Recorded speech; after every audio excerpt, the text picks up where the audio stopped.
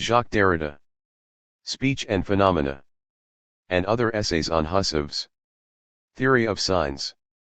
Derrida's critique of Husserl is a first-class piece of analytical work in the philosophy of language.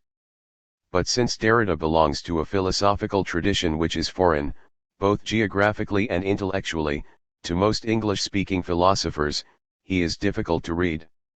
To see the power of his thought, it is necessary for us to see how the problems that he articulates and the comments that he makes fit within the framework of issues in the philosophy of language that are commonly considered in Britain and America, which is difficult to do without irreparably distorting his thoughts.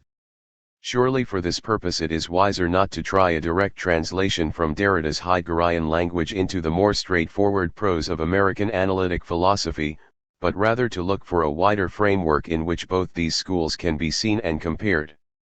Medieval thought can give us this wider perspective, if we take as our starting point its pedagogical division of the study of language into three parts: grammar, logic, and rhetoric.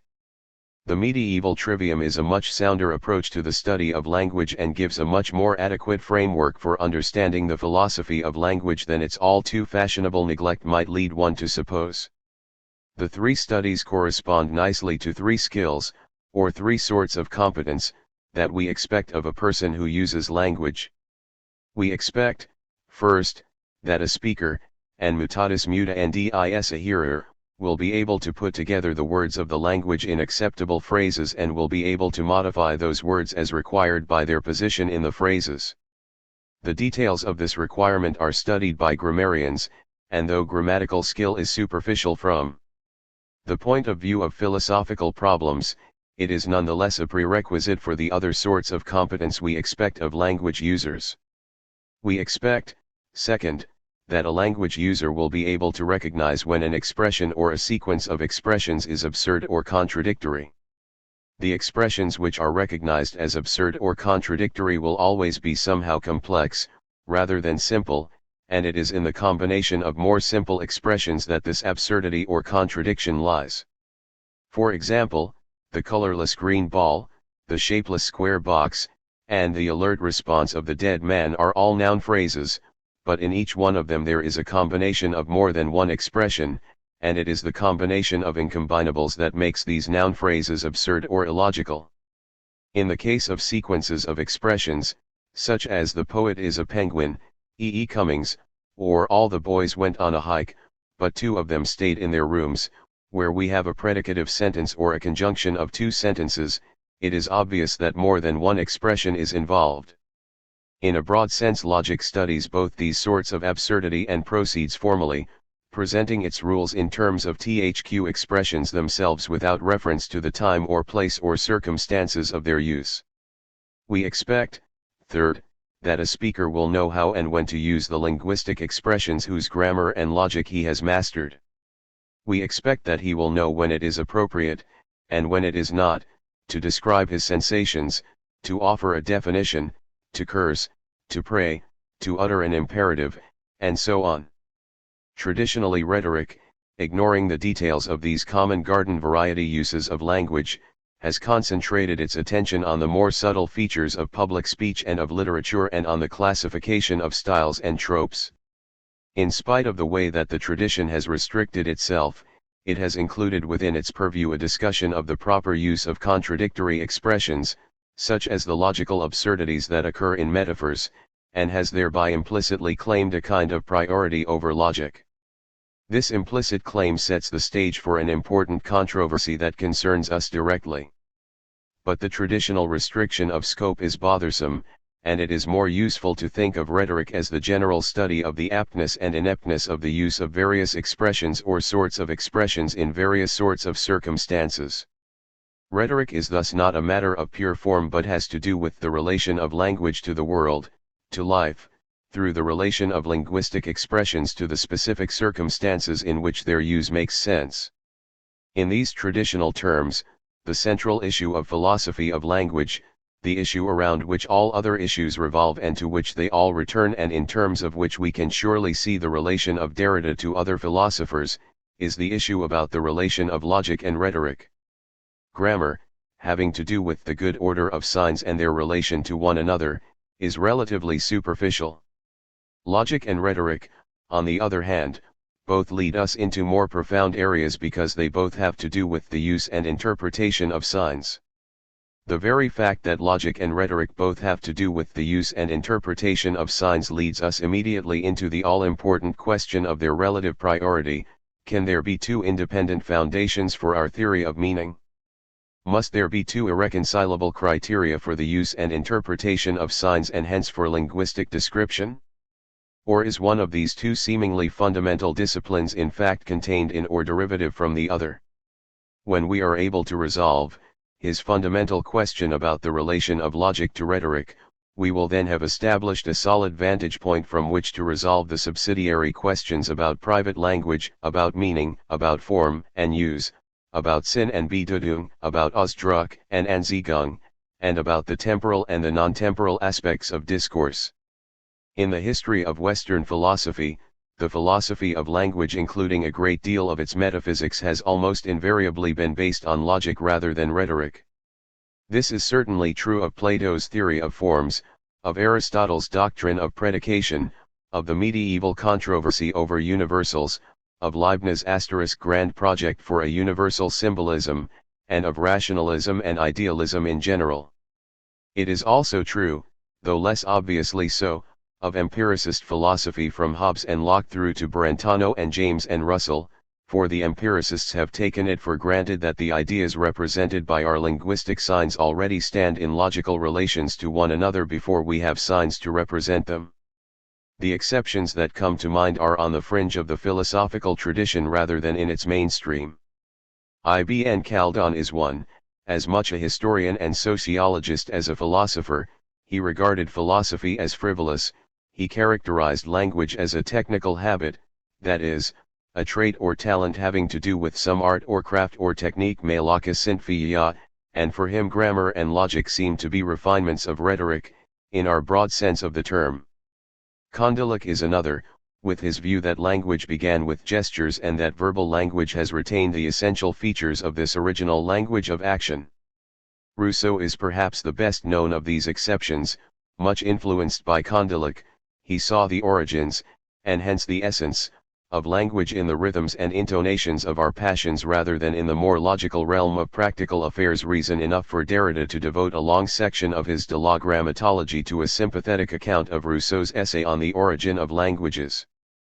But Rousseau's essay remained unpublished during his lifetime, and this typifies how weak a challenge these alternative conceptions of language pose to the mainstream of philosophical tradition. 20th century philosophy has been dominated by considerations about the nature of language. It was only to be expected that there would be a flurry of activity as the nature and foundations of logic came to be closely investigated in the last part of the 19th century and the early part of our century, for the first time in more than 2,000 years.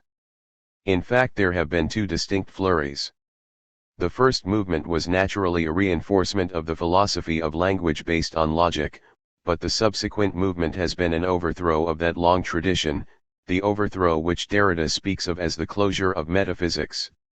In order to see the significance of Derrida's critique of Husserl, we must look more closely at these two movements. The end of the 19th century and the first few decades of the present century were a time of profound and far-reaching work on the nature of logic, the foundations of mathematics, and the relation of logic to mathematics. It was inevitable that this surge of new vitality in logical theory should have an impact on the philosophy of language, of one sort or another. On the one hand, it was urgent that the new concepts and theories should fit into a general conception of language, and on the other hand, the new burst of progress in logic seemed to promise an explanation of the nature of language. Already by the turn of the century it was apparent that the dominant theme was to be the increasing submission of philosophy in general, and of philosophy of language in particular, to the sovereignty of logic. This movement was due primarily to the work of five great men, Frege and Husserl in Germany, Whitehead and Russell in England, and Wittgenstein, who straddled the gap that separates the continent from its most illustrious island. Though some allowance must be made for the later work of Husserl and Wittgenstein, all five of these powerful figures were logicians. All five associated the problems of logic in some way or other with the problems of mathematics, and the five of them together gave an irresistible impetus to the view that language is basically and primarily logical in character, and that the fundamental essential features of language can be determined on the basis of requirements of logic.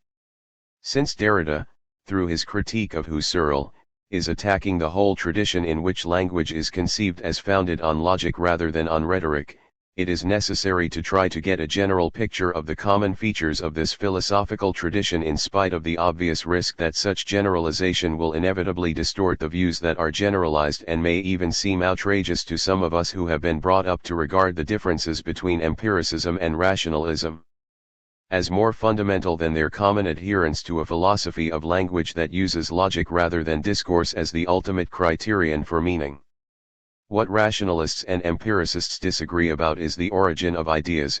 What they have in common is the view that signs represent ideas, and that an idea is something that can stand in semantic contrast or contradiction to another idea, and can be seen to stand in such contrast or contradiction without reference to contexts of communication, to voices resounding in the corridors, or to how they figure in the stream of life.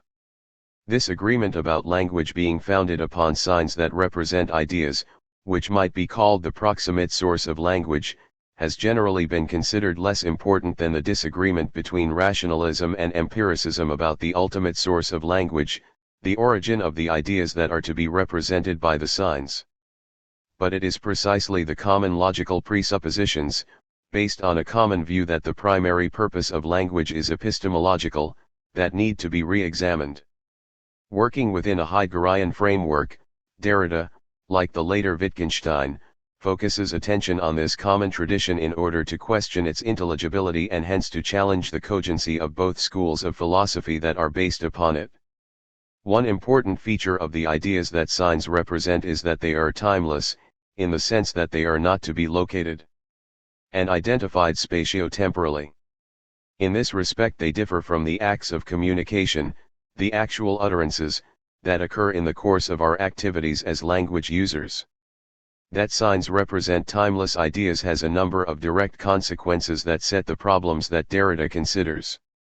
The first of these is that since a sign, in at least one prominent sense of that term, is something with physical characteristics and occurs in spatio-temporal contexts, there must be a radical distinction, a distinction in kind, between signs and what they signify.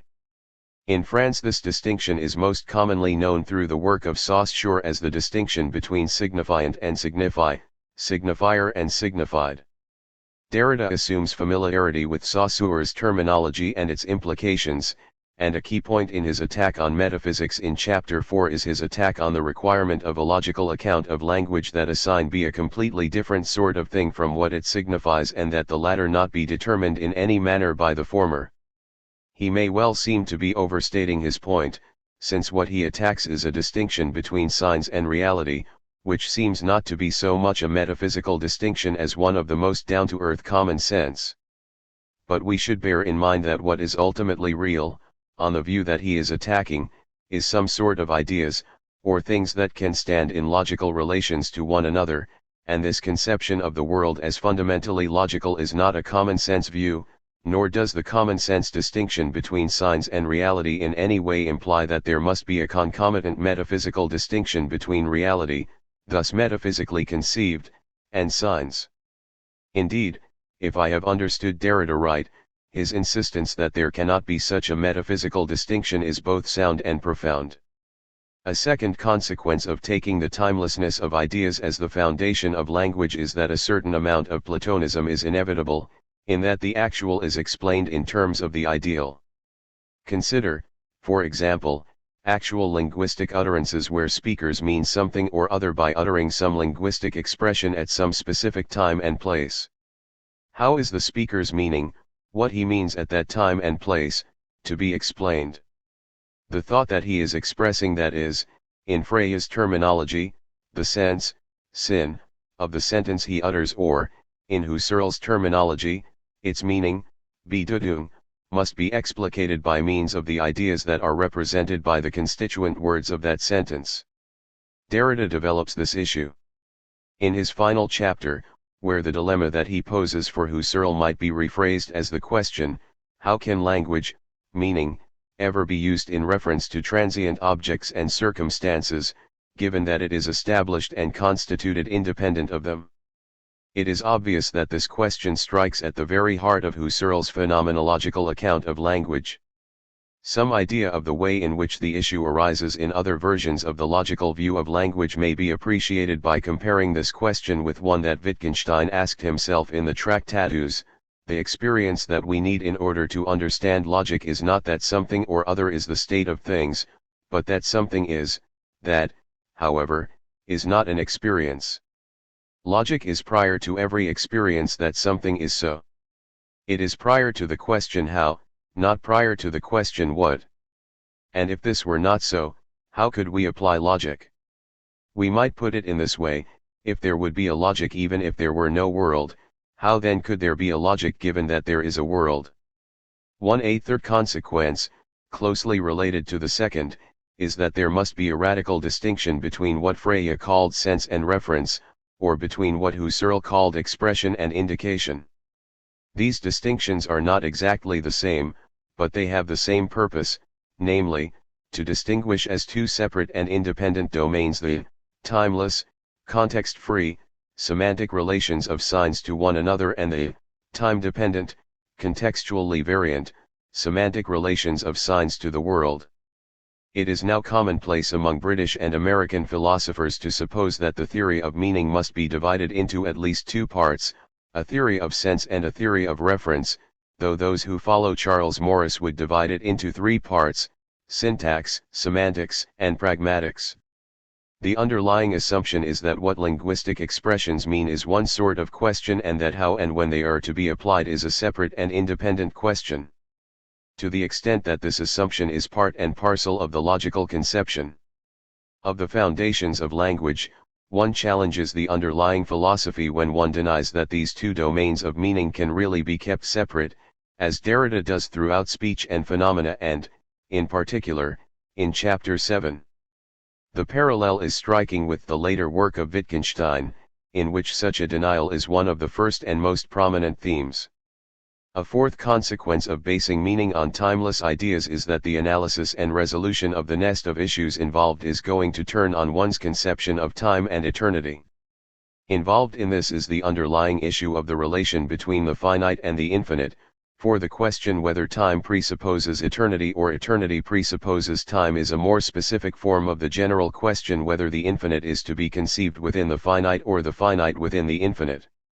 All of these questions sound like rather abstract metaphysical issues, unfamiliar as critical considerations within Anglo-American philosophy. Yet in Chapter 6 Derrida explicitly makes time the key to his analysis, or what he calls his deconstruction. This move will appear less baffling when one realizes that Derrida's deconstruction in terms of time is equivalent to analysis of the meaning of linguistic expressions in terms of their use or the role that they play in human activities. In both cases the point is to insist that the timeless can be understood only as an aspect of, or as an abstraction from, temporal occasions. A second feature of the philosophy of language based on logic is just as crucial but can be dealt with more briefly. It is the commitment to what Wittgenstein called a private language, or to some conception of private understanding or inner speech such that it is possible for linguistic expressions to have meaning for us in private mental life, quite independent of any reference to public objects or external circumstances. Such a commitment to private language or to private understanding cannot be renounced once the criterion for linguistic meaning has been set within the domain of logic. For logical truths and logical considerations are formal and do not vary according to circumstance, so their essence must be independent of any sets of circumstances. What is independent of circumstance in this way I cannot learn by example or by teaching, at any rate its essence cannot be given to me in any such manner. If I learn it at all, it must, so it would seem, be within a realm that lies entirely within me, in my private mental life. This kind of commitment is obvious throughout modern philosophy, beginning with Descartes and Locke, and shows itself with equal vigor and clarity at the turn of the century in the writings of Husserl and Russell. One of the remarkable and rewarding parts of Derrida's book is his forceful rejection, in Chapter 4, of the possibility of private understanding, an interesting parallel to the famous private language argument in Wittgenstein's philosophical investigations. The second movement in the 20th century philosophy of language has lacked the solid foundation that the first enjoyed. Unlike grammar and logic, rhetoric has not been refurbished by new ideas and new vigor but remains a weak and ancillary discipline about which few students of language have strong or clear ideas. As an academic subject, rhetoric remains associated with elocution and literary criticism rather than with linguistics and logic. The development of linguistics in the 20th century has tended to reinforce the association between meaning and logic rather than to challenge it. It did this from the very beginning in the hands of Saussure, who regarded the elements of language as something ideal rather than empirical and whose distinction between signifiant and signify we have already mentioned. The latest developments in linguistics continue the trend. Transformational grammar is based on a distinction between surface structure and deep structure, with deep structure being an idealized abstraction that either contains or interprets the semantic component of language. Behind the rather esoteric controversy in transformational linguistics between generative semantics and interpretive semantics there lies unexamined and almost unnoticed the assumption that linguistic meaning belongs to an abstract realm where logical criteria predominate. This assumption is not altogether unwelcome, since it leads to fruitful collaboration between linguists and logicians, but it does make it difficult to raise and press the fundamental questions in the philosophy of language, the ones that have to do with the ultimate foundation of linguistic meaning. In spite of the lack of a vigorous discipline of rhetoric, that is, of any hard-headed, detailed study of the rules and regularities and presuppositions of the use of linguistic expressions in the circumstances in which they actually are used, there have been philosophers who have emphasized this aspect of meaning. Either as one part of a semantic dualism or as a primary sense of meaning within which the logical aspects of meaning must find a specialized and restricted niche. In Britain and America, semantic dualism undoubtedly rests most prominently on the work of Frege and his distinction between sense and reference. Within the framework of that general distinction or some variation on it, there have developed the ideas of operational definitions and coordinating definitions in science and of recursive definitions in mathematics. It is characteristic of these definitions that they do not really explain the meaning, Bedeutung in Husserls sense, or the sense, Sinn in Frege's sense, of the expressions they are used to define but serve instead to present effective criteria for the use of those expressions. It seems obvious that definitions of this sort present rhetorical rather than logical considerations as governing the meaning of words and that this should raise the question whether operational definitions provide the proper form for all explanations of meaning. But if the question has ever been raised in this form, it has not had any significant historical impact. For the most part, operational definitions were conceived within a sort of semantic dualism, and it was assumed that the characteristic problems of dualism, in this case the logical aspects of words introduced only operationally, would sort themselves out without trouble. Certainly the question of the relation of operational meaning to conceptual meaning raises far deeper and more profound questions than have yet been effectively answered. Philosophers who have given some impetus to the view that rhetoric rather than logic provides the foundation for linguistic meaning include Peirce and Royce in the 19th century and Wittgenstein and Austin in the post-war period. Peirce was undoubtedly one of the first to advocate operational definitions, but his more general philosophy of language is extremely difficult to interpret, largely because it is so difficult to know whether he would allow or encourage any priority among the various trichotomies that he sets down. Nonetheless, his emphasis on interpretation, as opposed to conception, suggests that meanings are to be explained ultimately in terms of the human context in which they are interpreted. If this is correct, Peirce would be the first philosopher who combined an emphasis upon operational definitions with the view that such operationally, or contextually, explained meaning is the primary source for all linguistic meaning. Certainly Royce interpreted Peirce this way and took his conception of meaning and interpretation as the crux for some important considerations in his social philosophy, especially in lectures 11 and 12 of The Problem of Christianity. Since 1940 in Britain, and moving from there to America, a considerable impetus to consider rhetoric rather than logic as the bedrock for language and for meaning has been given by the work of Wittgenstein and Austin. In the present context our attention must focus on Wittgenstein, since his own philosophical development, with respect to the foundations of language, is in many ways parallel to the movement in continental philosophy from Husserl to Heidegger and Derrida. Lest this emphasis should seem to slight Austin, it should be said explicitly that in another context, where the concern was for revitalizing the discussion of rhetoric and incorporating it as a rigorous part of general linguistics, Austin's method would receive primary emphasis. Austin's rather conventional effort at classification, so as to provide a way to count what Wittgenstein referred to as the countless different kinds of use of what we call symbols, words, sentences / and his patient attention to detail lend themselves much more readily to a scientific interest than does Wittgenstein's work, and something like Austin's theory of speech acts must be involved if rhetorical force is to be seen as the indispensable basis of linguistic meaning. But Wittgenstein provides a more useful framework for understanding the import, in Anglo-American terms, of Derrida's criticism of Husserl. It is obvious that Wittgenstein's Tractatus bears close affinities to Husserl's logical investigations. Not only does Wittgenstein's notion of a Begriffsschrift correspond closely with Husserl's conception of a rein logisch grammatisch Formenlehre, as Max Black points out, too, but the whole idea of the Tractatus seems to be to provide what Husserl called a pure logical grammar. Wittgenstein's aim, that is to show how it is possible for there to be language at all, by specifying the indispensable prerequisites for meaningful sentences, considered without reference to any of the accidental or empirical characteristics of those sentences. In this early work Wittgenstein, and here the hegemony of epistemology, of which Derrida complains, is apparent, allows only one sort of fully meaningful sentence, namely, those that describe the world. For there to be such sentences, there are, apart from the contingent and empirical prerequisites of human existence, vocal organs, and so on, two a priori requirements.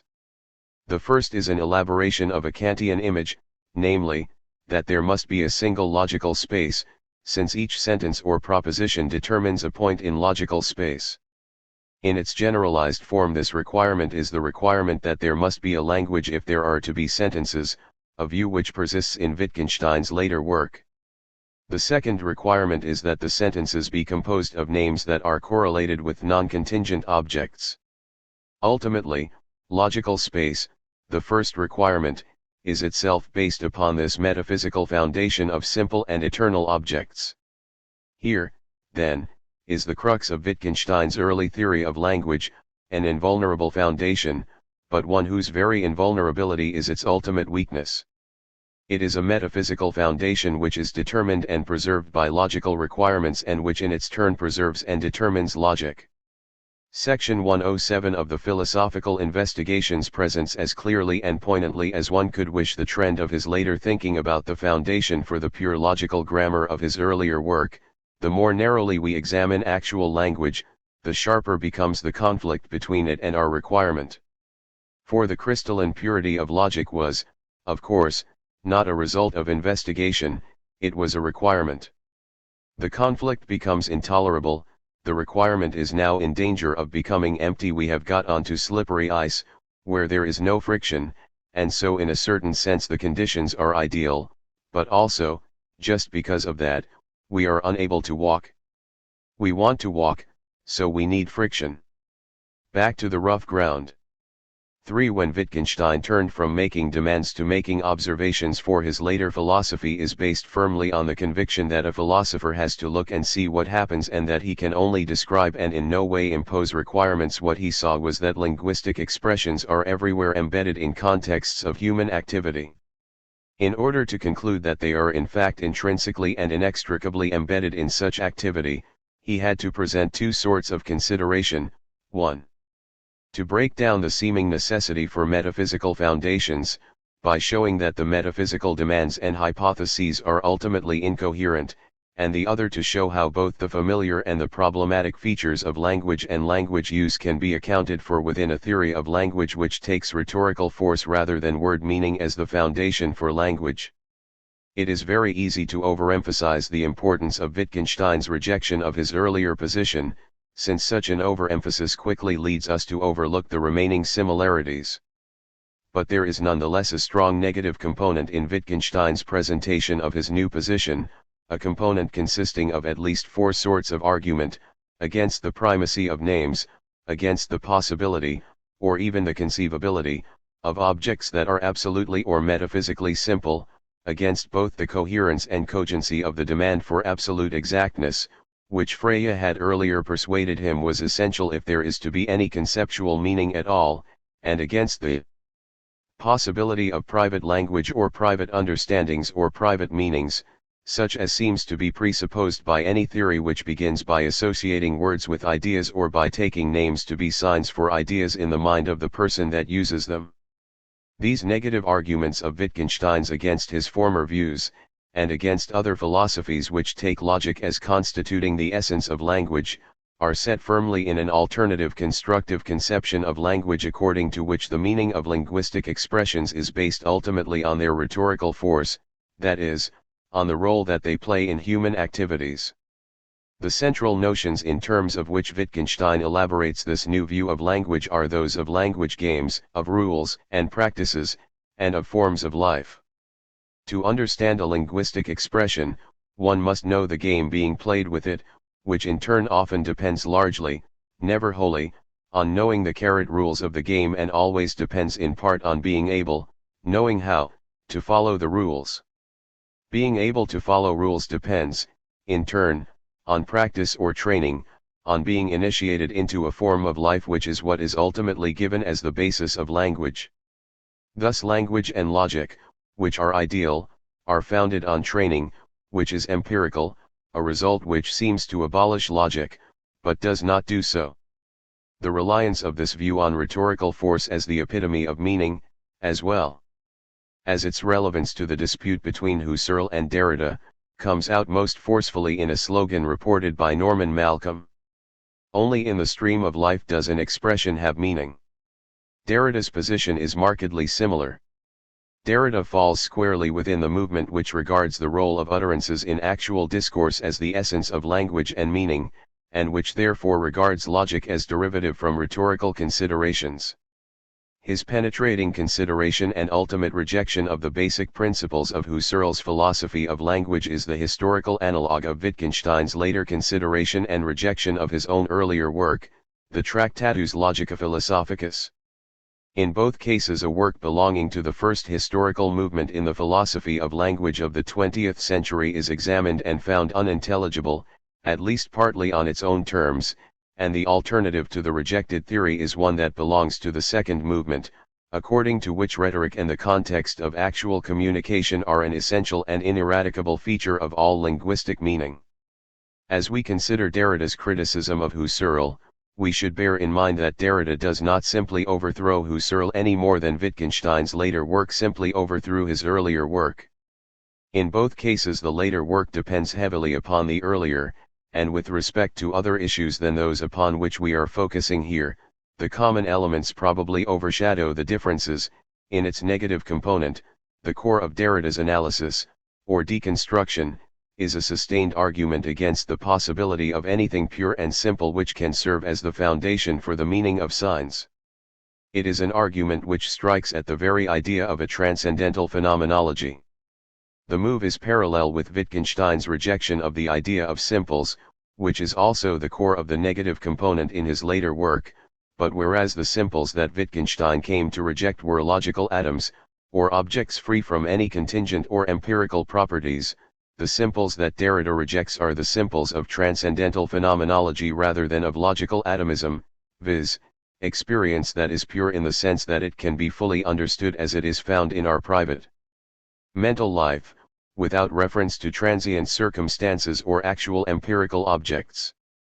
These pure experiences must be some sort of direct and unmediated awareness of the present moment and its content. Therefore, a central aspect of Derrida's argument, in the next to the last chapter, lies in his examination of the claim that we can intelligibly think about and talk about present moments that are pure and simple even though the present moments of Husserl's phenomenological account of meaning are not so pure and simple as, say, Hume's impressions, since their content includes retentions and protensions that have implications about the past and future. Here we have an example of Husserl being followed out and used against himself, just as Husserl criticized the British empiricists for sneaking in metaphysical commitments with the assumption that experience can be purely passive and free from implications about the past and future. Derrida makes an analogous objection to Husserl's own claim that there can be experience whose Ausdruck is, in essence, independent of its Ansichten and which can therefore be fully comprehended in one's private mental life without presupposing the actual world and transient circumstances. In chapter 7 he elaborates another aspect of the argument, which culminates in the startling remark, "There never has been any perception."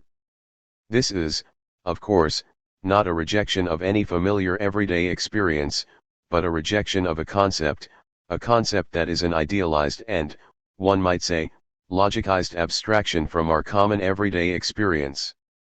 It is the concept of perception, not as the awareness of circumstances in which we live and move and have our being, but rather as the pure immediate awareness of a sensory content which, although complicated by retentions and protensions, has no intrinsic reference to any such actual circumstances. That such a concept of perception is not original with Husserl but has been an integral part of the empiricist tradition since Locke, and in modern times can be found as well in Russell, makes Derrida's point all the more important. It should be noted, too, that this aspect of Derrida's central argument is an echo of Wittgenstein's extended and fascinating discussion in 11 of Part 2 of his philosophical investigations, of seeing and seeing as. In both Wittgenstein and Derrida the remarks about perception are as difficult as they are important, and as puzzling as they are intriguing, but it can at least be said that both impugn the idea of pure perception and that what they have to say about perception goes hand in glove with rejection of the idea that the nature and essence of what is signified, signify, is wholly independent of the nature of the sign that signifies it, signifiant. Finally, there is an aspect of Derrida's attack upon the possibility of simples that seems to me to be original with him and to be highly interesting. It centers around his concept of difference. Difference, without which no language or meaningful sign can be conceived, is associated very closely in Derrida's work with what makes it possible to transcribe spoken language in writing. What makes writing possible is nothing having to do with the meaning of the spoken signs. What makes it possible is rather the pattern of vocalizations, the phonemics of the language. If I have understood Derrida right, one might say, though Derrida does not himself say it, that voix and écriture are ultimately in harmony rather than opposition because difference is essential to both. This may seem a perversely prosaic way to reduce the rich variety of remarks Derrida makes in his essay Difference, so a word of explanation is in order. Difference is a complex essential characteristic of signs, being composed of a. An actual difference which makes the sign possible, but which can be instituted and understood only in terms of b. Other times and circumstances in which the instituted difference systematically appears. Such a characteristic, which Derrida, it must be remembered, regards as somewhat puzzling and problematic, is no doubt essential at each level of language.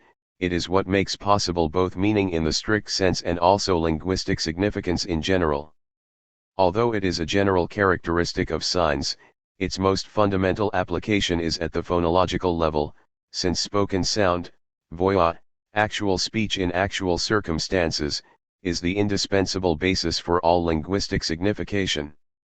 In the sound system of a language, according to structuralist phonology, the sounds that are ultimately differentiated linguistically are phonemes. Derrida's remarks imply that phonemic difference is a matter of difference rather than either actual acoustic difference as such or ideal difference as such. Both the above features are, essentially and indissolubly, involved in the differentiation of phonemes.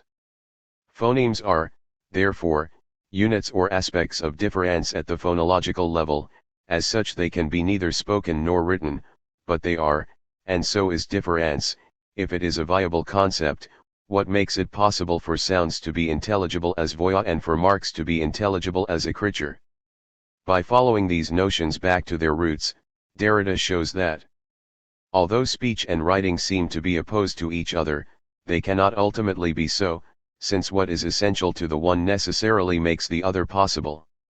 For by taking difference, or the phonemic structure of the sound system of the language, as essential to any language or sign system, Derrida not only associates his central argument with a prominent element of contemporary linguistics but also strikes at the roots of the speculation about ideography that has often been associated with the logical conception of language as, for example, in Descartes' letter to Mersenne of November 20, 1629, or Leibniz' project for a Characteristica Universalis, or the comments about a Begriffsschrift that are to be found in the writings of Frege and Wittgenstein. Derrida's emphasis on difference being essential to any sign tells against any absolutely pure and simple signs, since the possibility of being transcribed in a writ.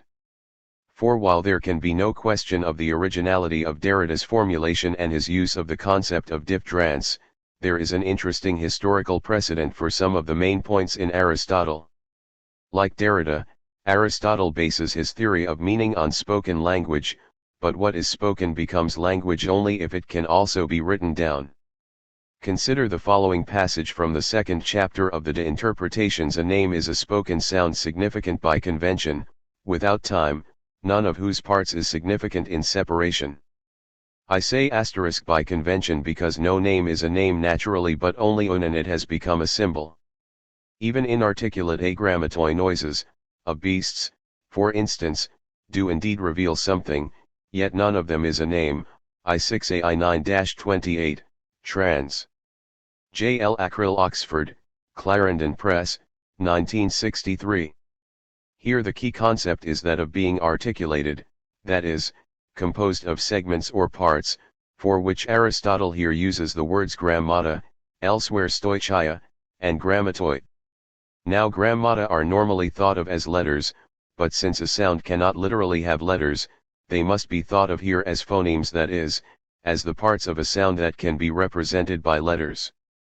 The natural cries of animals do signify something, they are signs, but they are not symbols, and we know they are not conventional, because they are not composed of articulate parts and cannot faithfully be transcribed in writing. So Aristotle held that what characterizes human speech and distinguishes it from natural cries is the possibility of writing, écriture, and the internal segmentation or differentiation of even the simplest semantic elements, difference. For further discussion of this passage, see N. Kreutzmann, Aristotle on Sounds Significant by Convention, forthcoming from Recital Publishing Company, Dordrecht, in J. Corcoran, ed., Modernist Interpretations of Ancient Logic. Ng system, which necessarily involves a reference both to other times and to a system, is not anything that is intrinsic to the physical presentation of the sign, and it tells against metaphysical simples when combined with his view that things cannot be conceived apart from the signs that represent them. If there is a parallel to this argument of Derrida's in the work of Wittgenstein, it would be found in Wittgenstein's insistence, in both his early and his later work, that a linguistic sign is always part of a system, but even if we were to regard these 2 points as significant analogues of each other, Derrida would deserve recognition for the power and force and originality of his formulation of the argument. I have already mentioned the attack on private language, and I would hope that philosophers in the analytic tradition would be able to find other familiar points presented in an exciting manner in Derrida's work. Nevertheless, I would not expect them to read the present work without frequent discomfort and occasional dismay.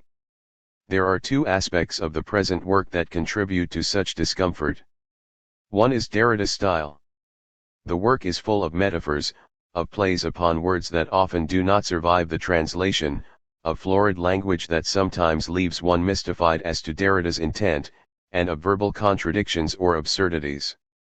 Students of Wittgenstein are already familiar with the problem of having to read through someone's language in order to see the point lying behind it, presented obliquely but unstated and perhaps even unstatable, in some sense which can be and needs to be stated, since both Wittgenstein and Derrida believe there is something ultimately incoherent about the notion of a philosophical thesis. We cannot complain just because Derrida is often obscure, for the problems are exceedingly difficult, and a demand for pedestrian prose would be misplaced. But clarity is more than just pedestrian. Faced with Derrida's unrestrained literary extravagance, one cannot help wondering if the heavy reliance upon metaphor and paradox is not also misplaced. It is often difficult to be sure that there is consistency or even intelligibility lying behind Derrida's manner of expression. I have in mind those passages where Derrida has been willing to risk equivocation for the sake of a pun or to pay the price of apparent absurdity in order to achieve a striking turn of phrase, as when he says that there never has been any perception, that speech, voix, without difference would be at the same time absolutely dead and absolutely alive, in regard to Husserls' essential distinctions, that their possibility is their impossibility, that the verb div and rare seems to differ from itself, that la div six rans infini est fini, that the history of philosophy is closed, which, literally, is very like a child's claiming to be asleep, and so on. One cannot help wondering if the price is worth paying, and on at least one occasion in the last chapter Derrida himself is led into clearly fallacious reasoning that derives from his equivocation on finite and infinite. But most of these locutions can be explained as intelligible comments, and the philosophical insight lying behind them is often profound. One might well bear in mind, through one's exasperation with Derrida's literary flourishes, that his obliqueness is caused at least in part by a virtue he shares with Socrates and Russell and other great philosophers, viz., the ability to retain a sense of how very perplexing the most familiar phenomena are and to expose the weaknesses in a proposed solution by articulating it in detail so that its presuppositions are laid bare. The other worrisome aspect of the present work is the uncertainty about how Derrida views logic, knowledge, and philosophy. Just as the problem of reference is the one which presents the greatest challenge to the traditional logical conception of language, so the problem of logic is the greatest challenge to the conception of language that is found in Derrida and in the later work of Wittgenstein. Derrida gives us few hints, if any, as to how he will deal with this problem.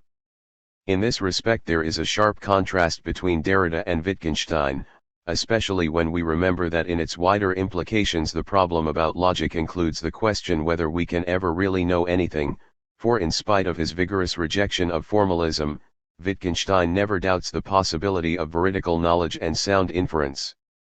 One hopes that Derrida, having helped to shatter the reign of epistemology over our conception of language and metaphysics, will one day return to this problem. Part of this problem is a much more specific question, a question about the tools of his trade, about what standpoint he takes from which to criticize Husserl. Derrida announces the end of metaphysics, the closure of the history of philosophy. But just as Derrida raises the question whether Husserl succeeded in eliminating all presuppositions from his phenomenological inquiry, so readers are bound to ask whether Derrida has succeeded in eliminating all metaphysical presuppositions from his deconstruction. The question arises most forcefully when Derrida is discussing what is real and what is unreal, a question which it hardly seems possible to deal with without having a conception of reality in one's mind. It arises again when he insists that language depends on a relation to ma mort, a claim which it is difficult to conceive as other than metaphysical. No doubt the answer to this question will depend in part on epistemological views as well. Derrida seems at times to embrace a nominalism combined with a sort of radical empiricism. What is real seems to be the concrete reality immediately before me, and not aspects of what I see and experience that refer to other times or possibilities. Thus, as Lionel Abel has pointed out, Derrida's discussion of difference is reminiscent of Nelson Goodman's discussion of likeness of meaning, in that the likeness or identity of meanings or phenomena is something ideal and hence unreal, standing in sharp contrast to the reality of differences.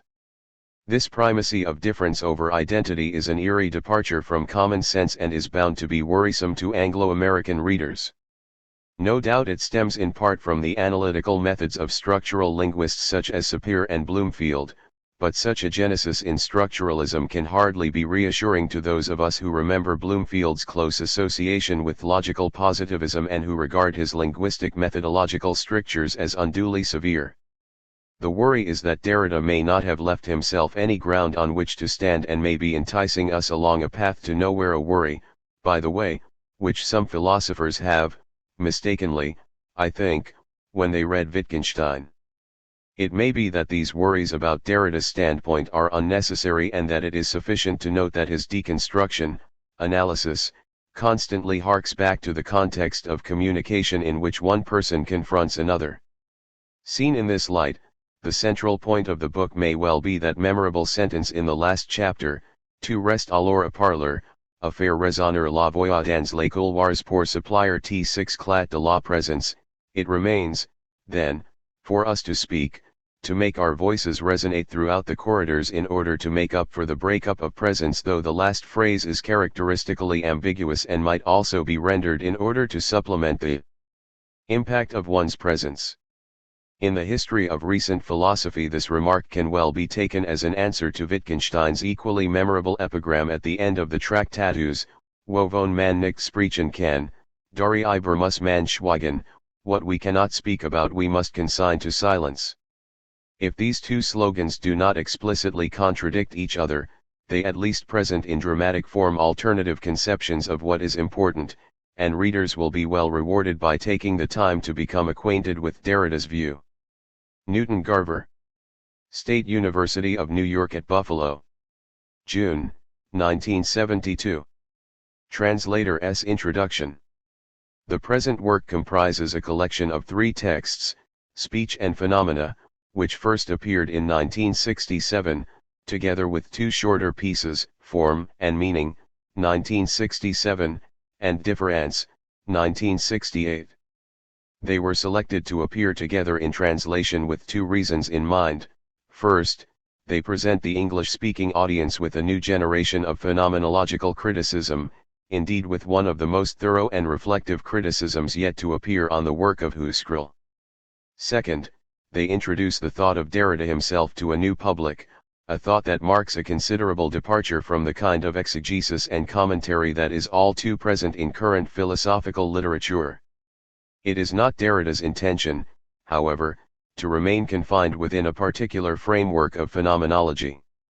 Rather, he sees it as his task to confront phenomenology with the tradition it has so often renounced up until now, the tradition of Western metaphysics itself. In choosing to begin with a critique of the logical investigations, Derrida has selected perhaps the most important, if not the most influential, of Husserl's writings on language. Derrida's interpretation is instructive in that he demonstrates how the whole of phenomenology is implied in a reflection upon language, how a discussion of meaning, expression, grammar, and logic, the themes of the investigations, will anticipate and later decide the forthcoming transcendental problems. The value of focusing the analysis here lies in the fact that Husserl begins the investigations with a set of essential distinctions, a group of operative concepts, that will rigorously and systematically guide his thought to the end. Derrida stresses the importance of these distinctions, not only because they dictate the course and structural unity of Husserl's own work, but because they repeat, in an explicit and cogent way, the very axioms of traditional metaphysics. This is only one stage of the argument, however, for he does not mean to portray Husserl and phenomenology as merely another example in the history of metaphysics. Derrida will argue even more emphatically that Husserl's thought is precisely the paradigm, the highest and final case of this tradition. And it is ultimately the claims and pretensions of this tradition, the parameters of which are admittedly vast, that Derrida wants to contest. Derrida asserts that throughout his writings Husserl continually invokes the most traditional concepts of Western metaphysics to serve as the axiomatic foundation for phenomenology, and this is evident from the first essential distinction. By this procedure a certain decision is taken to interpret the sense of being in a particular way. For Husserl and the tradition, the sense of being has always been interpreted as presence, and this interpretation assumes 2 forms. Something is insofar as it presents itself or is capable of presenting itself to a subject as the present object, objectum, of a sensible intuition, or as an objectivity presented to thought. Second, we say that a subject, subjectum, or self in general is only insofar as it is self-present, present to itself in the immediacy of a conscious act. The former marks the interpretation of being as objectivity, ousia, physis, etc., the latter as subjectivity, parousia, nous, etc. The interpretation of being as presence and self-presence entails a series of philosophical consequences and conceptual oppositions that persists to the present day, and nowhere are these consequences more strikingly evident than in the thought of Husserl.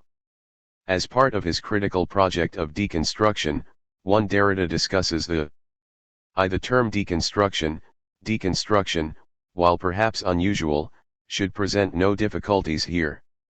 It signifies a project of critical thought whose task is to locate and take apart those concepts which serve as the axioms or rules for a period of thought, those concepts which command the unfolding of an entire epoch of metaphysics.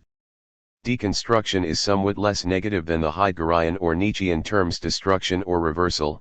It suggests that certain foundational concepts of metaphysics will never be entirely eliminated, even if their importance may seem to be effectively diminished. There is no simple overcoming of metaphysics or the language of metaphysics. Derrida recognizes, nonetheless, that the system of Western thought is finite, it has a finite number of genesis and derivation of the series as it functions in phenomenology.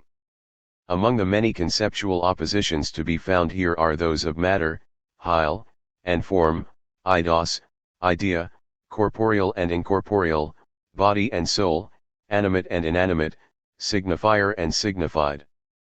Far from being presuppositionless, therefore, the interpretation of being as presence will provide phenomenology with its axial concepts.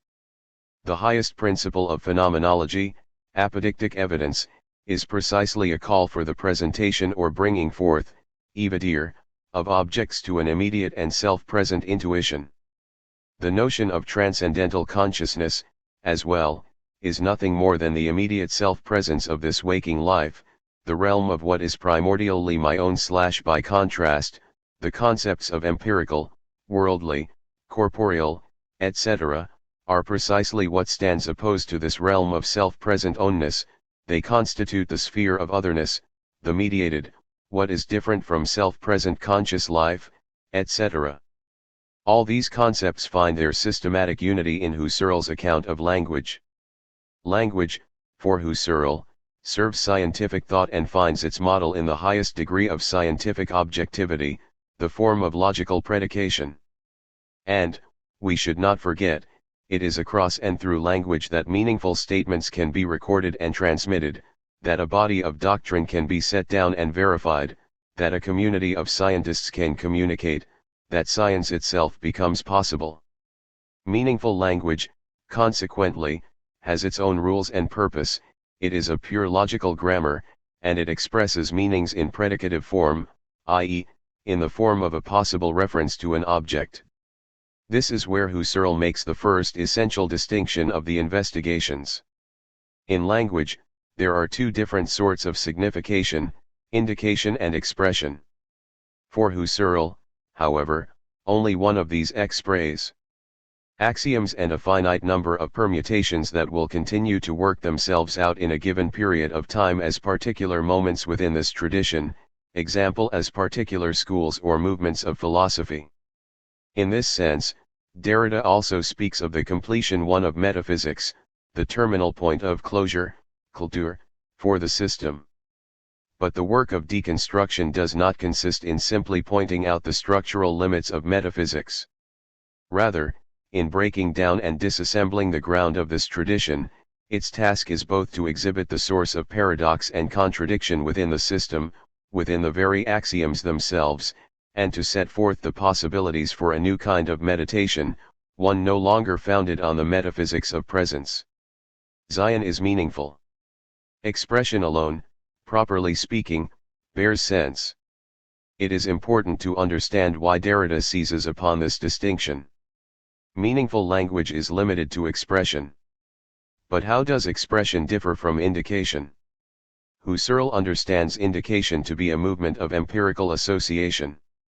One sensible sign stands for something else, a mark, a note, an object makes us pass from something present to thought to something that is only anticipated or expected. There is no meaning content present in indication, there is only an empty signifier and nothing that is signified. That is yet to come, it is yet to be presented. An expression, however, carries a meaning content with it. Meaning is present as the signified content of expression. What is immediately at stake in this linguistic distinction, then, is Husserl's entire account of meaning. What is perhaps more remote, but what for Husserl will ensure the very possibility of meaningful language, is its foundation upon an interpretation of being as presence. Derrida argues not only that this account of language and meaning is impossible but that it is essentially contradictory, given the conceptual framework of the metaphysics of presence. Rather than by pursuing this extremely complex argumentation in detail here, the purpose of such a general introduction would perhaps be better served by pointing out the directions it takes.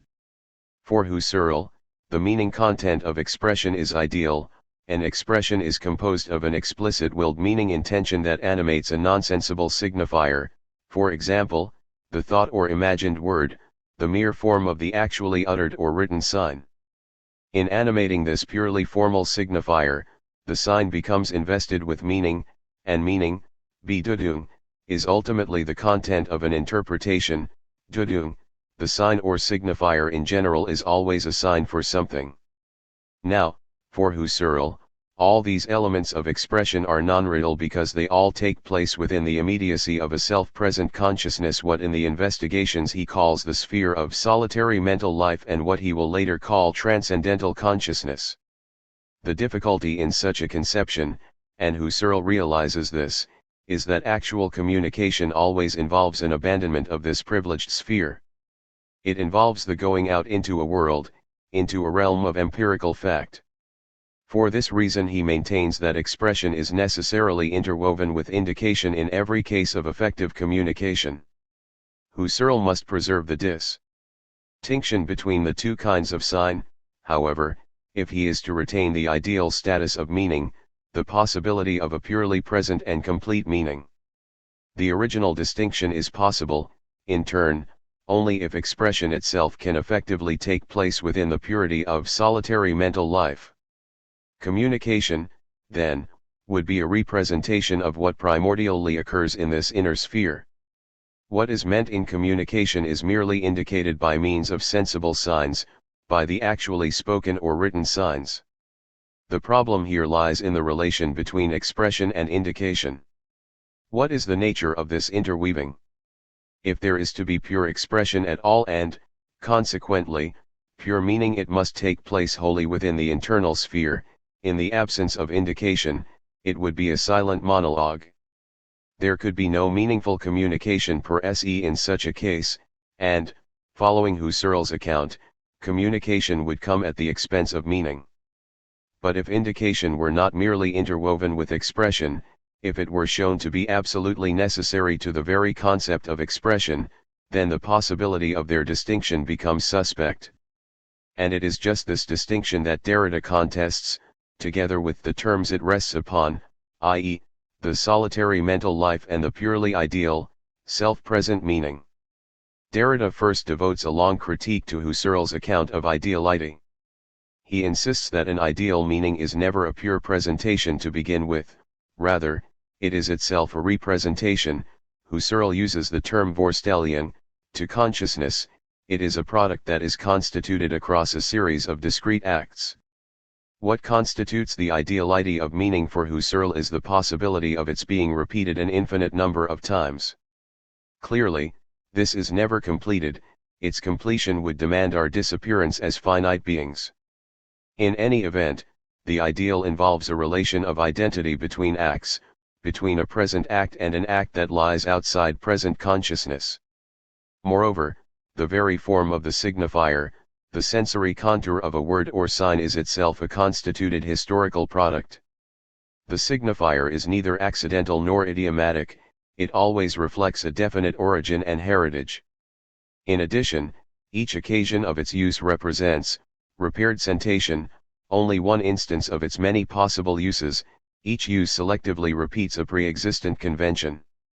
And what is it, finally, that really happens in this interior monologue, in this expression of solitary mental life? The expression is not a communication, for there is nothing to communicate, meaning is immediately self-present to the subject, so there is no need to communicate. What kind of expression is this, if there is no need to communicate anything to anyone? Husserl says this pure expression takes place entirely in the imagination.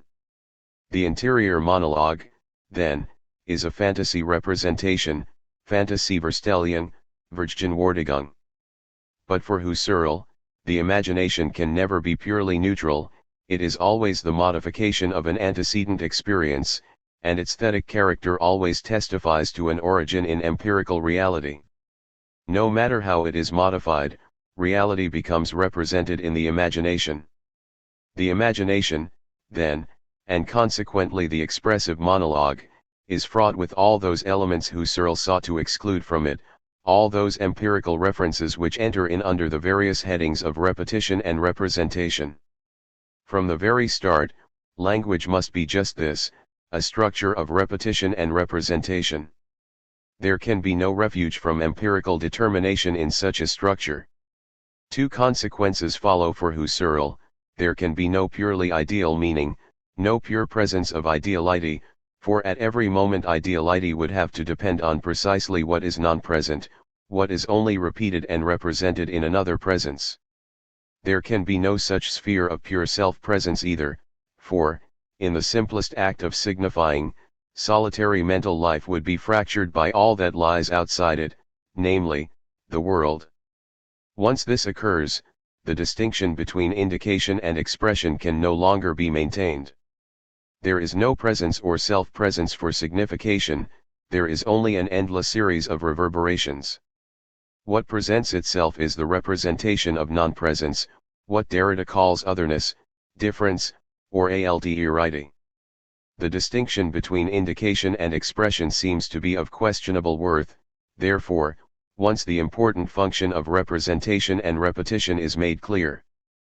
But in carrying out the critical task of deconstruction, Derrida shows how Husserl's whole theory of language is undermined by a still more fundamental problem, one that leads back to the phenomenological form of experience itself, the problem of time. Husserl claimed there was no need for communication in the interior monologue because, among other reasons, it took place in an instant, in the blink of an eye. Following this account, meaning would be immediately present in the self-same moment. There would be no need to mediate its presentation by means of signs. There would be no temporal distension in this process because signifier and signified are united in a punctual now. By Husserl's own premises, however, such an argument must fail. His theory of time dictates against any punctually isolated moment, for time is a phasing, a continual movement of protensional and retensional traces. In the phenomenology of internal time consciousness, Husserl argues that the present necessarily includes the phases of past and future under the heading of protension and retention. This conception of time denies the possibility of a temporally isolated moment or instant. The very presence of the present is conditioned by what is absent or not yet realized. Far from being the point of origin for constitution, the present is itself constituted, produced, and derived from a more primordial source of non-presence. Again, we find no arch-s of presence or self-presence. What we do find is a groundless play of differences that reflects an outside and beyond of past and future. Derrida invokes the later account of temporality, not merely to play upon an inconsistency within Husserl's own thought, but rather to exhibit something far more important. In the logical investigations and elsewhere, the very concept of life had been understood as immediate self-presence, as the living presence of self-conscious thought. The historical importance of this concept cannot be overstated, it is what characterizes the modern thought of subjectivity since Descartes. Husserl, however, became increasingly skeptical of this view, as can be seen in his arguments against Brentano in the phenomenology of internal time consciousness, against Hume in Erste Philosophic, and all throughout his later works, up to and including The Origin of Geometry. He came to see that, if the present now were conceived as a punctual instant, there could be no coherent account of experience as such, one would paradoxically end in denying the identity of one's own experience, one's own self, as did Hume. There could be no self-relation in such a case, in short, there could be no life, understood as absolute subjectivity. Derrida concludes that the whole problem and history of language must be entirely rethought. Instead of trying to capture and retain a pure presence, we must conceive signification from the start as a movement away from self-presence, a movement away from the pure presence of a discrete origin and the ideal presence of an identical meaning content. As a movement of difference, signification precedes and gives rise to the very concepts of self, presence, and meaning.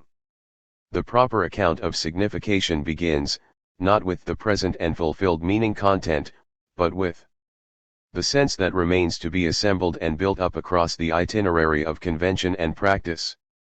Following Saussure, Derrida maintains that linguistic meaning is not so much the product of an explicit meaning intention as it is the arbitrary configuration of differences between signs. Meaning derives from the distance that extends between one particular sign and the system of other signs in linguistic use.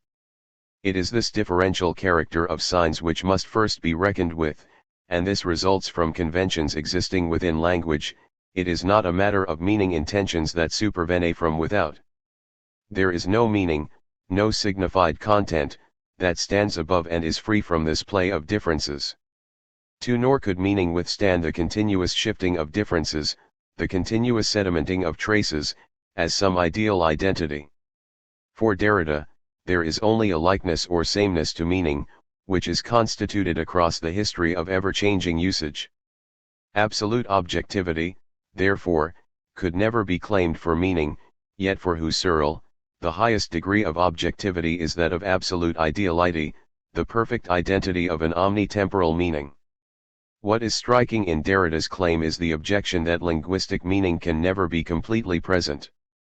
There can never be an absolutely signified content, an absolutely identical or univocal meaning in language. All these values are denied to meaning once we admit its dependence upon non-present elements. Meaning can never be isolated or held in abstraction from its context, example its linguistic, semiotic, or historical context. Each such context, for example, is a system of reference, a system of signifiers whose function and reality point beyond the present. What is signified in the present, then, necessarily includes the differentiating and non-present system of signifiers in its very meaning. We can only assemble and recall the traces of what went before. We stand within language, not outside it. Starting out with the metaphor of presence, philosophy has generated a system of concepts whose import can be seen as essentially theological, what Heidegger has called the tradition of ontotheology. Ontology and theology are united in their insistence upon a common ground and universal account of being, a first cause and final reason to things. For the tradition of Western metaphysics, this unity has always been asserted under the title of an absolute and non-empirical reality, a transcendent being or principle that would subtend the empirical order by virtue of its role as cause and form, arche, or telos. What invests the world with order and substance is ultimately something transcendent to that order, the divine, the one, the principle of intelligibility, the unconditioned. Now it is precisely this kind of theological status that the concept of meaning interpreted as ideality or absolute identity has enjoyed in the history of Western thought, and particularly when the account turns to problems of knowledge and signification. Despite the impurity of language and communication, the possibility of an ideal and identical meaning has always been held out, whether as pure form eidos idea, ideal, or as absolute referent in the form of an ideal content of signification, what Derrida elsewhere calls a transcendental signified for.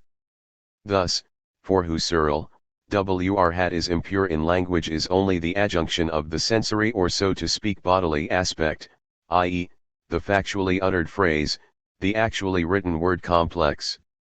The purity of language, the very possibility of meaningful language, lies outside this sphere in the non-empirical or ideal sphere of meaning, in what can be purely meant or intended by language, in what can be expressed by language. 6. But Derrida's reflection leads us to conclude that these distinctions can no longer be claimed for language for the precise reason that there can be no expression without indication, no signified without the signifier, no meaning or sense without the factually constituted complex of signifiers. To conclude that expression can never be reduced to an absolutely objective core of meaning, to conclude that meaning itself is no longer conceivable as a purely ideal presence, is also to conclude, for Derrida, that a certain period of metaphysical thought has come to a close. The most difficult task of any translator is to establish some effective compromise between transposition and transformation. However much one wishes to avoid altering the original style and vocabulary, they must inevitably succumb to modification and paraphrase, at least to some extent. In the present case this has been particularly true of such elements as sentence complexity and length. Yet, perhaps the greatest attention must be given to Derrida's terminology, which is sometimes at odds with English usage. I have tried to avoid his Latinate vocabulary, save for some few exceptions. One of these is the term alterity, which arises in his discussion of difference. Like its French equivalent, alterite, the term is rich in connotations: to alter, to alternate, alternation, alternative, alteration, alter ego, etc., and it has fewer ethical or personal overtones than other possible translations, such as otherness. Similar ambiguities are also avoided by translating auto-affection, not as self-affection or self-reference, but as the more extensive, for phoneme, not the actually uttered sound complex itself. The silent speech stands as a pure phenomenon, what Derrida terms the phenomenological voice. The importance of the voice is not fortuitous with Husserl. Implicitly or explicitly, the vocal medium has always functioned as the highest, the purest, form of signification. Its primacy is also that of reason and thought. How this complicity operates for Husserl and the tradition is one of the major themes of the present work. For Derrida, however, the primacy of speech, which is ultimately the primacy of presence, is illusory. It seems primary because it takes place in an instant, in the apparent absence of the world. But in reality, speech is possible only because a certain kind of writing precedes it, the invisible and unconscious inscription of traces, the non-present and generative movement of difference that constitutes the system of language itself. It applies to the processes or events of temporality, spacing, difference, etc., and not to an already constituted personality, auto-affection in general. Derrida takes the term in its Heideggerian sense. There are cases, however, where ethical or axiological connotations are meant to be retained, as with the term transgression. In attempting to break down the precepts and rules of Western logocentric and phonocentric thought, and by trying to bring its system to a close, one quite literally violates it. And when this order has been identified as the onto-theological ground of metaphysics, then the violation would surely constitute a transgression in the strictest sense. Among other Heideggerian terms, Derrida occasionally uses the word errance. This is the accepted French translation of Heidegger's dire, a term which appears frequently throughout his work, especially in Was ist Metaphysik, and Vom Wesen der Wahrheit. Richardson first introduced the term into English as errance, and he gives an admirable justification for it, noting that it incorporates not only the sense of error but also that of aberrance, i.e., of being off course, wandering away from the truth. 6. Where Derrida introduces neologisms, such as difference, I have added explanatory footnotes or have made reference to his own discussion of the term. For Derrida's extensive quotations from Husserl, I have used existing English translations. Occasionally it has been necessary to modify these where the change was demanded by Derrida's own argument, example in order to stress the etymology, or evocative import, of a particular term. In making these modifications, I have found Dorian Cairns's guide for translating Husserl extremely helpful and instructive. In the course of preparing this translation, I have become deeply indebted to Professor Derrida himself, who, in the course of several long discussions, offered great encouragement as well as assistance with the text. My sincerest thanks must also be given to Professors Hubert Dreyfus and Newton Garver for their care and erudition in going over the manuscript, and to Virginia Seidman for the patience and intelligence she devoted to the labor of editing it. I would especially like to express my debt of gratitude and appreciation to Alfonso Lingus, whose suggestions and knowledgeable criticism were invaluable to me at every stage. David B. Allison. Stony Brook, New York. September, 1972. Speech and Phenomena. Introduction to the Problem of Signs in Husserls' Phenomenology. When we read this word T without knowing who wrote it, it is perhaps not meaningless, but is at least estranged from its normal meaning. Logical Investigations, a name on being mentioned, reminds us of the Dresden Gallery and of our last visit there. We wander through the rooms and stop in front of a painting by Teniers which represents a gallery of paintings. Let us further suppose that the paintings of this gallery would represent in their turn paintings, which, on their part, exhibited readable inscriptions and so forth. Ideas. I have spoken both of sound and voice. I mean to say that the sound was one of distinct, of even wonderfully, thrillingly distinct, syllabification. M. Valdemar spoke, obviously in reply to the question. He now said, "Yes, no, I have been sleeping and now I am dead." The facts in the case of M. Valdemar. Introduction. The Logical Investigations, 1900 to 1901, opened a path which, as we know, the whole of phenomenology has followed. Up to the fourth edition, 1928, there was no fundamental change, no determined re-examination. Some touching up, certainly, and a powerful work of explication. Ideas and formal and transcendental logic develop without break the concepts of intentional or noematic sense, the difference between the two strata of analytics in the strong sense, the pure forms of judgments and consequence logic, and suppress the deductivist or nomological form which had hitherto limited his concept of science in general. 1. In the crisis and texts of the same period, particularly in the origin of geometry, the conceptual premises of the investigations are still at work, notably when they concern all the problems of signification and language in general. In this area more than elsewhere, a patient reading of the investigations would show the germinal structure of the whole of Husserl's thought. On each page the necessity or the implicit practice of synthetic and phenomenological reductions is visible, and the presence of everything to which they will give access is already discernible. But the first of the investigations opens with a chapter devoted to some essential distinctions which rigorously command all the subsequent analyses. And the coherence of this chapter is entirely due to a distinction proposed in the first paragraph. The word sign, Zeichen, will have a twofold sense. Ein Doppelsinn, sign may signify expression, Ausdruck, or indication, Anzeichen. In terms of what question are we to accept and read this apparently so portentous distinction? Before proposing this purely phenomenological distinction between the two senses of the word sign, or rather, even before recognizing it, before setting it off in what purports to be a simple description, Husserl proceeds to what is in effect a phenomenological reduction. He puts out of play all constituted knowledge. He insists on the necessary absence of presuppositions, Voraussetzungslosigkeit, whether they come from metaphysics, psychology, or the natural sciences.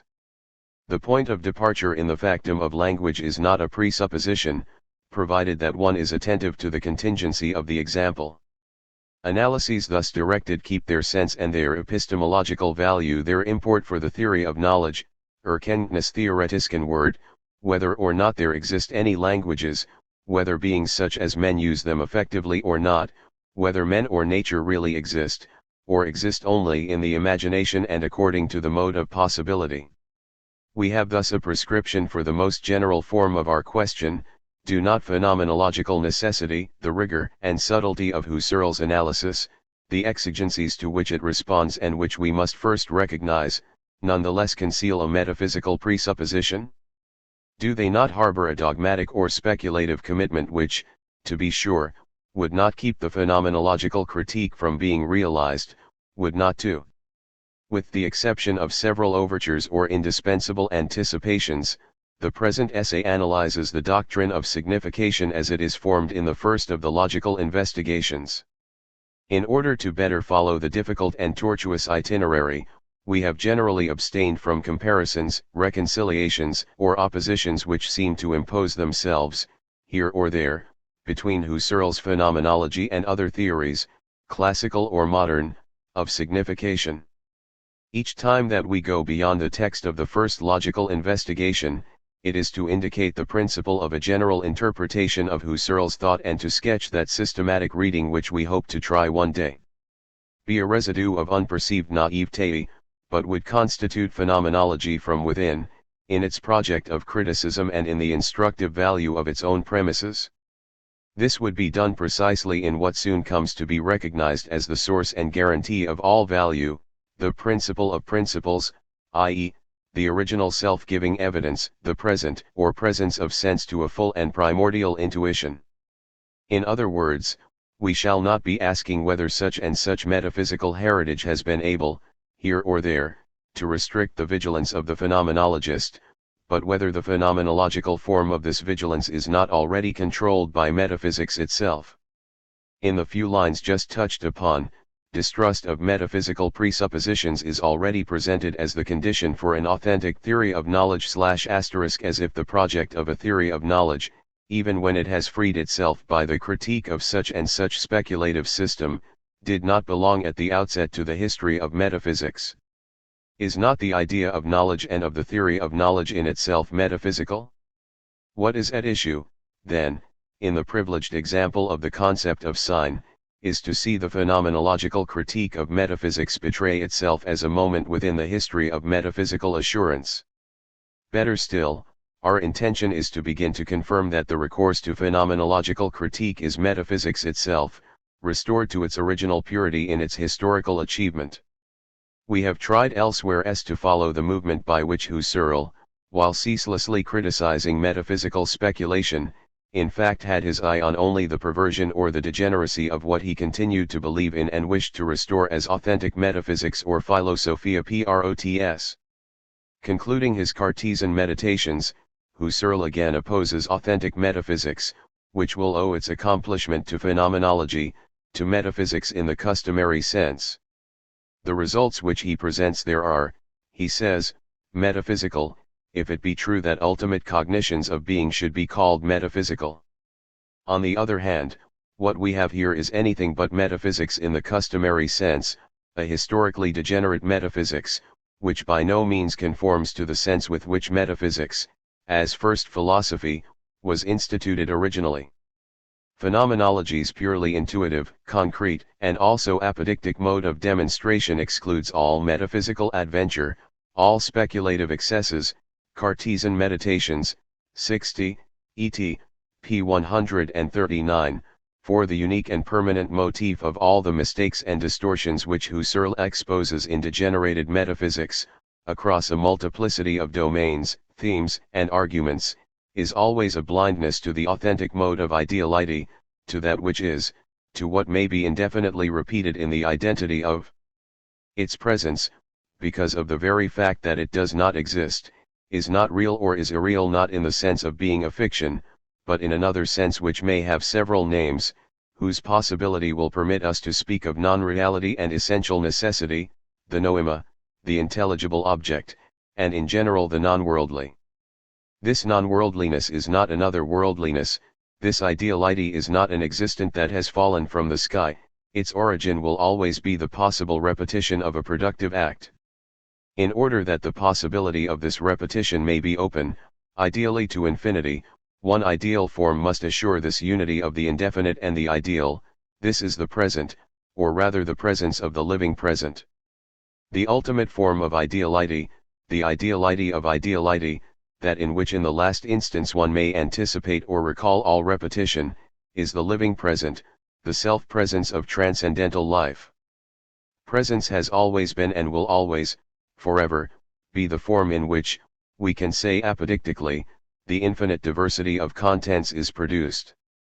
The opposition between form and matter which inaugurates metaphysics finds in the concrete ideality of the living present its ultimate and radical justification. We will come back to the enigma of the concept of life in such expressions as living present and transcendental life. Let us note only, in order to here specify our intention, that phenomenology seems to us tormented, if not contested from within, by its own descriptions of the movement of temporalization and of the constitution of intersubjectivity. At the heart of what ties together these two decisive moments of description we recognize an irreducible non-presence as having a constituting value. And with it a non-life, a non-presence or non-self belonging of the living present, an ineradicable non-primordiality. The names which it assumes only render more palpable the resistance to the form of presence. Briefly, it is a question of, 1. The necessary transition from retention to representation, Vergegenwärtigung, in the constitution of the presence of a temporal object, Gegenstand, whose identity may be repeated, and, 2. The necessary transition by way of a presentation in relation to the alter ego, that is, in relation to what also makes possible an ideal objectivity in general, for intersubjectivity is the condition for objectivity, which is absolute only in the case of ideal objects. What in the two cases is called a modification of presentation, representation, presentation, Vergegenwärtigung or a presentation, is not something that happens to presentation but rather conditions it by bifurcating it a priori. This does not impugn the apodicticity of the phenomenological transcendental description, nor does it diminish the founding value of presence. Besides, founding value of presence is a pleonastic expression. It is only a question of bringing out that the lack of foundation is basic and non-empirical and that the security of presence in the metaphorical form of ideality arises and is set forth again upon this irreducible void. It is within this compass that we will now question the phenomenological concept of the sign.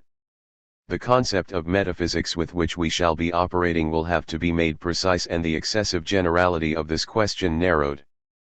First, how can we justify the decision which subordinates a reflection on the sign to a logic? And if the concept of sign precedes logical reflection, is given to it, and is freed from its critique, from whence does it come? Where does the essence of the sign, according to which the concept is regulated, come from? What gives a theory of knowledge the authority to determine the essence and origin of language? We do not impute such a decision to Husserl, he explicitly assumes it, or rather he explicitly assumes its tradition and its validity. The consequences of this are limitless. On the one hand, Husserl had to postpone, from one end of his itinerary to the other, all explicit meditation on the essence of language in general. He still puts it out of play in the formal and transcendental logic, preliminary considerations, too. And, as Fink has well shown, Husserl never raised the question of the transcendental logos, the inherited aeon gauge in which phenomenology produces and exhibits the results of its reductive operations. The unity of ordinary language, or the language of traditional metaphysics, and the language of phenomenology is never broken in spite of the precautions, the brackets, the renovations or innovations. Transforming a traditional concept into an indicative or metaphorical concept does not eliminate its heritage, it imposes questions, rather, to which Husserl never ventured a response. This is due to the fact that, on the other hand, being interested in language only within the compass of rationality, determining the logos from logic, Husserl had, in a most traditional manner, determined the essence of language by taking the logical as its telos or norm. That this telos is that of being as presence is what we here wish to suggest. Thus, for example, when Husserl redefines the relation between the purely grammatical and the purely logical, a relation which traditional logic would have lacked, distorted as it was by metaphysical presuppositions, when he institutes a pure morphology of Bedeutungen, we do not translate this word for reasons which will appear in a moment. To explain the purely grammatical, what results is that the generality of this meta-empirical grammar is not sufficient to cover the whole field of possibility for language in general, it does not exhaust the whole extension of languages a priori. When we speak of the purely grammatical, we mean that system of rules which enables us to recognize whether or not a discourse is, properly speaking, a discourse. Speech, to be sure, must make sense, but do falsity and the absurdity of contradiction, widersinnigkeit, necessarily make it unintelligible? Do they necessarily deprive discourse of its experienced and intelligible character, thereby rendering it sinless? This grammar concerns only the logical a priori of language, it is pure logical grammar. This restriction is operative from the beginning, although Husserl does not insist on it in the first edition of the Investigations. In the first edition I spoke of pure grammar, a name conceived and expressly devised to be analogous to Kant's pure science of nature. Since it cannot, however, be said that pure formal semantic, Bedeutungen, theory comprehends the entire a priori of general grammar, there is, example, a peculiar a priori governing relations of mutual understanding among minded persons, relations.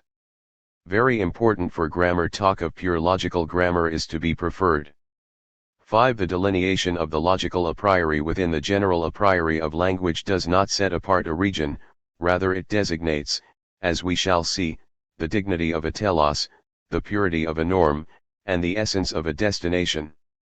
That this gesture, whereby the whole of phenomenology is already involved, repeats the original intention of metaphysics itself is what we wish to show here by pointing out in the first of the Investigations those roots which will remain undisturbed by Husserl's subsequent discourse. The factor of presence, the ultimate court of appeal for the whole of this discourse, is itself modified, without being lost, each time there is a question of the presence, in the two related senses, of the proximity of what is set forth as an object of an intuition, and the proximity of the temporal present which gives the clear and present intuition of the object its form, of any object whatever to consciousness, in the clear evidence of a fulfilled intuition. Indeed, the element of presence is modified whenever it is a question of self-presence in consciousness, where consciousness means nothing other than the possibility of the self-presence of the present in the living present. Every time this element of presence becomes threatened, Husserl will awaken it, recall it, and bring it back to itself in the form of a telos, that is, an idea in the Kantian sense. There is no ideality without there being an idea in the Kantian sense at work, opening up the possibility of something indefinite, the infinity of a stipulated progression or the infinity of permissible repetitions. This ideality is the very form in which the presence of an object in general may be indefinitely repeated as the same. The non-reality of the Bedeutung, the non-reality of the ideal object, the non-reality of the inclusion of sense or noema in consciousness. Husserl will say that the noema does not really belong to consciousness, will thus give the assurance that presence to consciousness can be indefinitely repeated, ideal presence to an ideal or transcendental consciousness. Ideality is the preservation or mastery of presence. In repetition. In its pure form, this presence is the presence of nothing existing in the world, it is a correlation with the acts of repetition, themselves ideal. Is this to say that what opens the repetition to the infinite, or what is opened up when the movement of idealization is assured, is a certain relation of an existent to his death? And that the transcendental life is the scene of this relationship? It is too soon to tell. First we must deal with the problem of language. No one will be surprised if we say that language is properly the medium for this play of presence and absence. Is there not within language, is it not language itself that might seem to unify life and ideality? But we ought to consider, on the one hand, that the element of signification or the substance of expression which best seems to preserve ideality and living presence in all its forms is living speech, the spirituality of the breath as phone, and, on the other hand, that phenomenology, the metaphysics of presence in the form of ideality, is also a philosophy of life. It is a philosophy of life, not only because at its center death is recognized as but an empirical and extrinsic signification, a worldly accident, but because the source of sense in general is always determined as the act of living, as the act of a living being, as Lebendigkeit.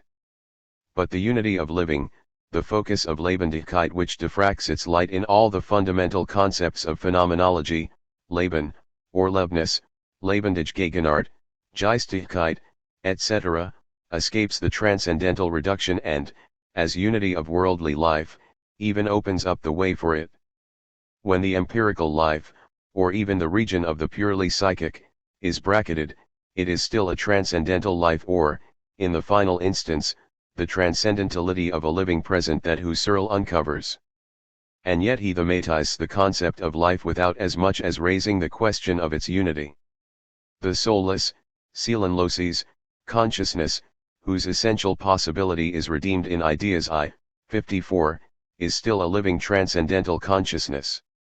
If we concluded, with a very Husserlian gesture, that the concepts of empirical, or in general, worldly, life and transcendental life are radically heterogeneous and that the two names sustain a simply indicative or metaphorical relation between themselves, then it is upon the possibility of this relation that the whole weight of the question falls. The common root that makes all these metaphors possible still seems to us to be the concept of life. There is, in the final instance, says Husserl, a relation of parallelism between the purely mental, the region of the world opposed to transcendental consciousness and discovered by the reduction of the totality of the natural and transcendent world and pure transcendental life. Phenomenological psychology will have to continue to call upon psychology to work over its fund of eidetic presuppositions and the conditions for its own language. It has the task of fixing the sense of concepts derived from psychology, and first of all the sense of what is called the psyche. But what will distinguish this phenomenological psychology, this descriptive science, eidetic and a priori, from transcendental phenomenology itself? What will distinguish the epoche which discloses the immanent domain of the purely psychic from the transcendental epoche itself? For the field opened up by this pure psychology has a privilege with respect to all other regions, and its generality dominates all others. Its domain necessarily includes all lived experiences, and the sense of every determinate region or object is Bedoken through it. Also, the dependence of the purely psychic upon the transcendental consciousness, as protorgian, is quite singular. For the domain of pure psychological experience incorporates the total domain of what Husserl calls transcendental experience. Yet despite this perfect incorporation, a radical difference remains, one having nothing in common with any other difference, a difference in fact distinguishing nothing, a difference separating no state, no experience, no determined signification, but a difference which, without altering anything, changes all the signs, and in which alone the possibility of a transcendental question is contained. That is to say, freedom itself. A fundamental difference, thus, without which no other difference in the world would either make any sense or have the chance to appear as such. Without the possibility and the recognition of such a duplication, Verdoppelung, whose rigor tolerates no duplicity, without this invisible distance held out between the two acts of the epoche, transcendental phenomenology would be destroyed in its root. The difficulty lies in that this duplication of sense must correspond to no ontological double. Husserl specifies, for example, that my transcendental ego is radically different from my natural and human ego, 6, and yet it is distinguished by nothing, nothing that can be determined in the natural sense of distinction. The transcendental ego is not an other. It is certainly not the formal or metaphysical phantom of the empirical ego. Indeed, this leads us to take the ego as absolute spectator of its own psychic self to be but a theoretical image and metaphor. We would also expose the analogical character of language which must sometimes be used to announce the transcendental reduction as well as to describe that unusual object, the psychic self as it confronts the absolute transcendental self. In fact, no language can cope with the operation by which the transcendental ego constitutes and opposes itself to its worldly self, its soul, reflecting itself in a world-like and Selbstperception. 7. The pure soul is this strange self-objectification, Selbstobjektivierung, of the monad in and by itself. 8. Here, too, the soul originates in the one, monadic ego, and may be freely turned toward it in a reduction. All these difficulties are concentrated in the enigmatic concept of parallelism. Husserl evokes 9. The surprising parallelism and even, if one may say, incorporation of phenomenological psychology and transcendental phenomenology, both of them understood as eidetic disciplines. The one inhabits the other, as it were, implicitly.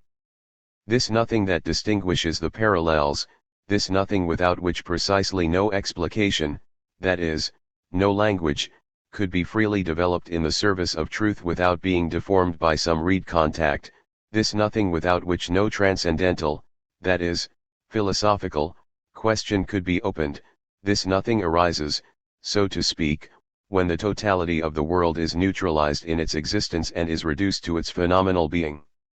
This operation is that of the transcendental reduction, it may in no case be that of the psychophenomenological reduction. The pure eidetic of psychic experience doubtless concerns no determined existence, no matter of empirical fact, it makes no appeal to any signification transcendent to consciousness. But the essences it fixes intrinsically presuppose the existence of the world in the form of that worldly region called psyche. Moreover, we must notice that this parallelism does more than release transcendental ether, it renders more mysterious still, as it alone is capable of doing, the meaning of the mental and of mental life, that is, of a worldliness capable of sustaining, or in some way nourishing, transcendentality, and of equaling the full scope of its domain, yet without being merged with it in some total adequation. To conclude that this parallelism is an adequation is the most tempting, the most subtle, but also the most obscuring of confusions, transcendental psychologism. Against it we must maintain the precarious and fragile distance between the parallels, against it we must ceaselessly direct our questions. But since the meaning of the transcendental consciousness is not affected by the hypothesis of the destruction of the world, Ideas I, 49, certainly an incorporeal and, paradoxical as it may sound, even an inanimate, seelenloses, and non-personal consciousness is conceivable, Ibid 954, et. p. 167. 10. Moreover, the transcendental consciousness is nothing more and nothing other than the psychological consciousness. Transcendental psychologism misunderstands this. If the world needs the supplement of a soul, the soul, which is in the world, needs this supplementary nothing which is the transcendental and without which no world would appear. But, on the other hand, we must, if we are to be attentive to Husserls' renewal of the notion of transcendental, refrain from attributing any reality to this distance, substantializing this non-consistency or making it be, even merely analogically, something or some moment of the world. This would be to extinguish the light at its source. If language never escapes analogy, if it is indeed analogy through and through, it ought, having arrived at this point, at this stage, freely to assume its own destruction and cast metaphor against metaphor, all of which amounts to complying with the most traditional of imperatives, something which has received its most explicit but not most original form in the Enneads and has ceaselessly and faithfully been transmitted right up to the introduction to metaphysics, especially by Bergson. It is at the price of this war of language against itself that the sense and question of its origin will be thinkable. This war is obviously not one war among others. A polemic for the possibility of sense and world, it takes place in this difference, which, we have seen, cannot reside in the world but only in language, in the transcendental disquietude of language. Indeed, far from only living in language, this war is also the origin and residence of language. Language preserves the difference that preserves language. Later, in his Nachwort-Zeumenen-11 and in the Cartesian Meditations, 14 and 57, Husserl will again briefly invoke this precise parallel between the pure psychology of consciousness and the transcendental phenomenology of consciousness. And in order to deny that transcendental psychologism which makes a genuine philosophy impossible, Cartesian Meditations, 14, he will then say that at all costs we shall have to practice the Nuancierung, Nachwort, p. 557, which distinguishes the parallels, one of which is in the world and the other outside the world without being in another world, that is, without ceasing to be, like every parallel, alongside, right next to the other. We must stringently assemble and protect in our discourse these frivolous, subtle, geringfeigingen, seemingly trivial nuances which make a decisive difference between right and wrong paths, wedge abwaj, of philosophy, Cartesian Meditations, 14. Our discussion ought to incorporate these protected nuances and thereby at the same time consolidate in them its own possibility and rigor. But the strange unity of these two parallels, that which refers the one to the other, does not allow itself to be sundered by them and, by dividing itself, finally joins the transcendental to its other. This unity is life. One finds out quickly enough that the sole nucleus of the concept of psyche is life as self-relationship, whether or not it takes place in the form of consciousness. Living is thus the name of that which precedes the reduction and finally escapes all the divisions which the latter gives rise to. But this is precisely because it is its own division and its own opposition to its other. In determining living in this way, we come to designate the origin of the insecurity of discourse, precisely the point where it can no longer assure its possibility and rigor within the nuance. This concept of life is then grasped in an instance which is no longer that of pre-transcendental naivete, the language of day-to-day life or biological science. But if this ultra-transcendental concept of life enables us to conceive life, in the ordinary or the biological sense, and if it has never been inscribed in language, it requires another name. We will be less astonished before this oblique and laborious, tenacious endeavor of phenomenology to protect the spoken word, to affirm an essential tie between logos and phne, when we remember that consciousness owes its privileged status, about which Husserl in the end never asked what it was, in spite of the admirable, interminable, and in so many respects revolutionary, meditation he devoted to it, to the possibility of a living vocal medium la vie voix. Since self-consciousness appears only in its relation to an object, whose presence it can keep and repeat, it is never perfectly foreign or anterior to the possibility of language.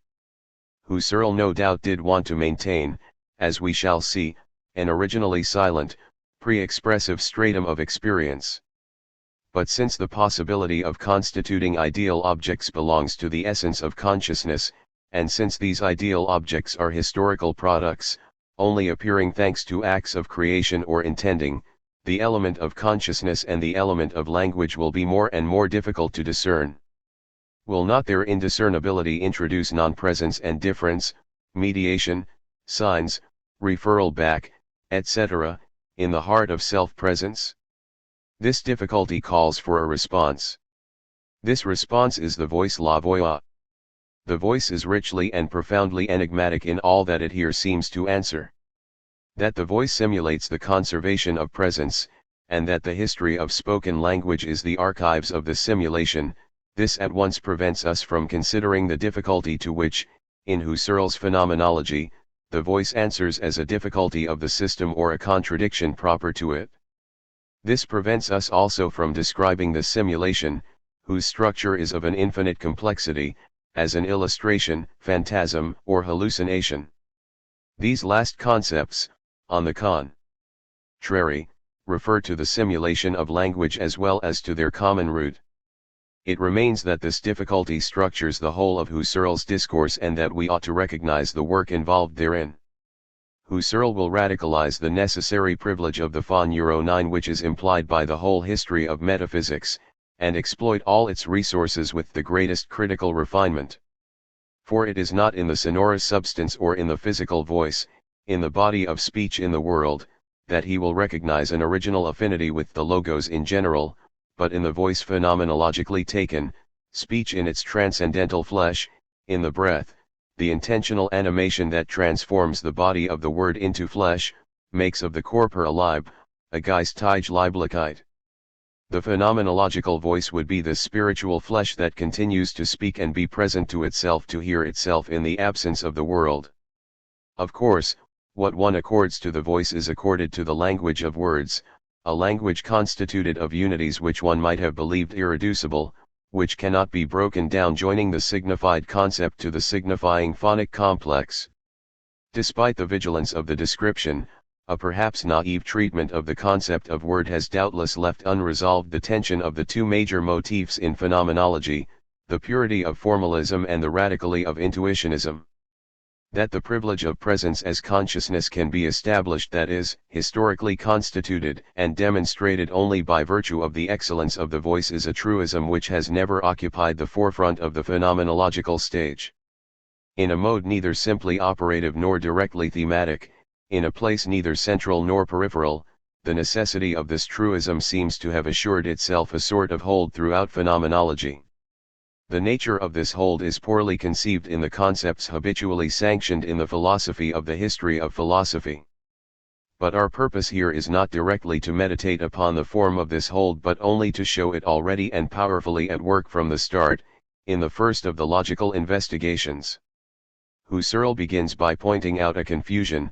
The word sign, Zeichen, covers, always in ordinary language and occasionally in philosophical language, two heterogeneous concepts, that of expression, Ausdruck, which is often wrongly taken as a synonym for sign in general, and that of indication, Anzeichen. But, according to Husserl, there are signs that express nothing because they convey nothing. One could call, we still have to put it in German, Bedeutung or Sinn. Such is the indicative sign. Indus certainly an indicative sign is a sign, as is an expression. But, unlike an expression, an indicative sign is deprived of Bedeutung or Sinn, it is bedeutungslos, sinnlos. But, nonetheless, it is not without signification. By definition there can be no sign without signification, no signifying without the signified. This is why the traditional translation of Bedeutung by signification ***, although time-honored and practically inevitable, risks confusing the whole text of Husserl. Rendering it unintelligible in its axial intention, it would subsequently make unintelligible all that depends on these first essential distinctions. In German one may, with Husserl, say without absurdity that a sign, Zeichen, is without Bedeutung, is bedeutungslos, is not Bedeutsam, why as in English one may say that a sign has no meaning, but in French one cannot say without contradiction that un I. Derrida's use of the French indus as a translation of the German Anzeichen is perhaps best rendered in English by the term indicative sign. The indicative sign serves as a pointer or indicator, that substantive found in the act of indication. Translator.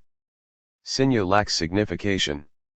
In German one can speak of expression, Ausdruck, as bedeutsame Zeichen, as Husserl does, and as one speaks in English of meaningful signs, but one cannot without redundance translate bedeutsame Zeichen into French by signa signifiant. That would lead one to imagine, contrary to all evidence and contrary to Husserl's intention, that there could be non-signifying signs. While we thus hold suspect the hallowed French translations, we ought to acknowledge the difficulty in replacing them. This is why our remarks are in no way to be construed as criticisms of existent and valuable translations.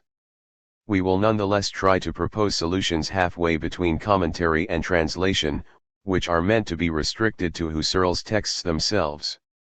Being faced with such difficulties, we shall more often than not retain the German word while attempting to clarify it by analysis, a procedure whose worth is sometimes questionable. It will then be quickly seen that, for Husserl, the expressiveness of expression which always supposes the ideality of a Bedeutung has an irreducible tie to the possibility of spoken language. Read. An expression is a purely linguistic sign, and it is precisely this that in the first analysis distinguishes it from an indicative sign. Although spoken language is a highly complex structure, always containing in fact an indicative stratum, which, as we shall see, is difficult to confine within its limits, Husserl has nonetheless reserved for it the power of expression exclusively and thereby pure logicality.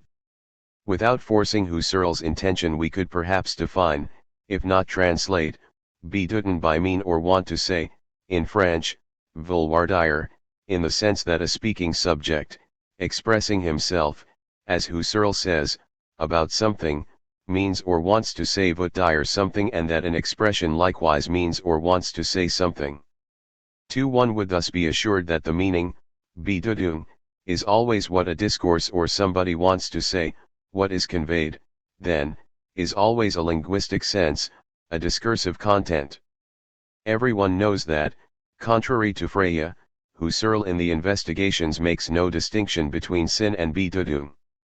Meaning, Bedeutung, is further used by us as synonymous with sense, gilt als gleich bedeutend mit Sinn. It is agreeable to have parallel, interchangeable terms in the case of this concept, particularly since the sense of the term meaning is itself to be investigated.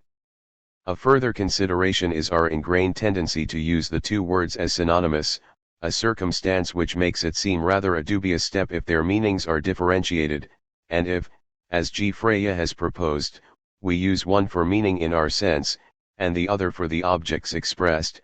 First Investigation, 15, et. p. 292. In Ideas I, the dissociation which occurs between the two notions does not at all have the same function as for Freya, and this confirms our reading.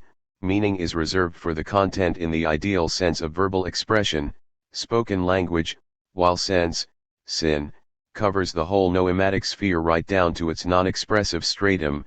Let us start from the familiar distinction between the sensory, the so to speak bodily aspect of expression, and its non-sensory mental aspect. There is no need for us to enter more closely into the discussion of the first aspect, nor upon the way of uniting the two aspects, though we clearly have tied headings here indicated for phenomenological problems that are not unimportant. We, however, are exclusively concerned with the to mean or bedeuten and the meaning, bedeutung. Originally, these words relate only to the sphere of speech, sprachlichsphäre, that of expressing, des Druckens. But it is almost inevitable, and at the same time an important step for knowledge, to extend the meaning of these words, and to modify them suitably so that they may be applied in a certain way to the whole noetico-noematic sphere, to all acts, therefore, whether these are interwoven, verflochten, with expressive acts or not. With this in view we ourselves, when referring to any intentional experiences, have spoken all along of sense, sin, 9, a word which is generally used as an equivalent for meaning, bedeutung. We propose in the interests of distinctness to favor the word meaning when referring to the old concept, and more particularly in the complex speech form logical or expressive asterisk meaning. We use the word sense in future, as before, in its more embracing breadth of application, and after having, in a passage to which we will have to return, affirmed that there was, notably in perception, a pre-expressive stratum of lived experience or sense, since this stratum of sense was always able to receive expression and meaning. Husserls stipulates that logical meaning, bedeutung, is an expression, ibid. The difference between indication and expression very quickly appears in the course of the description to be a difference more functional than substantial. Indication and expression are functions or signifying relations, not terms. One and the same phenomenon may be apprehended as an expression or as an indication, a discursive or non-discursive sign depending on the intentional experience v co-intentional which animates it. This functional character of the description immediately presents us with the full extent of the difficulty and brings us to the center of the problem.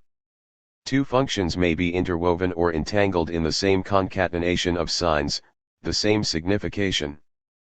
Husserl speaks first of an addition or juxtaposition of function, signs in the sense of indications, Anzeichen, notes, marks, etc.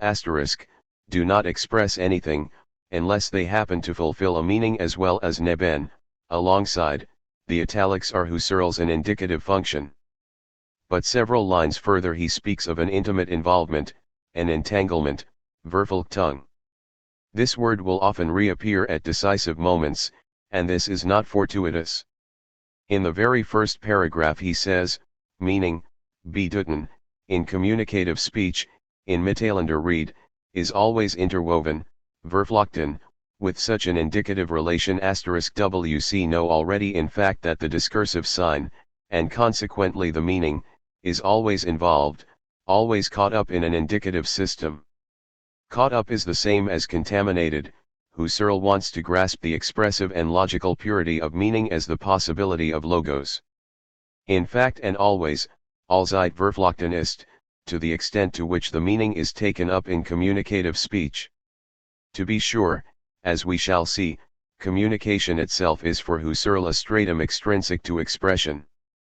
But each time an expression is in fact produced, it communicates, even if it is not exhausted in that communicative role, or even if this role is simply associated with it.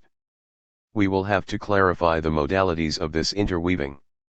But it is already evident that this de facto necessity of entanglement, intimately associating expression and indication, must not, according to Husserl, cut off the possibility of a rigorous distinction of essence. This possibility is purely de jure and phenomenological. The whole analysis will thus advance in this separation between de facto and de jure existence and essence, reality and intentional function. Skipping over many mediations and inverting the apparent order, we would be tempted to say that this separation, which defines the very space of phenomenology, does not exist prior to the question of language, nor does it enter into it, so to speak, as into an already bounded domain or as one problem among others. It is discovered only in and through the possibility of language. And its de jure import, the right to a distinction between fact and intention, depends entirely on language and, in language, on the validity of a radical distinction between indication and expression. We return to the text. Every expression would thus be caught up, despite itself, in an indicative process. But the reverse, Husserl recognizes, is not true. One might well be tempted, then, to make the expressive sign a species of the genus indication. In this case, we would have to say in the end that the spoken word, whatever dignity or originality we still accorded it, is but a form of gesture. In its essential core, then, and not only by what Husserl considers its accidents, its physical side, its communicative function, it would belong to the general system of signification and would not surpass it. The general system of signification then would be coextensive with the system of indication. This is just what Husserl contests. To do so, he must demonstrate that expression is not a species of indication. While all expressions are mixed with indication, the converse is not true. If, as one unwillingly does, one limits oneself to expressions employed in living discourse, the notion of an indication seems to apply more widely than that of an expression, but this does not mean that its content is the genus of which an expression is the species. To mean, bedeuten, is not a particular way of being a sign, Zeichensehens, in the sense of indicating, an sich, something. It has a narrower application only because meaning in communicative speech is always bound up, verflochten, with such an indicative relation, an Zeichensehen, and this in its turn leads to a wider concept, since meaning is also capable of occurring without such a connection. In order to show the breakup of the genus-species relation, we would have to find a phenomenological situation in which expression is no longer caught up in this entanglement, no longer intertwined with the indication. As this contamination is always produced in real colloquy, this for two reasons: because expression indicates a content forever hidden from intuition, that is, from the lived experience of another, and also because the ideal content of the meaning and spirituality of expression are here united to sensibility. We have to ferret out the unshaken purity of expression in a language without communication, in speech as monologue, in the completely muted voice of the solitary mental life, eins Amen Seelen Leben. By a strange paradox, meaning would isolate the concentrated purity of its expressiveness just at that moment when the relation to a certain outside is suspended. Only to a certain outside, because this reduction does not eliminate, but rather reveals, within pure expression, a relation to an object, namely, the intending visi / of an objective ideality, which stands face to face with the meaning intention, the Bedeutungsintention. What we just called a paradox is in fact only the phenomenological project in its essence. Beyond the opposition of idealism and realism, subjectivism and objectivism, etc., transcendental phenomenological idealism answers to the necessity of describing the objectivity of the object, Gegenstand, and the presence of the present, Gegenart, and objectivity in presence from the standpoint of interiority, or rather from a self-proximity, an ownness, Eigenheit, which is not a simple inside but rather the intimate possibility of a relation to a beyond and to an outside in general. This is why the essence of intentional consciousness will only be revealed, for example, in Ideas J. 49, in the reduction of the totality of the existing world in general. This movement is already adumbrated in the first investigation with regard to expression and meaning as a relation to objects. Expressions function meaningfully, Bedeutungsintention, even in solitary mental life, where they no longer serve to indicate anything. The two notions of sign do not therefore really stand in the relation of more extensive genus to narrower species. Before opening the field of this solitary mental life in order to apprehend the nature of expression in it, we must first determine and reduce the domain of indication. Husserl begins with this. But before following him in this analysis, let us pause for a moment. The moves we have just been commenting upon are subject to two possible readings. On the one hand, Husserl seems to repress, with dogmatic haste, a question concerning the structure of the sign in general. By proposing from the start a radical dissociation between the two heterogeneous kinds of sign, between indication and expression, he has not asked what is meant by a sign in general. The concept of a sign in general, which he has to use to start with, and in which he must recognize a core of sense, can receive its unity only from an essence. It can only be ordered according to such.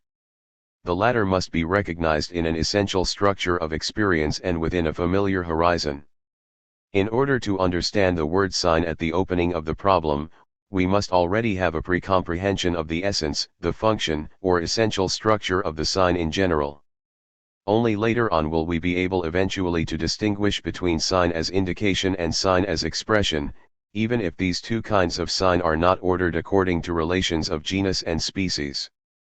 According to a distinction of Husserls, cf. 13, we can say that the category of sign in general if not a genus but a form. What then is a sign in general? We do not propose to answer this question here for various reasons. We only wish to suggest in what sense Husserl may seem to evade it. Every sign is a sign for something, about something, for et was. These are the words Husserl first uses to immediately introduce the following dissociation, but not every sign has a meaning / a sense that the sign expresses / this would suppose we implicitly knew what being for means in the sense of being in the place of. We have to understand and acquaint ourselves with this structure of substitution or reference so that the heterogeneity between the indicative reference and the expressive reference could then become intelligible, indeed demonstrable if for no other reason than that their relationship, as Husserl understands it, might become clear to us. Husserl will demonstrate a little further on, 8, that the expressive reference, Hinzulenken, Heinzeigen, is not the indicative reference, Ansiegen. But no basic question is raised as to the sense of the Ziegen in general, which points to the invisible and may then be modified into Heinzeigen or Ansiegen. However, one can already guess, perhaps we shall verify it further on, that this Ziegen is the place where the root and necessity of all interweaving of indication and expression is manifested. This is the place where all those oppositions and differences which will henceforth structure Husserl's analysis, and which will all be framed in concepts derived from traditional metaphysics, have not yet taken shape. But by choosing the logical character of signification as his theme, and by believing he can isolate the logical a priori of pure grammar in the general a priori of grammar, Husserl is already resolutely engaged in one of the modifications of the general structure of the Ziegen, Heinzeigen and not Ansiegen. Does this absence of questioning about the starting point and about the pre-comprehension of an operative concept, that of signs in general, necessarily denote dogmatism? May we not interpret this on the other hand as critical vigilance? Is this not precisely to refuse or deny pre-comprehension as the apparent starting point because it would be a prejudice or presumption? By what right may we assume the essential unity of something like the sign? What if Husserl wanted to break down the unity of the sign by dismantling its appearance and thus reduce it to a conceptually unfounded verbality? What if there were not a concept of sign and different kinds of sign but two irreducible concepts which were improperly attached to a single word?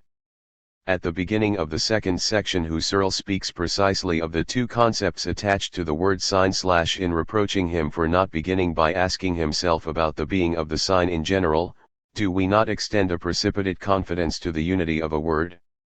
More seriously still, by asking what is the sign in general, / we raise the question of the sign to an ontological plane, we pretend to assign a fundamental or regional place to signification in an ontology.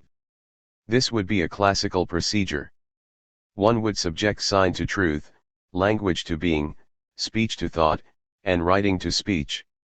To say that there could be a truth for the sign in general, does this not suppose that the sign is not the possibility of truth, does not constitute it, but is satisfied to signify it, to reproduce, incarnate, secondarily inscribe, or refer to it? For if the sign in some way preceded what we call truth or essence, there would be no sense in speaking about the truth or essence of the sign. May we not think, as Husserl no doubt did, that if one considers the sign as the structure of an intentional movement, it does not fall under the category of a thing in general, such, why it is not a being whose own being would be questioned? Is not the sign something other than a being, the sole thing which, not being a thing, does not fall under the question what is? But on the contrary, should the occasion arise, produces philosophy in this way as the empire of the Tist?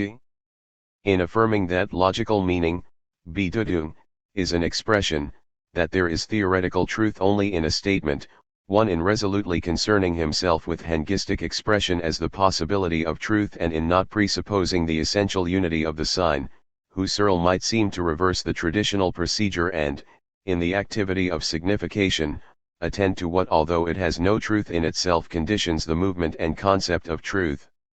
Along a whole itinerary which ends in the origin of geometry *, Husserl will accord a growing attention to that which, in signification, in language, and in inscription, deposits concern ideal objectivity, produces truth, or ideality, rather than simply records it.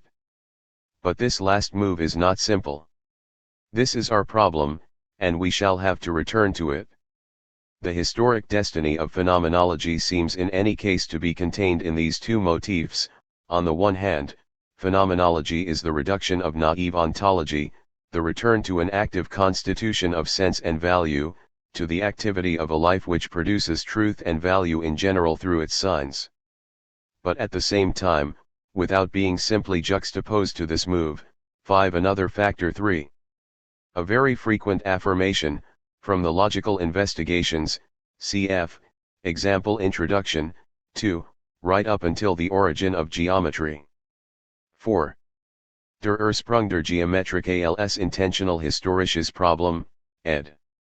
Eugen Fink, Revue Internationale de Philosophique, I, No. 2, J 939, English translation by David Carr, The Origin of Geometry / Appendix 6 of the Crisis of European Sciences, Evanston, Northwestern University Press, 1970. The French translation by Derrida, Origine de la Géométrie, Paris, Presses Universitaires de France, 1962, also contains an introduction by Derrida translator. 5. A move whose relation to classical metaphysics or ontology can be interpreted in different ways. It is a critique which would have limited but certain affinities with that of Nietzsche or Bergson. In any case, it belongs to the unity of a historical configuration. That this critique, in the historical configuration of these reversals, continues metaphysics is one of the most enduring themes of Heidegger's meditation. Concerning these problems, the starting point to be found in the pre-comprehension of the sense of a word, the privilege of the question, what is?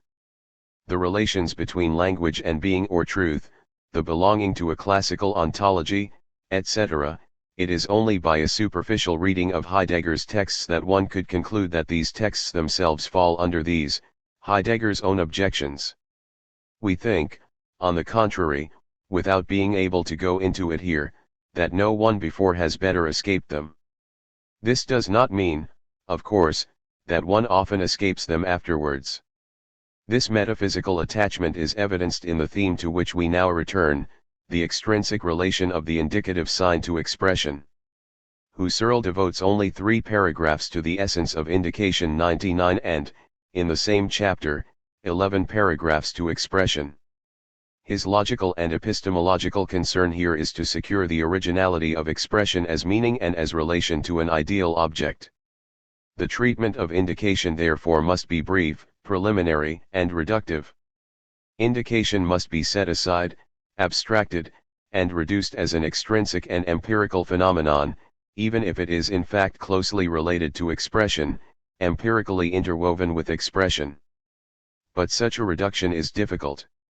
It is only apparently accomplished at the end of the third paragraph. Indicative functions, sometimes of another kind, continually reappear further on, and getting rid of them will be an infinite task. Husserl's whole enterprise and far beyond the investigations would be threatened if the Verflechtung which couples the indicative sign to expression were absolutely irreducible, if it were in principle inextricable, and if indication were essentially internal to the movement of expression rather than being only conjoined to it, however tenaciously. What is an indicative sign? First, it may be natural. The canals of Mars indicate the possible presence of intelligent beings, as well as artificial, the chalk mark, the stigmata, all the instruments of conventional designation. 1. Here the OPI. By the logic of his example and analysis, Husserl would have been able to cite writing in general. While it cannot be doubted that, for Husserl, writing is indicative in its own sphere, it poses a formi position between nature and convention has no pertinence whatsoever and in no way divides the unity of the indicative function. What is this unity? Husserl describes it as being a certain motivation zero. Motivierung, it is what moves something such as a thinking being to pass by thought from something to something else. For the moment, this definition must remain quite general. This passage may be effected in conviction, Webersjugung, or presumption, Vermutung, and it always links an actual consciousness to a non-actual consciousness. For motivation considered in this degree of generality, this cognition may concern any object, Gegenstand, or state of affairs, Sachverhalt, and not necessarily empirical existence, that is, individuals. In order to designate the category of the known, actual or non-actual, Husserl intentionally uses very general concepts, Sen, Bestand, which may cover being or subsistence and the structure of both ideal objects and empirical existence. Sen, Bestahen, and Bestand, frequent and fundamental words in the beginning of the section, are not reducible to Dasein, Existikern, and Realitat, and this difference matters a great deal for Husserl, as we shall see in a moment. Husserl thus defines the essential character which most generally incorporates all of the indicative functions. In these we discover as a common circumstance the fact that certain objects or states of affairs of whose reality, Bestand, someone has actual knowledge indicate, Ansichten, to him the reality of certain other objects or states of affairs, in the sense that his belief in the being, Sen, of the one is experienced, though not at all evidently, as motivating a belief or surmise in the being of the other. First investigation, I/et modified, p. 270. But this essential character is still so general that it covers the whole field of indication and even more. Or, rather, sensible problem, which probably here explains his prudent silence. For in supposing that writing is indicative in the sense that he gives to the term, it has a strange privilege which endangers all the essential distinctions, in phonetic writing, or rather that purely phonetic part of writing, which is universally and perhaps abusively called phonetics. What it would indicate would be an expression /*, whereas in non-phonetic writing it would take the place of expressive discourse and immediately connect with the meaning, bedeuten. We are not here insisting upon this problem, but it does belong to the wider horizon of this essay. It is certainly an Ansichten that is described here. Let us say that this common character goes beyond indication in the strict sense, something with which he will now have to deal. Thus we see why it was so important to distinguish between Sen and Bestand, on the one hand, and existence, Dasein, or Realitat, on the other. General motivation thus defined is a simple because which may just as well have the sense of indicative allusion, Hinweis, as that of deductive, evident, and apodictic demonstration, Beweis. In this latter case, the because links together the evident and ideal necessities which are permanent and which persist beyond every empirical high-et mine. An ideal rule is here revealed which extends its sway beyond the judgments here and now united by motivation.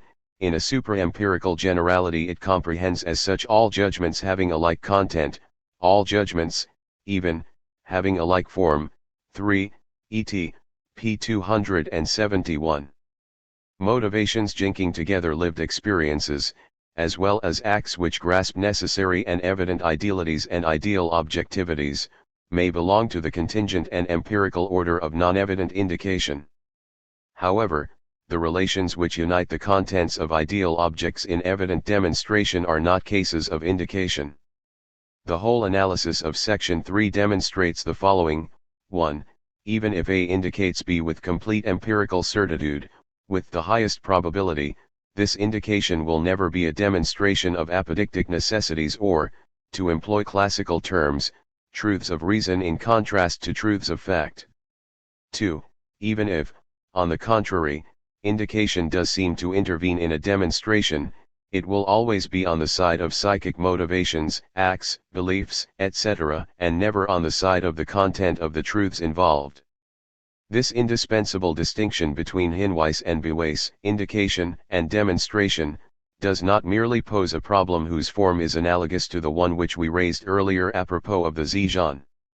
What can be meant by showing, weisen, in general before it is divided up into the indicative pointing out, Hinweis, of the non-seen and the demonstration, Beweis, which exhibits in the evidence of proof? This distinction also sharpens the difficulty which we already noted in the problem of interweaving. We now know in fact that, for the order of signification in general, the whole of psychic experience, under the surface character of its acts even when they intend idealities and objective necessities, contains only indicative concatenations. The indicative sign falls outside the content of absolutely ideal objectivity, that is, outside truth. Here again, the very possibility of this exteriority, or rather this extrinsic character of the indicative sign, is inseparable from the possibility of all the forthcoming reductions, be they eidetic or transcendental.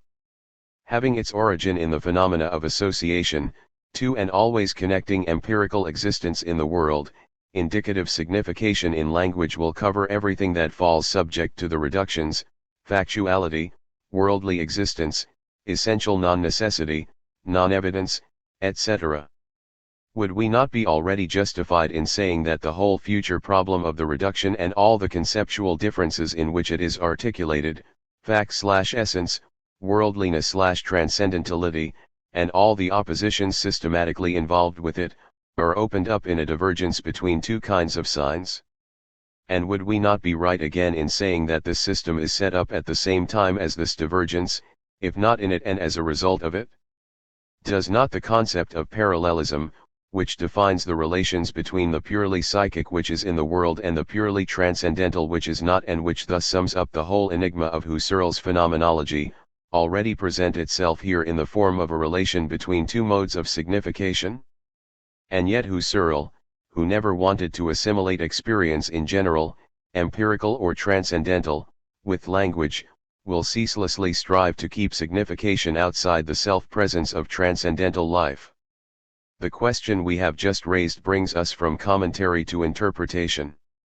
If we could reply in the affirmative, we would have to conclude, against the express intention of Husserl, that even before becoming a method the reduction would already be at work in the most spontaneous act of spoken discourse, the simple practice of the spoken word, the power of expression.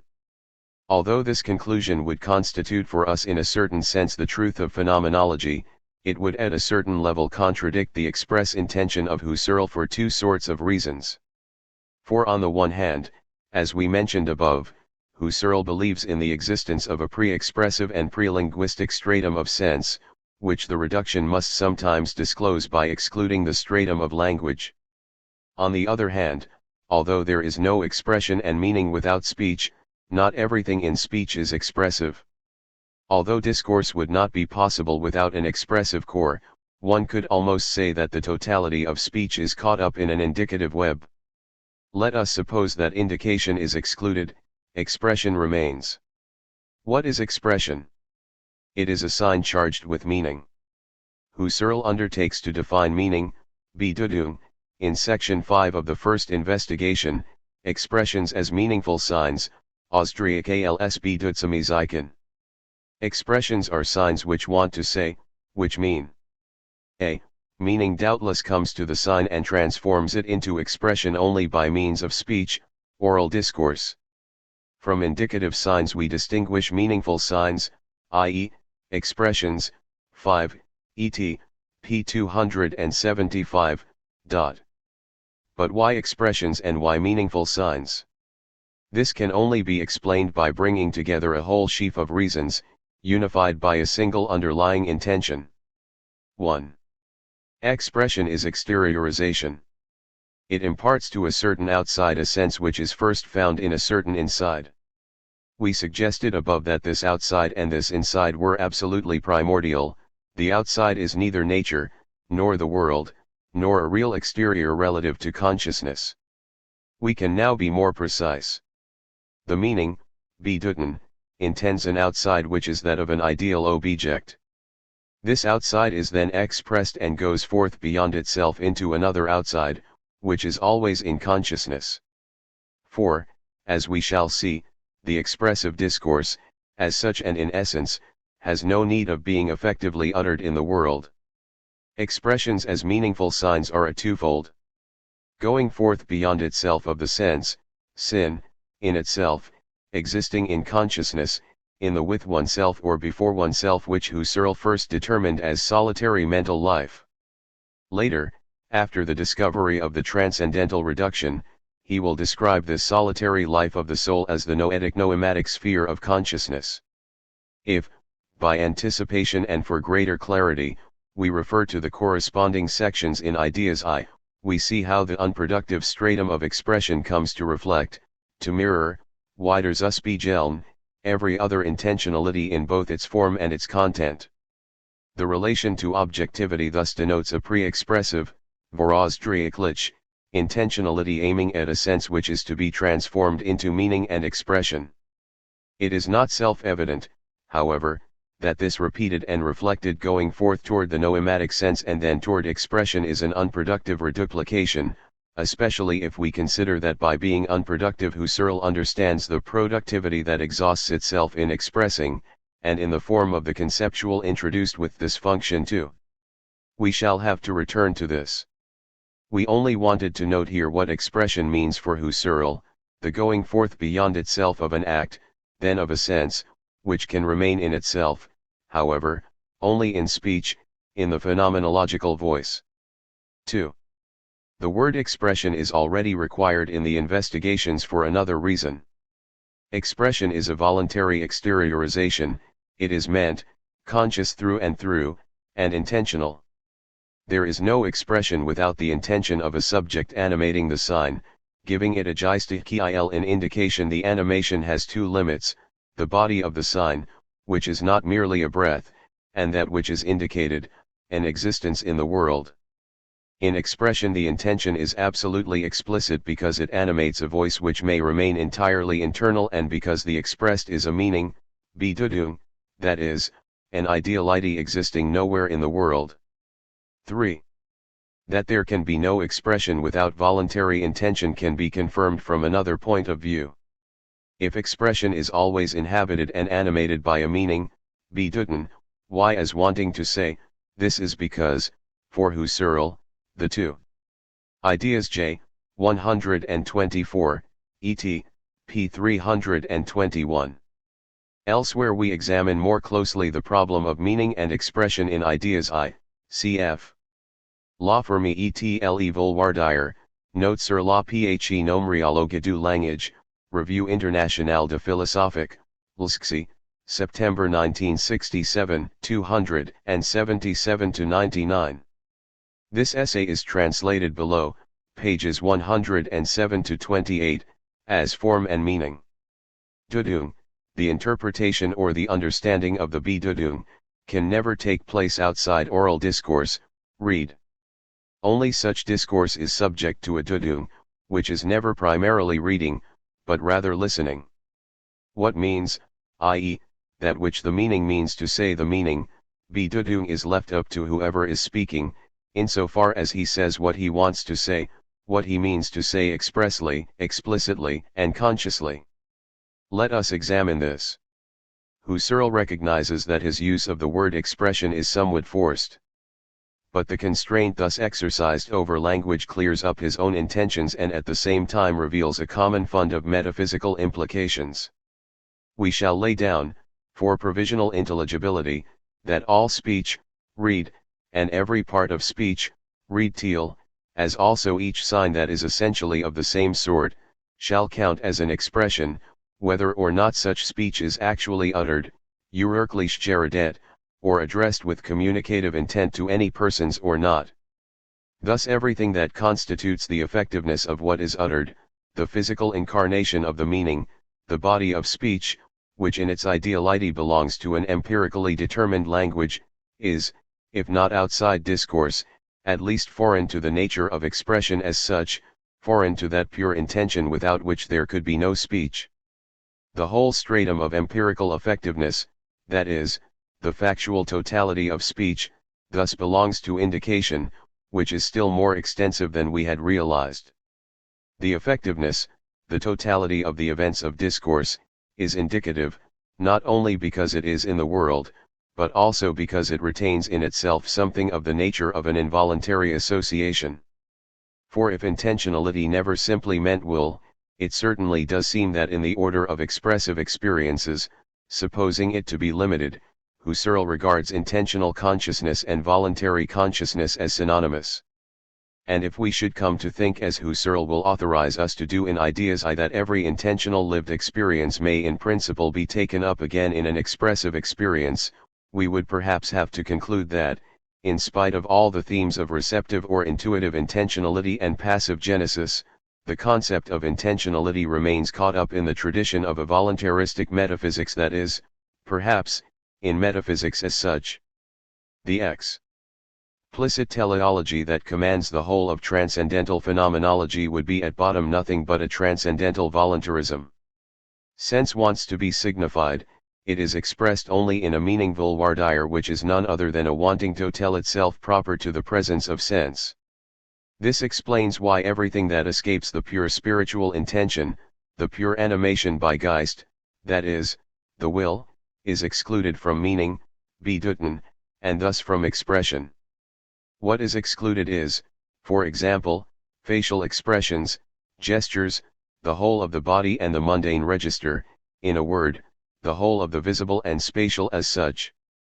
As such, that is, insofar as they are not worked over by Geist, by the will, by the Geistigkeit which, in the word just as in the human body, transforms the corpor into Leib, into flesh.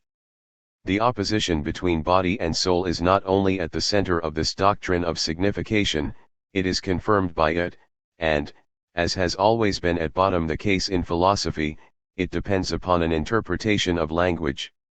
Visibility and spatiality as such could only destroy the self-presence of will and spiritual animation which opens up discourse.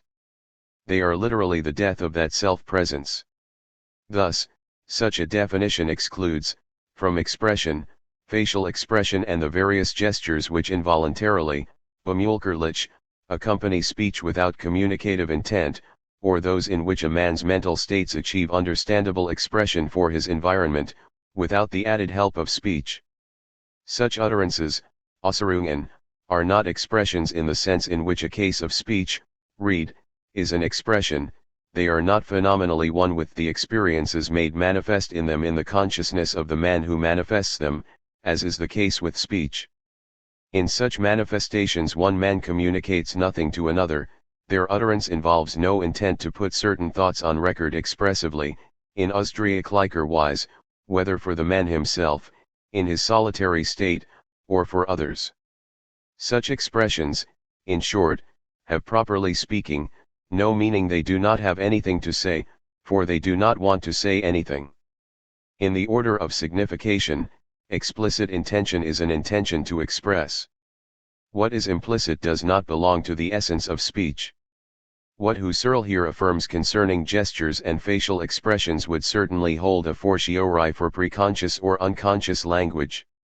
That one may eventually interpret gesture, facial expression, the non-conscious, the involuntary, and indication in general, that one may sometime take them up again and make them explicit in a direct and discursive commentary. For Husserl this only confirms the preceding distinctions. This interpretation, Bedeutung, makes a latent expression heard, brings a meaning, Bedeutung, out from what was still held back. Non-expressive signs mean, Bedeutung, only in the degree to which they can be made to say what was murmuring in them, in a stammering attempt. Gestures mean something only insofar as we can hear them, interpret, Bedeutung, them. As long as we identify Sinn and Bedeutung, nothing that resists the Bedeutung can have sense or be language in the strict sense. The essence of language is in its telos, and its telos is voluntary consciousness as meaning Kavame Volwardier. The indicative sphere which remains outside expression so defined circumscribes the failure of this telos. However interwoven with expression, the indicative sphere represents everything that cannot itself be brought into deliberate and meaningful speech. For all these reasons, the distinction between indication and expression cannot rightfully be made as one between a non-linguistic and linguistic sign. Husserl draws a boundary which passes, not between language and the non-linguistic, but, within language in general, between the explicit and non-explicit, with all their connotations. For it would be difficult and in fact impossible to exclude all the indicative forms from language. At most, then, we can distinguish with Husserl between linguistic signs in the strict sense and linguistic signs in the broader sense. For, justifying his exclusion of gestures and facial expressions, Husserl concludes, it is not to the point that another person may interpret, Bedeutung, our involuntary manifestations, unwillkürlichen Äußerungen, example our expressive movements, and that he may thereby become deeply acquainted with our inner thoughts and emotions.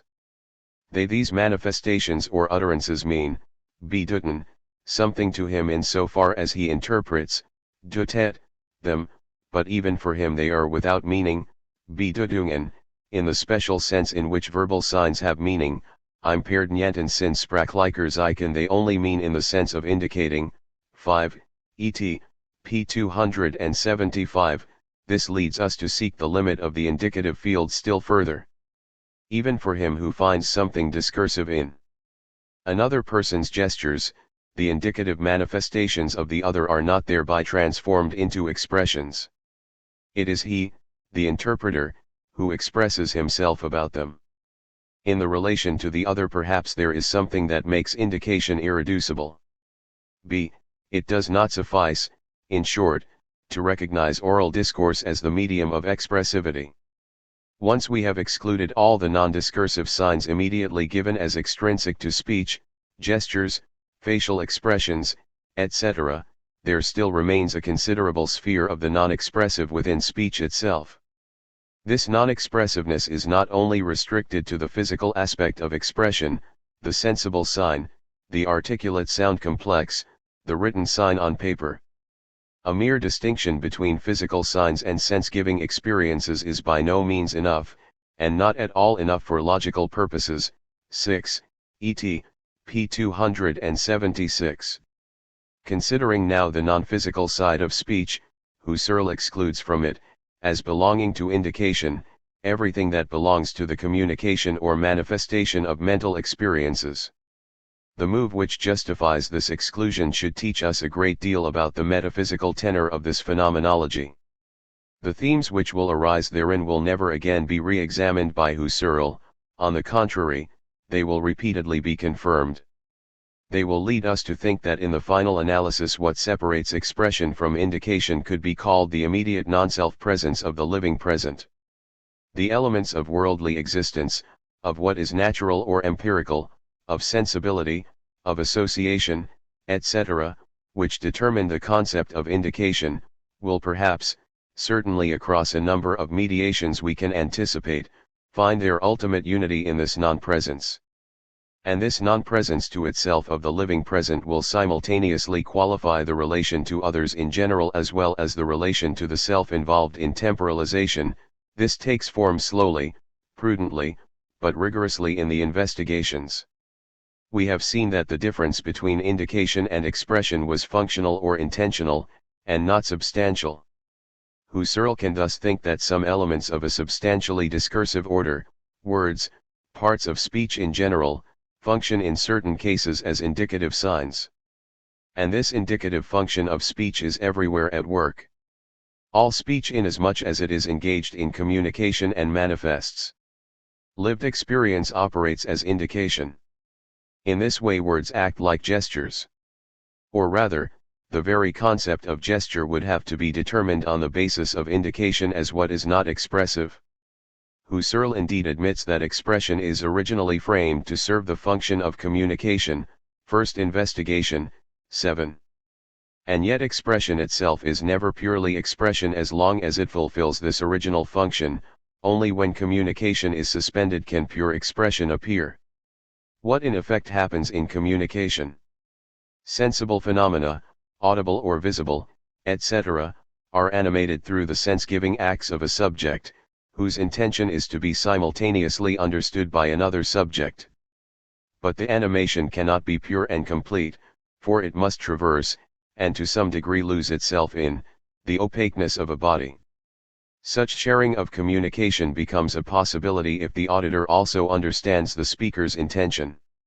He does this inasmuch as he takes the speaker to be a person, who is not merely uttering sounds but speaking to him, who is accompanying those sounds with certain sense-giving acts, which the sounds reveal to the hearer, or whose sense they seek to communicate to him.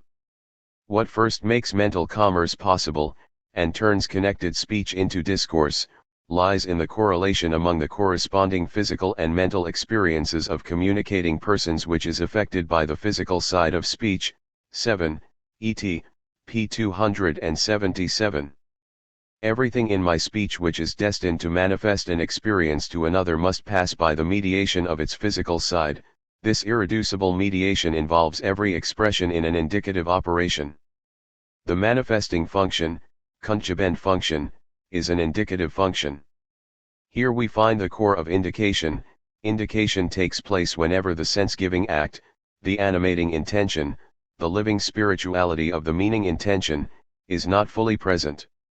When I listen to another, his lived experience is not present to me in person, in the original. Husserl thinks I may have a primordial intuition, that is, an immediate perception of what is exposed of the other in the world, the visibility of his body, his gestures, what may be understood of the sounds he utters. But the subjective side of his experience, his consciousness, in particular the acts by which he gives sense to his signs, are not immediately and primordially present to me as they are for him. And mine are for me. Here there is an irreducible and definitive limit. The lived experience of another is made known to me only insofar as it is mediately indicated by signs involving a physical side. The very idea of physical side, is conceivable in its specific difference only on the basis of this movement of indication. To explain the irreducibly indicative character of manifestation, even in speech, Husserl already proposes certain themes which will be meticulously and systematically elaborated in the fifth Cartesian meditation, outside the transcendental monadic sphere of what is my own, mere eigens, the ownness of my own, Eigenheit, my own self-presence. I only have relations of analogical representation, of mediate and potential intentionality, with the other's ownness, with the self-presence of the other. Its primordial presentation is closed to me. What will there be described under the surveillance of a differentiated, bold, and rigorous transcendental reduction is here, in the investigations, sketched out in the parallel dimension of the mental. The hearer perceives the intimation in the same sense in which he perceives the intimating person, even though the mental phenomena which make him a person cannot fall, for what they are, in the intuitive grasp of another. Common speech credits us with percepts even of other people's inner experiences. We see their anger, their pain, etc. Such talk is quite correct, as long as, example, we allow outward bodily things likewise to count as perceived, and as long as, in general, the notion of perception is not restricted to the adequate, the strictly intuitive percept. If the essential mark of perception lies in the intuitive persuasion, vermeinen, that a thing or event is itself before us, gegenwärtigen, for our grasping such a persuasion is possible, and in the main mass of cases actual, without verbalized, conceptual apprehension, then the receipt of such an intimation, kundnahme, is the mere perceiving of it.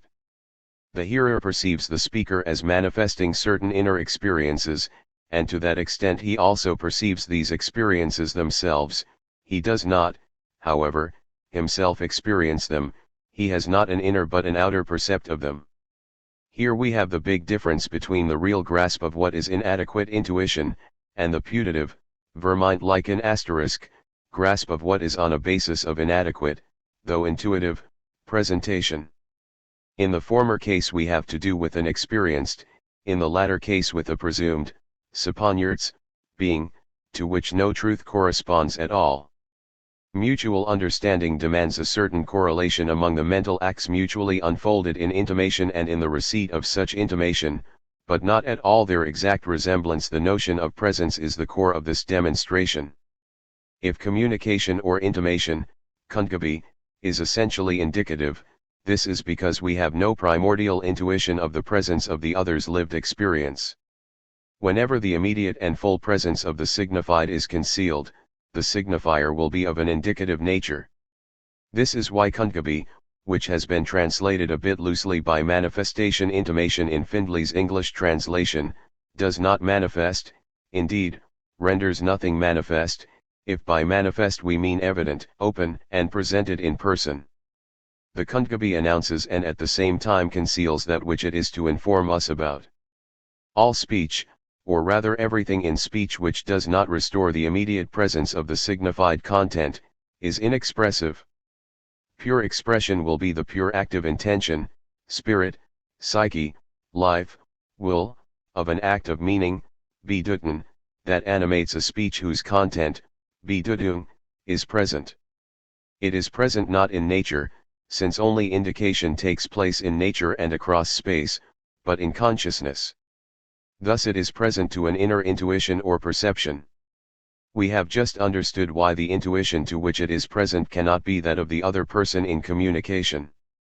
The meaning is therefore present to the self in the life of a present that has not yet gone forth from itself into the world, space, or nature.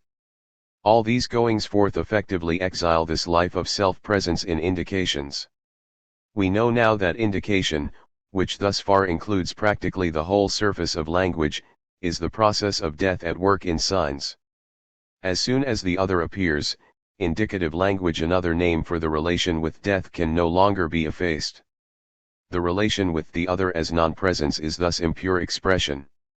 To reduce indication in language and reach pure expression at last, the relation with the other must perforce be suspended. I will no longer then have to pass through the mediation of the physical side, or any a presentation whatever. Section 8, Expressions in Solitary Life, thus follows a path which is, from 2 points of view, parallel to that of the reduction to the monadic sphere of Eigenheit in the Cartesian meditations. The psychic is parallel to the transcendental, and the order of expressive experiences is parallel to the order of experiences in general.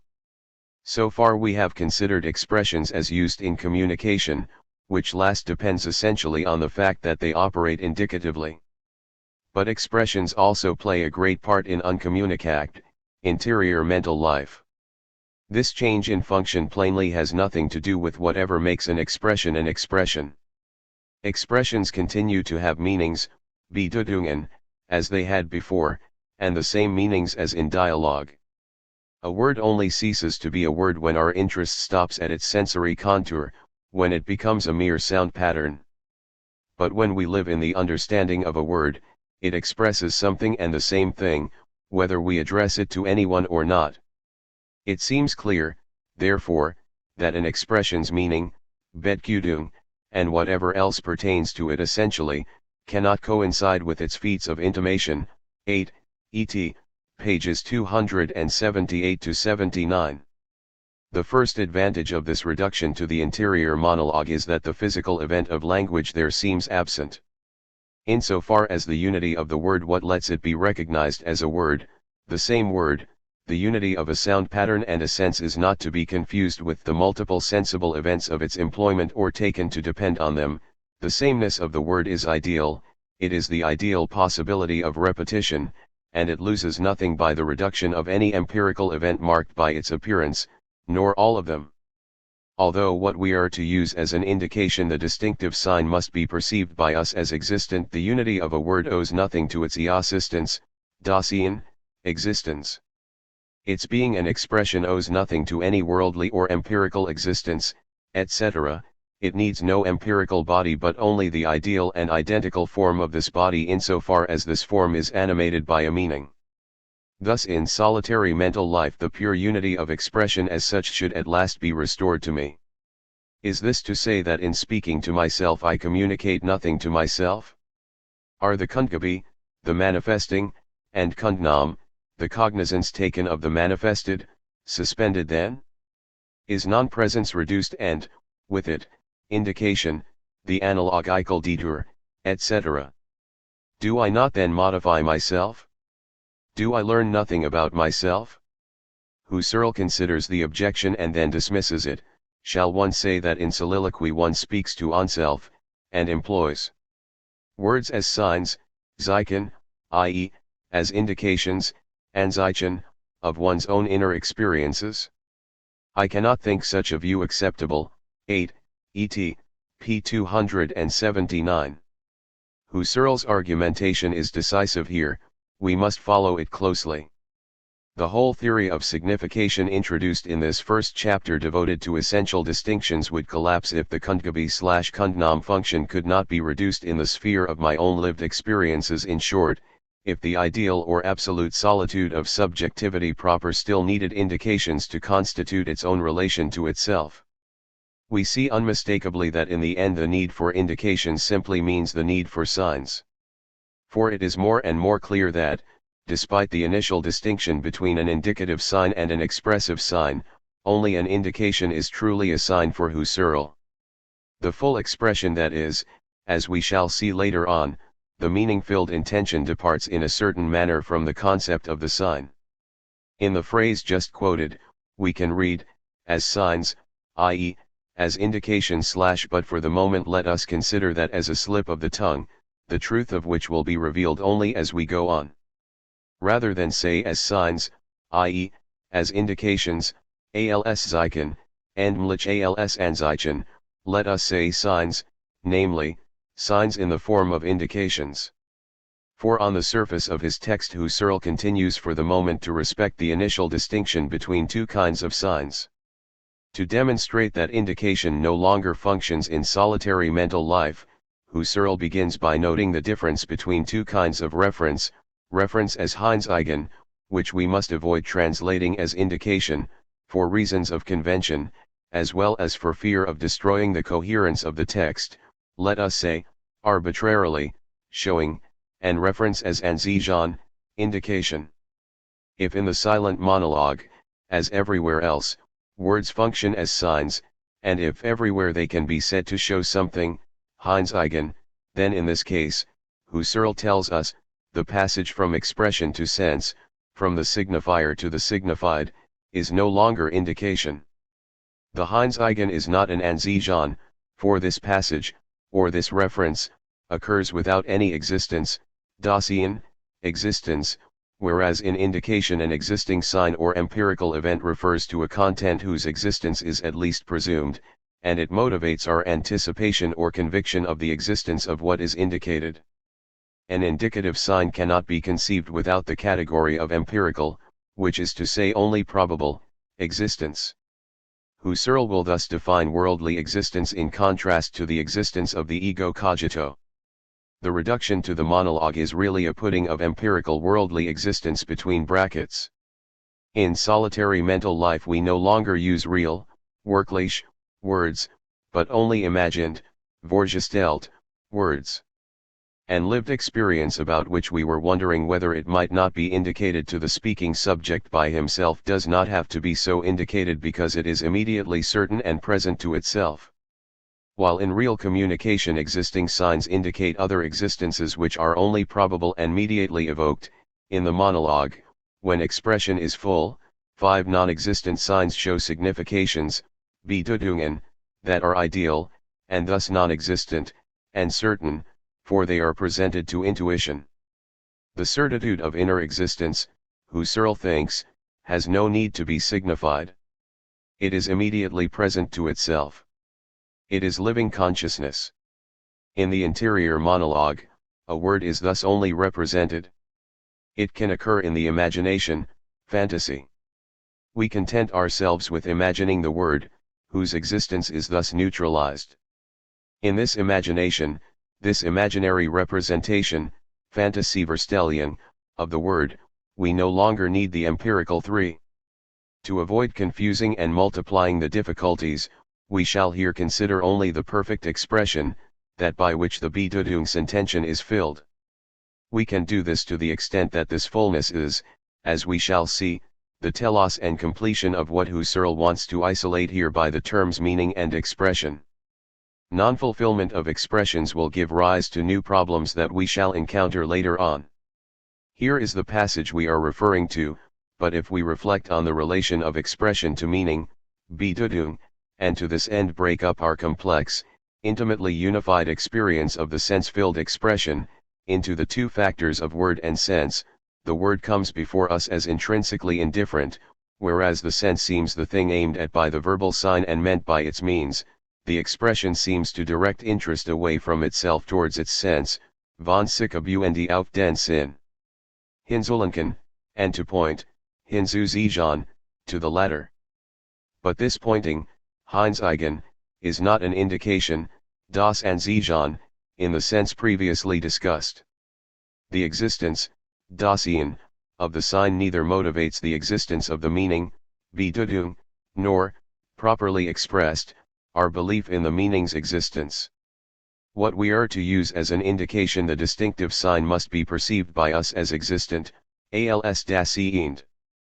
This holds also of expressions used in communication, but not for expressions used in soliloquy. Occurrence of the word, we are indifferent to its existence or non-existence. For if we need the imagination of the word, we can do without the imagined word. The imagination of the word, the imagined, the words being imagined, its image, is not the imagined word.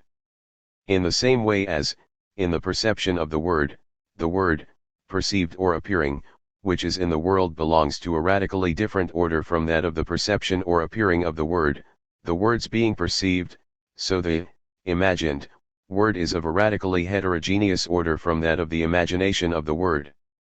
This simple and subtle difference shows what is irreducibly specific to phenomena, and unless one lends a constant and vigilant attention to differences such as these, one can understand nothing of phenomenology.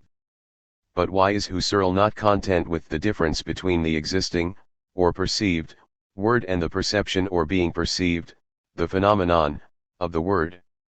It is because in the phenomenon of perception reference is made, within its phenomenal being, to the existence of the word. The sense of existence thus belongs to the phenomenon. This is no longer the case in the phenomenon of imagination. In imagination the existence of the word is not implied, even by virtue of intentional sense. There exists only the imagination of the word, which is absolutely certain and self-present insofar as it is lived. This, then, is already a phenomenological reduction which isolates the subjective experience as the sphere of absolute certainty and absolute existence. This absolute existence only appears by reducing the relative existence of the transcendent world. And the imagination, that vital element of phenomenology, ideas I, already grants this move its privileged medium. Here, in solitary discourse, we are in general content with imagined rather than with actual words. In imagination a spoken or printed word floats before us, though in reality it has no existence. We should not, however, confuse imaginative representations, Fantasievorstellungen, and still less the image contents they rest on, with their imagined objects. The imagined verbal sound, or the imagined printed word, does not exist, only its imaginative representation does so. The difference is the difference between imagined centaurs and the imagination of such beings. The word's non-existence, nicht existence, neither disturbs nor interests us, since it leaves the word's expressive function unaffected. 8, et. p. 279, modified. Meaning as soliloquy /45. This argumentation would be fragile indeed if it merely appealed to a classical psychology of the imagination, but it would be most imprudent to understand it in this way. For such a psychology, the image is a picture sign whose reality, whether it be physical or mental, would serve to indicate the imagined object. Husserl will show in Ideas I what problems such a conception leads to. For although it belongs to the existent, an absolutely certain sphere of consciousness, an image, being an intentional or noematic sense, is not one reality duplicating another reality. This is not only because it is not a reality, realitat, in nature, but because the noema is a non-real, real, component of consciousness. Saussure was also careful to distinguish between the real word and its image. He also saw the expressive value of a signifier only in the form of the sound image 5. Signifier. Difference involved in signs at the core of what is primordial. We do not retreat from the level of transcendental phenomenology toward either an empiricism or a Kantian critique of the claim of having primordial intuition. We are here indicating the prime intention and the ultimate scope of the present essay. 5. This text of the Logical Investigations should be compared with the following passage from the course in General Linguistics. The linguistic sign unites, not a thing and a name, but a concept and a sound image. The latter is not the material sound, a purely physical thing, but the psychological imprint of the sound, the impression that it makes on our senses. The sound image is sensory, and if I happen to call it material / it is only in that sense, and by way of opposing it to the other term of the association, the concept, which is generally more abstract. The psychological character of our sound images becomes apparent when we observe our own speech. Without moving our lips or tongue, we can talk to ourselves or recite mentally a selection of verse. Cours de linguistique Gnirale Paris, Payet, 1916, p. 98, italics added, et. By Wade Baskin, New York, Philosophical Library, 1959 I, p. 66. And Saussure adds this caution, which has been quickly forgotten. Because we regard the words of our language as sound images, we must avoid speaking of the phonemes that make up the words. This term, which suggests vocal activity, is applicable to the spoken word only, to the realization of the inner image in discourse. This remark was no doubt forgotten because Saussure's proposed thesis only aggravates the difficulty. We can avoid that misunderstanding by speaking of the sounds and syllables of a word provided we remember that the names refer to the sound image. But that is easier to remember when speaking in terms of phonemes rather than sounds.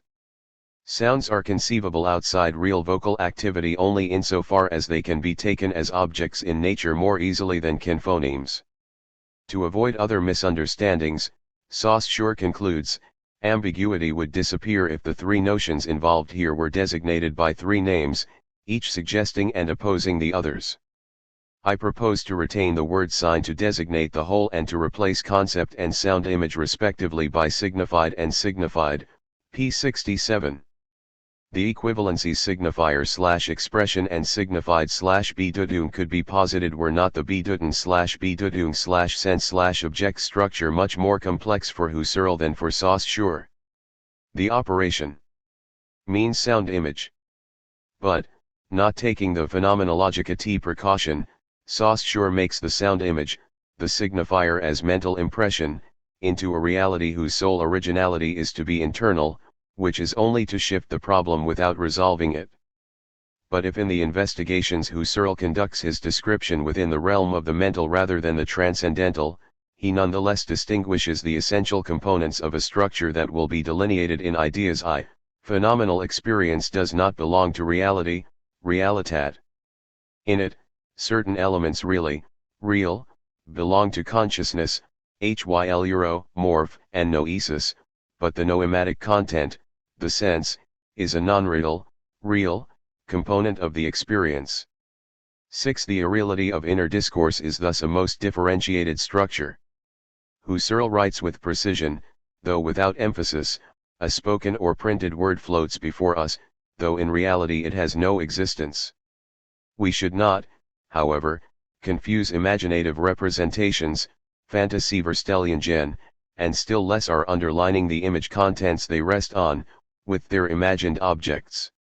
Not only, then, does the imagination of the word, which is not the word imagined, not exist, but the content, the noema, of this imagination exists even less than the act.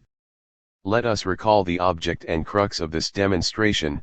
The pure function of expression and meaning is not to communicate, inform, or manifest, that is, to indicate. Solitary mental life would prove that such an expression without indication is possible. In solitary discourse the subject learns nothing about himself, manifests nothing to himself. To support this demonstration, whose consequences for phenomenology will be limitless, Husserl invokes two kinds of argument. 1. In inward speech, I communicate nothing to myself, I indicate nothing to myself. I can at most imagine myself doing so, I can only represent myself as manifesting something to myself. This, however, is only representation and imagination. 2. In inward speech I communicate nothing to myself because there is no need of it, one can only pretend to do so.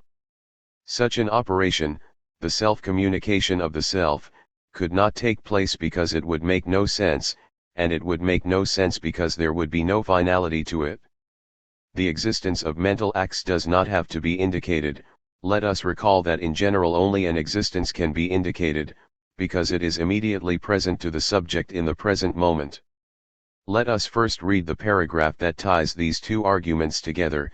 One of course speaks, in a certain sense, even in soliloquy, and it is certainly possible to think of oneself as speaking, and even as speaking to oneself, as, example when someone says to himself, "You have gone wrong, you can't go on like that." But in the genuine sense of communication, there is no speech in such cases, nor does. These affirmations raise some very diverse questions, all concerned with the status of representation in language. Representation can be understood in the general sense of Verstellen, but also in the sense of representation, as repetition or reproduction of presentation, as the Vergegenwärtigung which modifies a presentation or Gegenwärtigung. And it can be understood as what takes the place of, what occupies the place of, another Verstellen, representation, representant, Stellvertreter. Let us consider the first argument. In monologue, nothing is communicated, one represents oneself, man stellt sich vor, as a speaking and communicating subject. Husserl thus seems here to apply the fundamental distinction between reality and representation to language. Between effective communication, indication, and represented communication there would be a difference in essence, a simple exteriority. Moreover, in order to reach inward language, in the sense of communication, as pure representation, Verstellen, a certain fiction, that is, a particular type of representation, would have to be employed, the imaginary representation, which Husserl will later define as neutralizing representation, Vergegenwärtigung. Can this system of distinctions be applied to language? From the start we would have to suppose that representation, in every sense of the term, is neither essential to nor constitutive of communication, the effective practice of language, but is only an accident eventually occurring in the practice of discourse. But there is every reason to believe that representation and reality are not merely added together here and there in language, for the simple reason that it is impossible in principle to rigorously distinguish them. And it doesn't help to say that this happens high language in general and language alone is this. Husserl himself gives us the motives for the opposing position. When in fact I effectively use words, and whether or not I do it for communicative ends, let us consider signs in general. Prior to this distinction, I must from the outset operate, within, a structure of repetition whose basic element can only be representative. A sign is never an event, if by event we mean an irreplaceable and irreversible empirical particular. A sign which would take place but once would not be a sign, a purely idiomatic sign would not be a sign. A signifier, in general, must be formally recognizable in spite of, and through, the diversity of empirical characteristics which may modify it. It must remain the same, and be able to be repeated as such, despite and across the deformations which the empirical event necessarily makes it undergo. A phoneme or grapheme is necessarily always to some extent different each time that it is presented in an operation or a perception. But, it can function as a sign, and in general as language, only if a formal identity enables it to be issued again and to be recognized. This identity is necessarily ideal. It thus necessarily implies representation, as Vorstellung, the locus of ideality in general, as Vergegenwärtigung, the possibility of reproductive repetition in general, and as representation, insofar as each signifying event is a substitute, for the signified as well as for the ideal form of the signifier.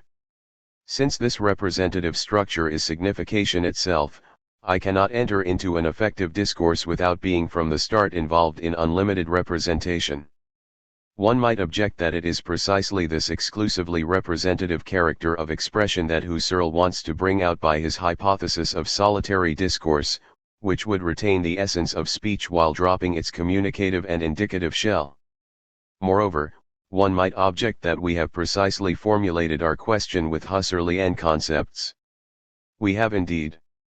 But according to Husserl's description, it is only expression and not signification in general that belongs to the order of representation as Vorstellung. However, we have just suggested that the latter and its other representative modifications is implied by any sign whatsoever. On the other hand, and more importantly, as soon as we admit that speech belongs essentially to the order of representation, the distinction between effective speech and the representation of speech becomes suspect, whether the speech is purely expressive or engaged in communication. By reason of the primordially repetitive structure of signs in general, there is every likelihood that effective language is just as imaginary speech and that imaginary speech is just as effective speech. In both expression and indicative communication, the difference between reality and representation, between the veridical and the imaginary, and between simple presence and repetition has already begun to wear away. Does not the maintaining of this difference in the history of metaphysics and for Husserl as well answer to the obstinate desire to save presence and to reduce or derive the sign, and with it all powers of repetition? Which comes to living in the effect the assured, consolidated, constituted effect of repetition and representation, of the difference which removes presence. To assert, as we have been doing, that within the sign the difference does not take place between reality and representation, etc., amounts to saying that the gesture that confirms this difference is the very obliteration of the sign. But there are two ways of eliminating the primordiality of the sign. We must be attentive to the instability of all these moves, for they pass quickly and surreptitiously into one another. Signs can be eliminated in the classical manner in a philosophy of intuition and presence. Such a philosophy eliminates signs by making them derivative, it annuls reproduction and representation by making signs a modification of a simple presence. But because it is just such a philosophy which is, in fact, the philosophy and history of the West which has so constituted and established the very concept of signs, the sign is from its origin and to the core of its sense marked by this will to derivation or effacement. Thus, to restore the original and non-derivative character of signs, in opposition to classical metaphysics, is, by an apparent paradox, at the same time to eliminate a concept of signs whose whole history and meaning belong to the adventure of the metaphysics of presence. This also holds for the concepts of representation, repetition, difference, etc., as well as for the system they form.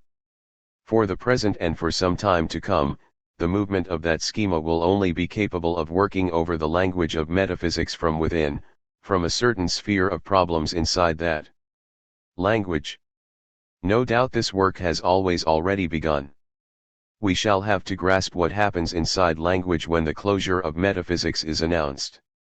With the difference between real presence and presence in representation as Vorstellung, a whole system of differences involved in language is implied in the same deconstruction. The differences between the represented and the representative in general, the signified and signifier, simple presence and its reproduction, presentation as Vorstellung and representation as Vergegenwärtigung, for what is represented in the representation is a presentation, as Vorstellung.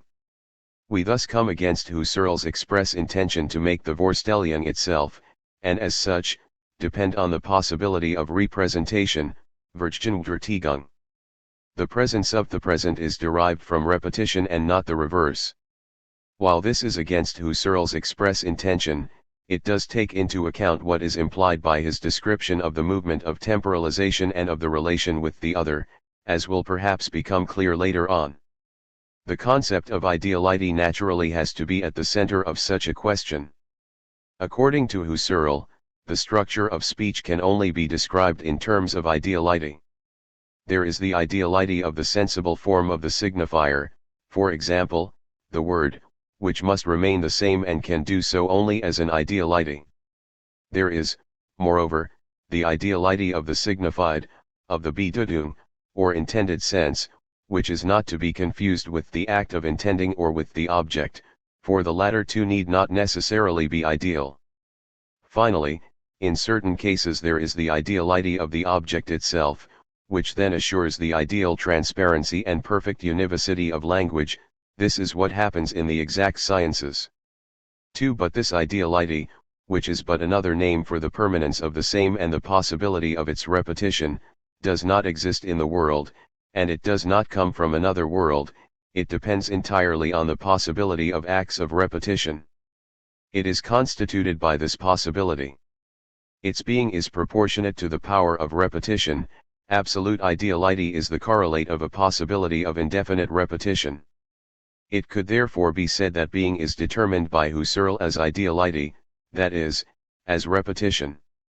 For Husserl, historical progress always has as its essential form the constitution of idealities whose repetition, and thus tradition, would be assured ad infinitum, where repetition and tradition are the transmission and reactivation of origins. And this determination of being as ideality is properly evaluation, an ethico-theoretical act that revives the decision that founded philosophy in its Platonic form. Husserl occasionally admits this. What he always opposed was a conventional Platonism. When he affirms the non-existence or non-reality of ideality, it is always to acknowledge that ideality is a way of being that is irreducible to sensible existence or empirical reality and their fictional counterparts. 3. In determining the ontos on as eidos, Plato himself was affirming the same thing. Now, and here again the commentary must take its bearing from the interpretation, this determination of being as ideality is paradoxically one with the determination of being as presence. This occurs not only because pure ideality is always that of an ideal object which stands in front of, which is prescient before the act of repetition, Vorstellen being the general form of presence as proximity to a viewing, but also because only a temporality determined on the basis of the living present as its source, the now as source point, can ensure the purity of ideality, that is, openness for the infinite repeatability of the same. 4. In fact, what is signified by phenomenology's principle of principles? What does the value of primordial presence to intuition as source of sense and evidence, as the a priori of a prioris, signify? First of all, it signifies the certainty, itself ideal and absolute, that the universal form of all experience, or Leibniz, and therefore of all life, has always been and will always be the present. The present alone is and ever will be. Being is presence or the modification of presence. The relation with the presence of the present as the ultimate form of being. And of ideality is the move by which I transgress empirical existence, factuality, contingency, worldliness, etc. First of all, my own empirical existence, factuality, contingency, worldliness, etc. To think of presence as the universal form of transcendental life is to open myself to the knowledge that in my absence, beyond my empirical existence, before my birth and after my death, the present is. I can empty all empirical content, imagine an absolute overthrow of the content of every possible experience, a radical transformation of the world. I have a strange and unique certitude that this universal form of presence, since it concerns no determined being, will not be affected by it. The relationship with my death, my disappearance in general, thus lurks in this determination of being as presence, ideality, the absolute possibility of repetition. The possibility of the sign is this relationship with death. The determination and elimination of the sign in metaphysics is the dissimulation of this relationship with death, which yet produce signification.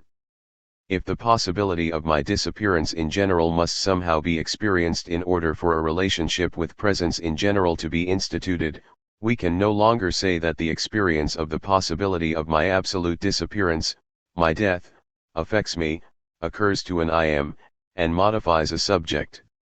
The I am, being experienced only as an I am present, itself presupposes the relationship with presence in general, with being as presence.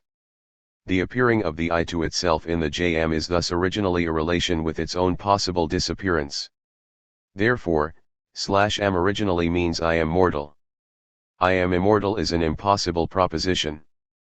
For we can even go further, as a linguistic statement I am he who am is the admission of a mortal. The move which leads from the I am to the determination of my being as residential cogitans, thus, as an immortality, is for. Employing distinctions from pure logical grammar and the formal and transcendental logic, this impossibility must be expressed as follows: this proposition certainly makes sense, it constitutes intelligible speech, it is not sinnlos, but within this intelligibility and for the reason indicated, it is absurd, with the absurdity of contradiction widersinnigkeit, and a fortiori false. But as the classical idea of truth, which guides these distinctions, has itself issued from such a concealment of the relationship with death, this falsity asterisk is the very truth of truth. Hence, it is in other completely different categories, if such thoughts can still be labeled thus, that these movements have to be interpreted. A move by which the origin of presence and ideality is concealed in the very presence and ideality it makes possible.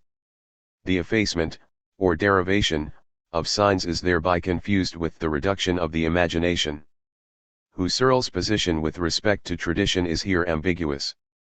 No doubt he profoundly renewed the question of imagination, and the role he reserves for fiction in the phenomenological method clearly shows that for him imagination is not just one faculty among others. Yet without neglecting the novelty and rigor of the phenomenological description of images, we should certainly be cognizant of their origin. Husserl continually emphasizes that, unlike a memory, an image is not u propositionati, it is a neutralizing representation. While this gives it a privilege in phenomenological practice, both an image and a memory are classified under the general concept representation, Vergegenwärtigung, that is, the reproduction of a presence, even if the product is a purely fictitious object. It follows that imagination is not a simple modification of neutrality, even if it is neutralizing. We must protect ourselves here against a very closely besetting confusion, namely, that between neutrality modification and imagination ideas I, Section 3, 111, et. p. 309, modified. Its neutralizing operation modifies a positional representation, Vergegenwärtigung, which is memory. More closely stated, imagination in general is the neutrality modification applied to positional presentification, Vergegenwärtigung, and therefore of remembering in the widest conceivable sense of the term, ibid. Consequently, even if it is a good auxiliary instrument of phenomenological neutralization, the image is not a pure neutralization. It retains a primary reference to a primordial presentation, that is, to a perception and positing of existence, to a belief in general. This is why pure ideality, reached through neutralization, is not fictitious. This theme appears very early, 6, and it will continually serve to feed the polemic against Hume. But it is no accident that Hume's thought fascinated Husserl more and more. The power of pure repetition that opens up ideality and the power which liberates the imaginative reproduction of empirical perception cannot be foreign to each other, nor can their products. In this respect, the first investigation also remains most disconcerting in more than one way. 1. Expressive phenomena in their expressive purity are, from the start, taken to be imaginative representations, Fantasievorstellungen. 2. In the inner sphere thus disengaged by this fiction, the communicative discourse that a subject may occasionally address to himself, "You have gone wrong," is called fictitious. This leads one to think that a purely expressive and non-communicative discourse can effectively take place in solitary mental life. 3. By the same token, it is supposed that in communication, where the same words, the same expressive cores are at work, where, consequently, pure idealities are indispensable, a rigorous distinction can be drawn between the fictitious and the effective and between the ideal and the real.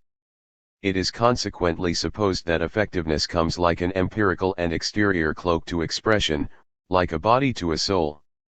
And these are indeed the notions Husserl uses, even when he stresses the unity of the body and soul in intentional animation. This unity does not impair the essential distinction, for it always remains a unity of composition. 4. Inside the pure interior representation, in solitary mental life, certain kinds of speech could effectively take place, as effectively representative. This would be the case with expressive language and, we can already specify, language with a purely objective, theoretico-logical character, while certain others would remain purely fictitious. Those fictions located in fiction would be the acts of indicative communication between the self and the self, between the self taken as other and the self taken as self, etc. However, if it is admitted that, as we have tried to show, every sign whatever is of an originally repetitive structure, the general distinction between the fictitious and effective usages of the sign is threatened. The sign is originally wrought by fiction. From this point on, whether with respect to indicative communication or expression, there is no sure criterion by which to distinguish an outward language from an inward language or, in the hypothesis of an inward language, an effective language from a fictitious language. Such a distinction, however, is indispensable to Husserl for proving that indication is exterior to expression, with all that this entails. In declaring this distinction illegitimate, we anticipate a whole chain of formidable consequences for phenomenology. What we have just said concerning the sign holds, by the same token, for the act of the speaking subject. But, as Husserl says, in the genuine sense of communication, there is no speech in such cases, nor does one tell oneself anything, one merely conceives of oneself, man stellt sich vor, as speaking and communicating, Li. 8, et. p. 280. This leads to the second argument proposed. Between effective communication and the representation of the self as speaking subject, Husserl must suppose a difference such that the representation of the self can only be added onto the act of communication contingently and from the outside. But the primordial structure of repetition that we just evoked for signs must govern all acts of signification. The subject cannot speak without giving himself a representation of his speaking, and this is no accident.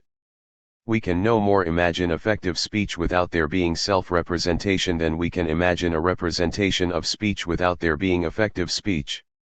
This representation may no doubt be modified, complicated, and be reflected in the primary modes that are studied by the linguist, the semiologist, the psychologist, the theoretician of literature or of art, or even the philosopher. They may be quite primary, but they all suppose the primordial unity of speech and the representation of speech. Speech represents itself, it is its representation. Even better, speech is the representation of itself. 8. More generally, Husserl seems to allow that the subject as he is in his affective experience and the subject as he represents himself to be can be simply external to each other. The subject may think that he is talking to himself and communicating something, in truth he is doing nothing of the kind. Where consciousness is thus entirely overcome by the belief or illusion of speaking to itself, an entirely false consciousness, one might be tempted to conclude that the truth of experience would belong to the order of the non-conscious. Quite the contrary, consciousness is the self-presence of the living, the Erleben, of experience. Experience thus understood is simple and is in its essence free of illusion, since it relates only to itself in an absolute proximity. The illusion of speaking to oneself would float on the surface of experience as an empty, peripheral, and secondary consciousness. Language and its representation is added onto a consciousness that is simple and simply present to itself, or in any event to an experience which could reflect its own presence in silence. As Husserl will say in Ideas J. 111, every experience generally, every really living one, so to speak, is an experience according to the mode of being present / it belongs to its very essence that it should be able to reflect upon that same essence in which it is necessarily characterized as being certain and present, et. p. 310, modified. Signs would be foreign to the self-presence, which is the ground of presence in general.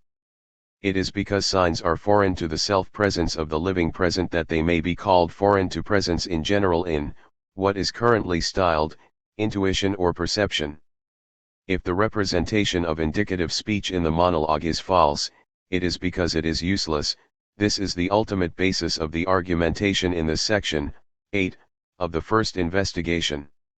If the subject indicates nothing to himself, it is because he cannot do so, and he cannot do so because there is no need of it. Since lived experience is immediately self-present in the mode of certitude and absolute necessity, the manifestation of the self to the self through the delegation or representation of an indicative sign is impossible because it is superfluous. It would be, in every sense of the term, without reason, thus without cause. Without cause because without purpose, Zwaklos, Husserl says. This Zwaklosigkeit of inward communication is the non-alterity, the non-difference in the identity of presence as self-presence. Of course, this concept of presence not only involves the enigma of a being appearing in absolute proximity to oneself, it also designates the temporal essence of this proximity, which does not serve to dispel the enigma. The self-presence of experience must be produced in the present taken as a now. And this is just what Husserl says: if mental acts are not announced to themselves through the intermediary of a Kundgabe, if they do not have to be informed about themselves through the intermediary of indications, it is because they are lived by us in the same instant, im selben Augenblick. The present of self-presence would be as indivisible as the blink of an eye.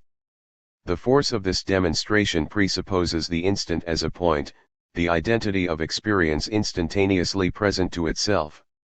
Self-presence must be produced in the undivided unity of a temporal present so as to have nothing to reveal to itself by the agency of signs. Such a perception or intuition of self by self in presence would not only be the case where signification in general could not occur, but also would assure the general possibility of a primordial perception or intuition, i.e., of non-signification as the principle of principles. Later, whenever Husserl wants to stress the sense of primordial intuition, he will recall that it is the experience of the absence and uselessness of signs. The demonstration we are now concerned with was elaborated before his lectures on the phenomenology of internal time consciousness, too, for reasons that are as much historical as systematic. The temporality of experience is not a theme of the logical investigations. At this point, however, we cannot avoid noting that a certain concept of the now, of the present as punctuality of the instant, discreetly but decisively sanctions the whole system of essential distinctions. If the punctuality of the instant is a myth, a spatial or mechanical metaphor, an inherited metaphysical concept, or all that at once, and if the present of self-presence is not simple, if it is constituted in a primordial and irreducible synthesis, then the whole of Husserl's argumentation is threatened in its very principle. We cannot here go closely into the admirable analysis of the phenomenology of internal time consciousness, which Heidegger, in Senuende Zeit, calls the first in the history of philosophy to break with the concept of time inherited from Aristotle's physics, determined according to the basic notions of the now, the point, the limit, and the circle. Let us, however, assemble some references from the lectures that are relevant for our own point of view. Whether or not it is a metaphysical presupposition, the concept of punctuality, of the now as stigma, still plays a major role in the phenomenology of internal time consciousness. Undoubtedly, no now can be isolated as a pure instant, a pure punctuality.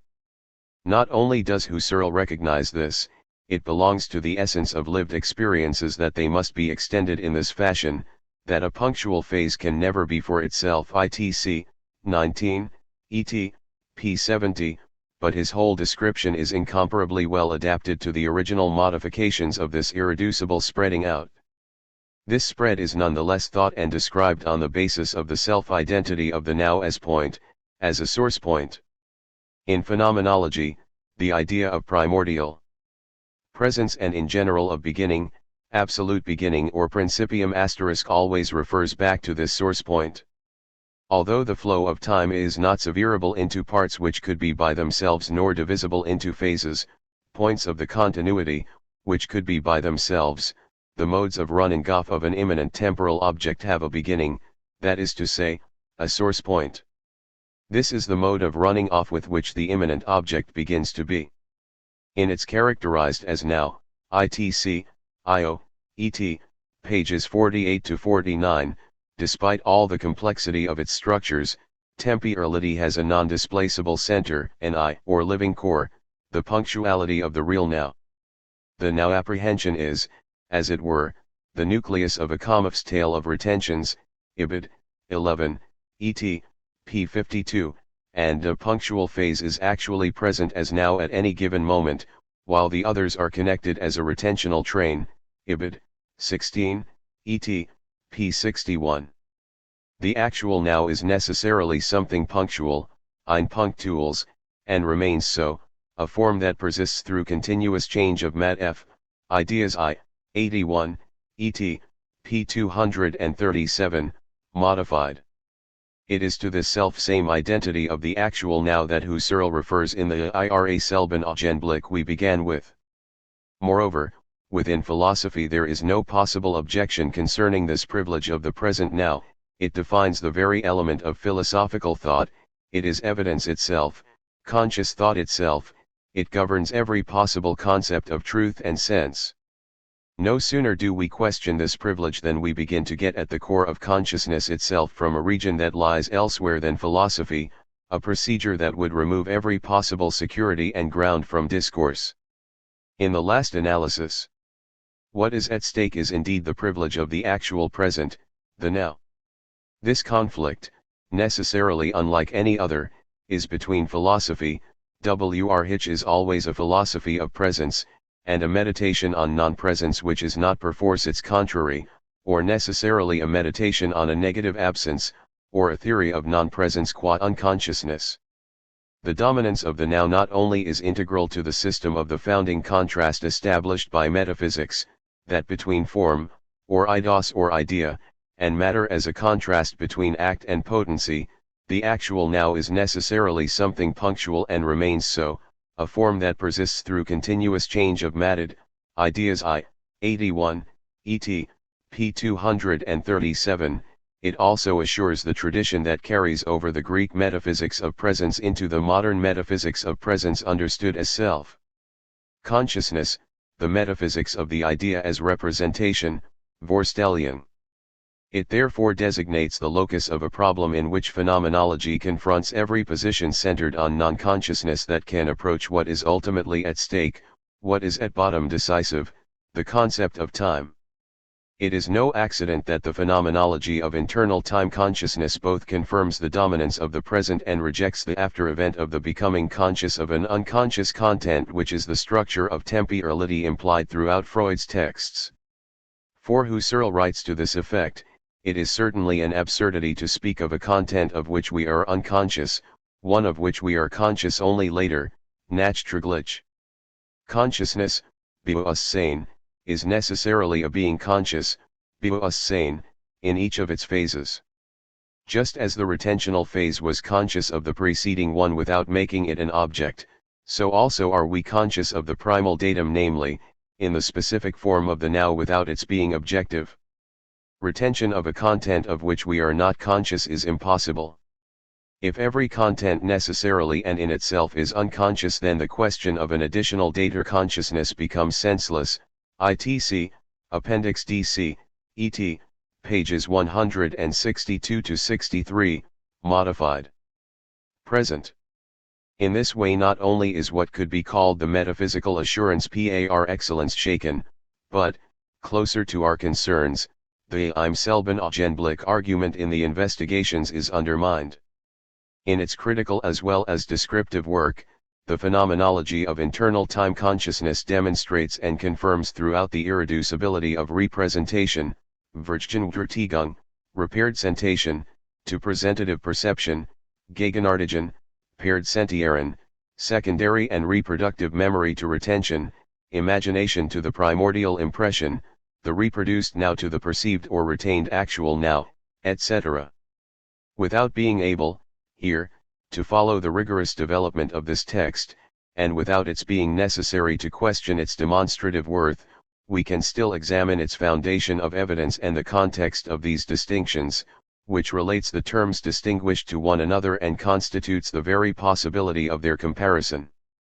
One then sees quickly that the presence of the perceived present can appear as such only inasmuch as it is continuously compounded with the non-presence and non-perception, with primary memory and expectation, retention and protension.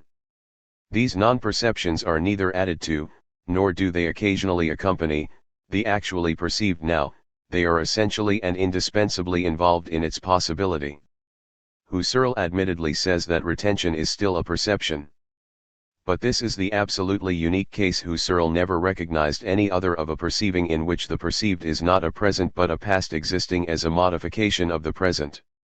If we call perception the act in which all origination lies, which constitutes originarily, then primary remembrance is perception. For only in primary remembrance do we see what is past, only in it is the past constituted, i.e., not in a representative but in a presentative way, 1 Tc. 17, et. p. 64. Thus, in retention, the presentation that enables us to see gives a non-present, a past, and unreal present.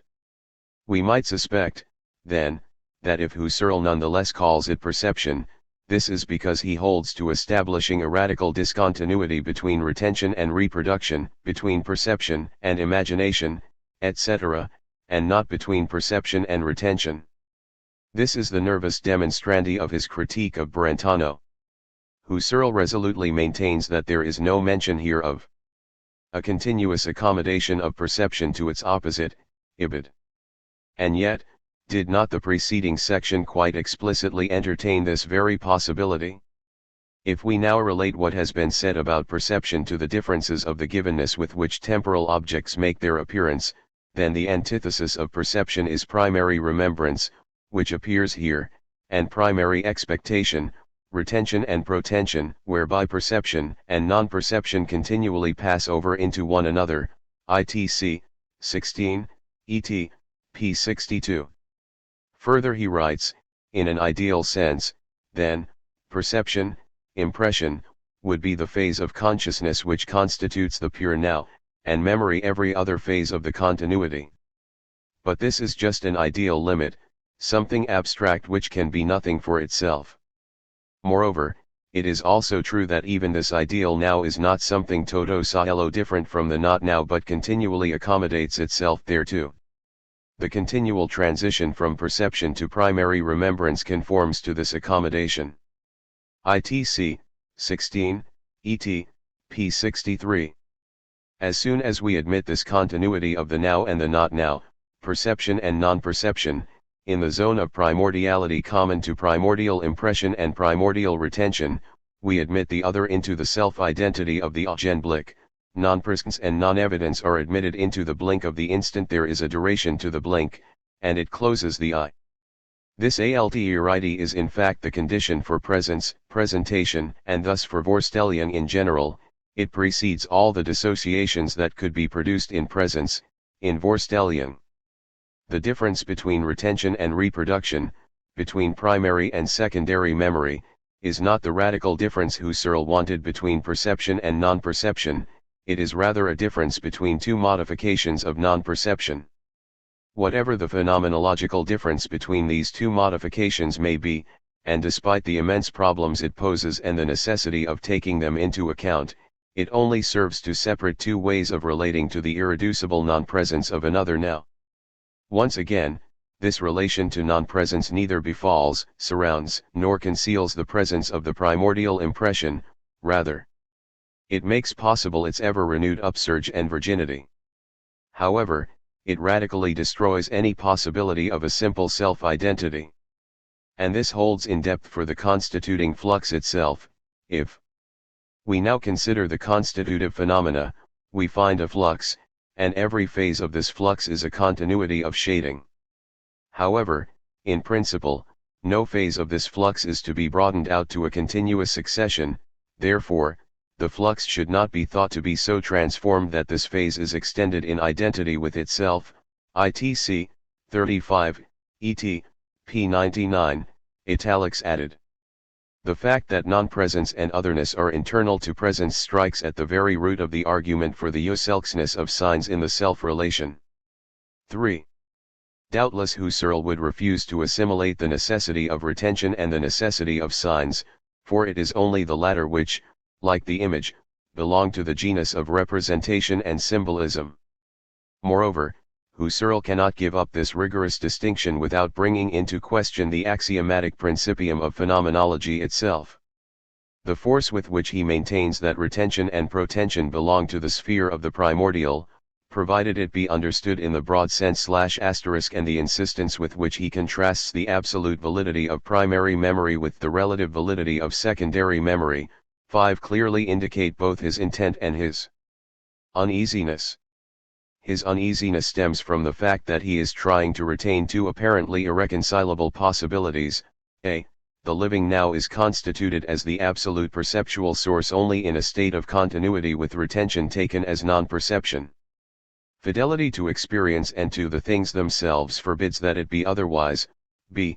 The source of certitude in general is the primordial character of the living now.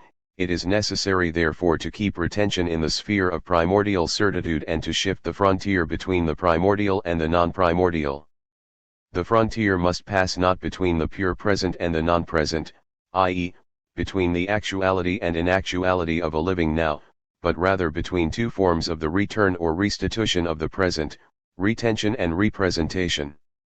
Without reducing the abyss which may indeed separate retention from representation, without hiding the fact that the problem of their relationship is none other than that of the history of life and of life's becoming conscious, we should be able to say a priori that their common root, the possibility of repetition in its most general form, that is, the constitution of a trace in the most universal sense, is a possibility which not only must inhabit the pure actuality of the now but must constitute it through the very movement of difference it introduces. Such a trace is, if we can employ this language without immediately contradicting it or crossing it out as we proceed, more primordial than what is phenomenologically primordial. For the ideality of the form of presence itself implies that it be infinitely repeatable, that its return, as a return of the same, is necessary ad infinitum and is inscribed in presence itself. It implies that the return is the return of a present which will be retained in a finite movement or retention, and that primordial truth, in the phenomenological sense of the term, is only to be found rooted in the finitude of this retention. It is furthermore implied that the relation with infinity can be instituted only in the opening of the form of presence upon ideality, as the possibility of a return ad infinitum. How can it be explained that the possibility of reflection and representation belongs by essence to every experience, without this non-self-identity of the presence called primordial? How could it be explained that this possibility belongs, like a pure and ideal freedom, to the essence of consciousness? Husserl ceaselessly emphasizes that it does, in speaking of reflection, especially in Ideas I:6, and in speaking of representation, already in the phenomenology of internal time consciousness. 1. In all these directions, the presence of the present is thought of as arising from the bending back of a return, from the movement of repetition, and not the reverse. Does not the fact that this bending back is irreducible in presence or in self-presence, that this trace or difference is always older than presence and procures for it its openness, prevent us from speaking about a simple self-identity im selben Augenblick? Does this not compromise the usage Husserl wants to make of the concept of solitary mental life, and consequently of the rigorous separation of indication from expression? Do indication and the several concepts on whose basis we have thus far tried to think it through, the concepts of existence, nature, mediation, the empirical, etc., not have an ineradicable origin in the movement of transcendental temporalization?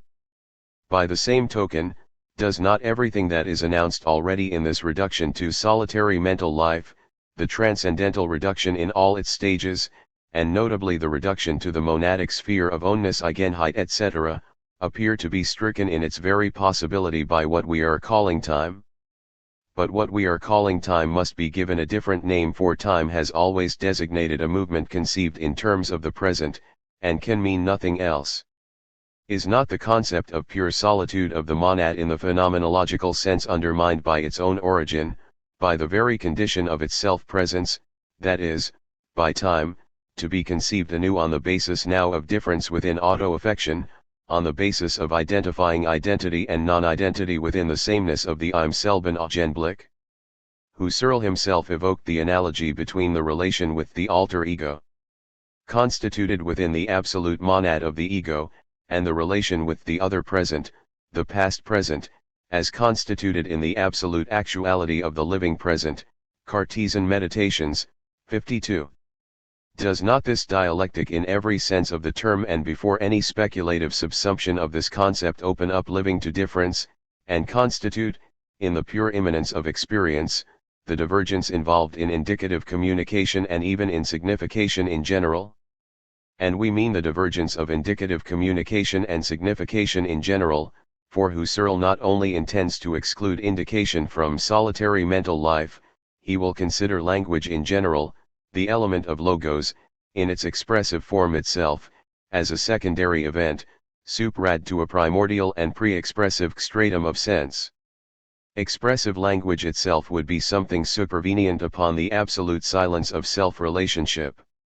Phenomenological silence, then, can only be reconstituted by a double exclusion or double reduction, that of the relation to the other within me in indicative communication, and that of expression as a stratum that is subsequent to, above, and external to that of sense. It is in the relation between these two exclusions that the strange prerogative of the vocal medium will become clear. We shall start with the consideration of the first reduction as it figures in the essential distinctions, to which we are here restricting our inquiry. One must admit that the criterion for the distinction between expression and indication in the end rests on an all too summary description of inner life. It is argued that there is no indication in this inner life because there is no communication, that there is no communication because there is no alter ego. And when the second person does emerge in inner language, it is a fiction, and, after all, fiction is only fiction. You have gone wrong, you can't go on like that. This is only a false communication, a feigned communication. Let us not formulate from the outside the questions that arise concerning the possibility and status of such fictions or feints and about the place from which this you can arise in monologue. Let us not ask these questions yet, their necessity will become even more evident when Husserl comes to note that, besides the you, personal pronouns in general, and especially the j, are essentially occasional expressions, without objective sense, and that in communicated speech they always function as indications. The I alone achieves its meaning within solitary speech and functions outside it as a universally operative indication. First Investigation, Chap. 26, et. p. 316. For the moment let us ask in what sense, and in view of what, the structure of inner life is simplified here, and how the choice of examples is revelatory of Husserl's project. It is so in at least two respects. 1. These examples are of a practical order. In the propositions chosen, the subject addresses himself as if to a second person whom he blames or exhorts, upon whom he enjoins a decision or a feeling of remorse. This doubtless proves that we are not here dealing with indication. Nothing is shown, directly or indirectly, the subject learns nothing about himself, his language refers to nothing that exists. The subject does not inform himself, in the sense of either Kundgabe or Kundnam. Husserl has to choose his examples in the practical sphere in order to show both that nothing is indicated in them and that they are examples of false languages. Supposing that another kind of example could not be found, one might in fact be tempted to conclude from these examples that inner speech is always essentially practical, axiological, or axiopoetical. Even when one tells himself you are thus and so, does not the predication envelop evaluative or productive act? But it is precisely this temptation that Husserl wants, above all and at all costs, to avoid. He always determined the model of language in general indicative as well as expressive on the basis of theorein. Whatever care he subsequently took to respect the originality of the practical stratum of sense and expression, whatever the success and rigor of his analyses, he continued to affirm the reducibility of axiology to its logico-theoretical core. Here again we find the necessity which pushed him to study language from a logical and epistemological point of view and pure grammar as pure logical grammar, governed more or less immediately by the possibility of a relationship with objects. Speech that is false is not speech, and contradictory widersinning, speech avoids nonsense, Unsinnigkeit, only if its grammaticalness does not prohibit a meaning Bedeutung, Volwaardiger or meaning intention, which in turn can be determined only as the aiming at an object. It is therefore noteworthy that logical theory, theorem in general, governs not only the determination of expression, of logical signification, but even that which is excluded from it, that is, indication showing or pointing as Weisen or Zijan in the Hinweis or Anzijan. It is also noteworthy that Husserl should, at a certain level, refer to an essentially theoretical core of indication so as to exclude it from expression which is itself purely theoretical. Perhaps at this level the determination of expression is contaminated by that very thing it seemed to exclude, Zijan, the relation to the object as indicative showing, the pointing out of what is before the eyes or what in its visibility is always capable of appearing to an intuition, is only provisionally invisible. Zijan is always an intending, meaning, that predetermines the profound essential unity between the Anzijan proper to indication and the Heinz-Eigen proper to expression.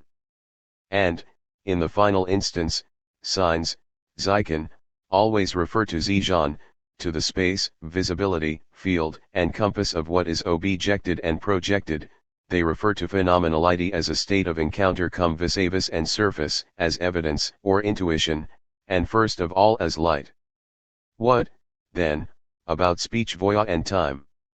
If showing is the unity of gesture and perception in signs, if signification is assigned to the pointing finger and the eye, and if this assignation is prescribed for every sign, whether indicative or expressive, discursive or non-discursive, what can be said about speech and time? And why is Husserl bent upon separating indication from expression? Does uttering or hearing signs reduce the indicating spatiality or mediation? Let us be patient a little longer. 2. The example chosen by Husserl, you have gone wrong, you can't go on like that, must then prove two things at once, that this proposition is not indicative, and thus is a fictitious communication, and that it does not give the subject any knowledge of himself. Paradoxically, it is not indicative because, as non-theoretical, non-logical, and non-cognitive, it is not expressive either. Thus it would be a phenomenon of completely fictitious signification. Thus we confirm the unity of Zijan before its diffraction into indication and expression. However, the temporal modality of these propositions is not without importance. If these propositions are not cognitive propositions, it is because they are not immediately in the form of predication, they do not immediately utilize the verb to be. Their sense, therefore, if not their grammatical form, is not in the present, they take note of a past in the form of a reproach, they are exhortations to remorse and amendment. The present indicative of the verb to be is the pure and teleological form of expression insofar as it is logical or, better, we should say the present indicative of the verb to be in the third person. Better still, the pure, teleological form is a proposition of the type S is P, in which S is not a person that one could replace by a personal pronoun, for in all real speech the personal pronoun has merely an indicating value. 2. The subject S must be a name, the name of an object. And we know that for Husserl S is P is the fundamental and primitive form, the primordial apophantic operation from which every logical proposition must be derivable by simple construction. 3. If we posit the identity of expression and logical Bedeutung, ideas I, 124, we then have to recognize that the third person present indicative of the verb to be is the pure and irreducible core of expression. Let us recall that, in Husserl's words, an expression is not primitively an expressing oneself but is, from the outset, an expressing oneself about something, über etwas sich.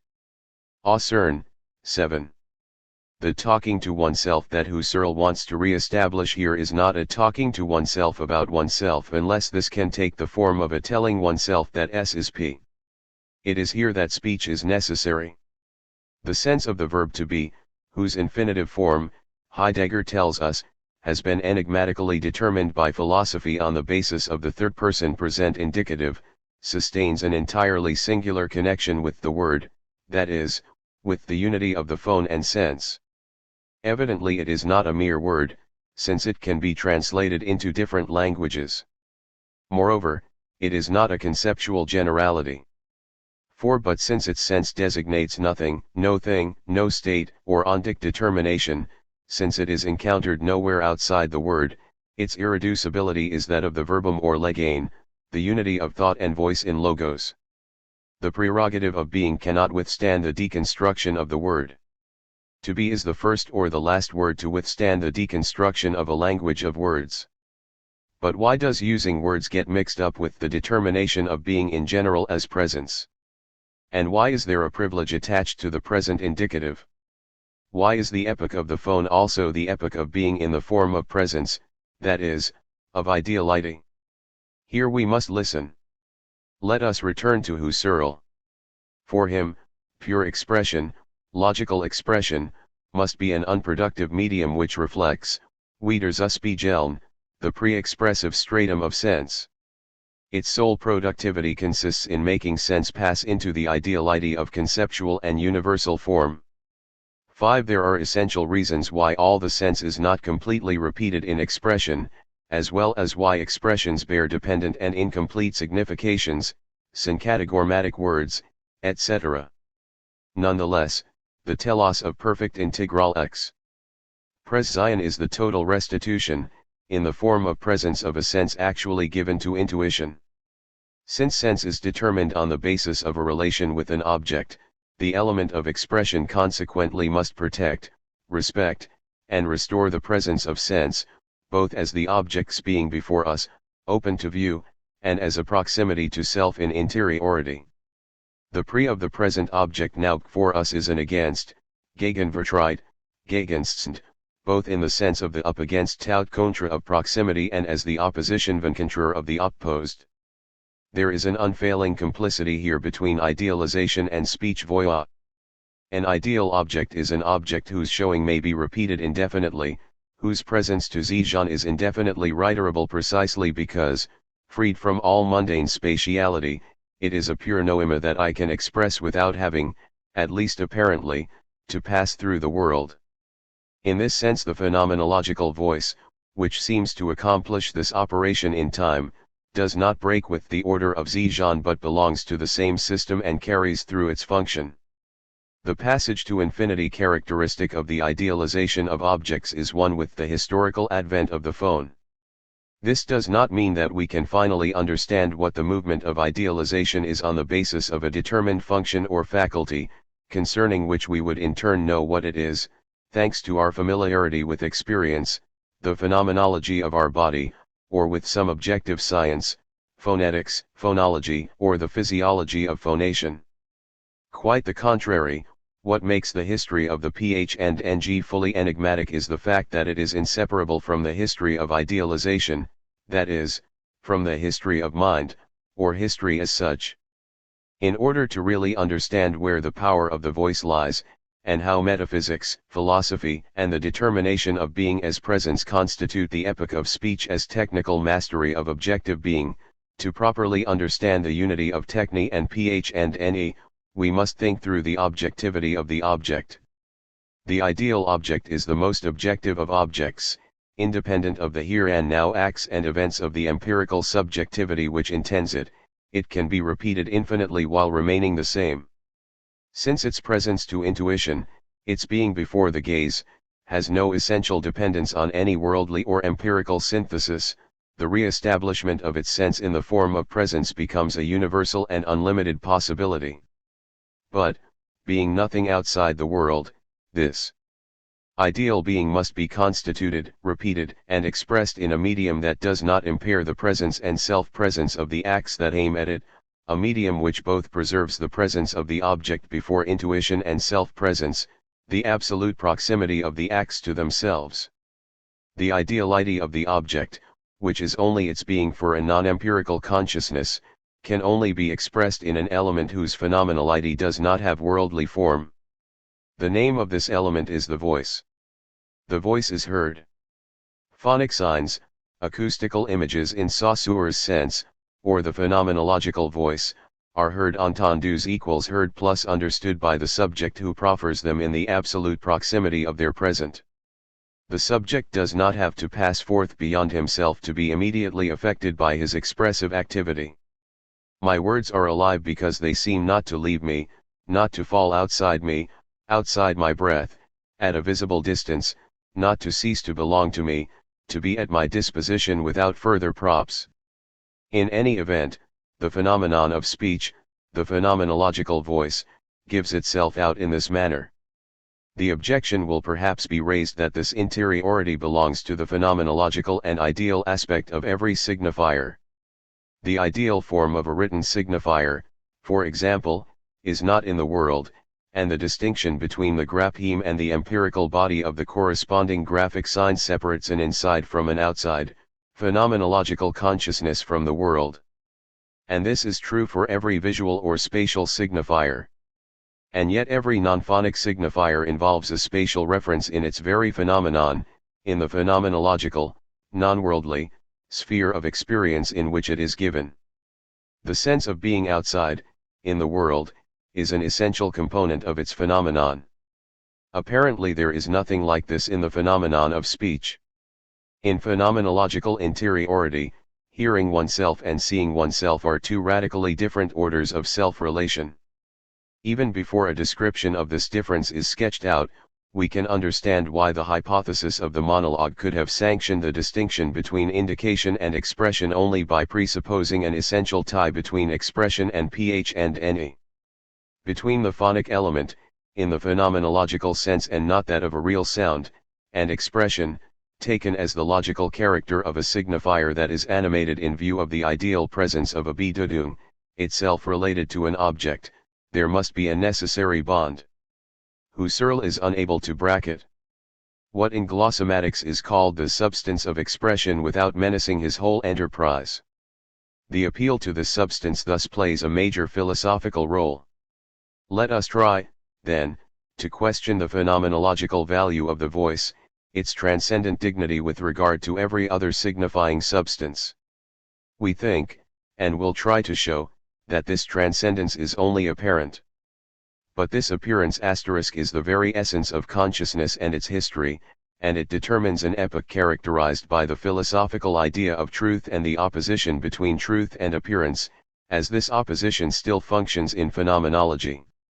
It can therefore not be called appearance or be named within the sphere of metaphysical conceptuality. One cannot attempt to deconstruct this transcendence without descending, across the inherited concepts, toward the unamable.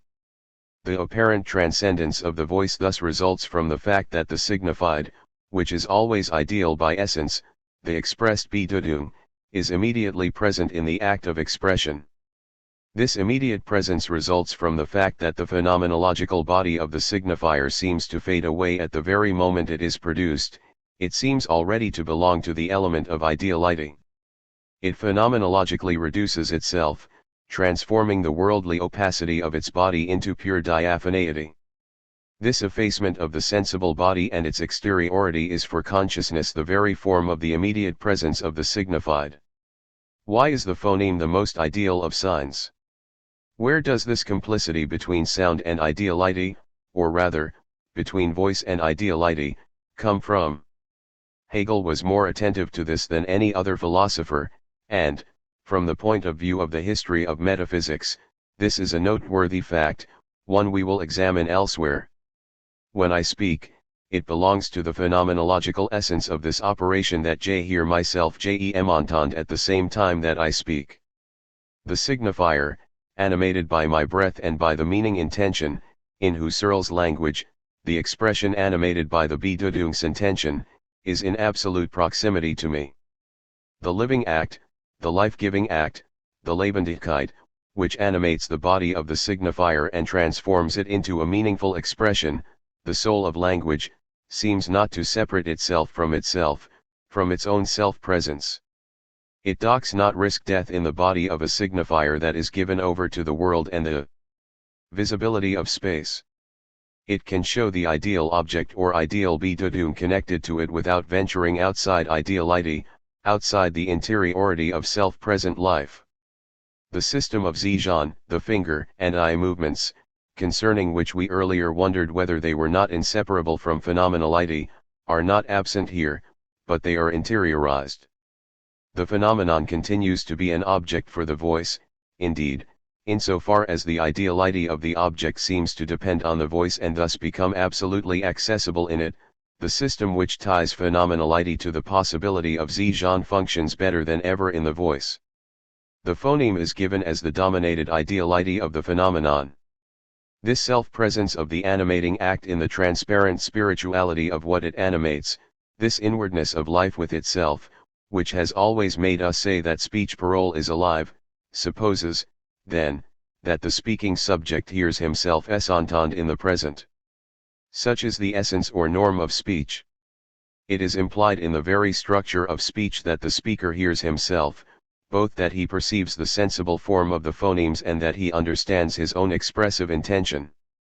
If accidents occur which seem to contradict this teleological necessity, either they will be overcome by some supplementary operation or there will be no speech.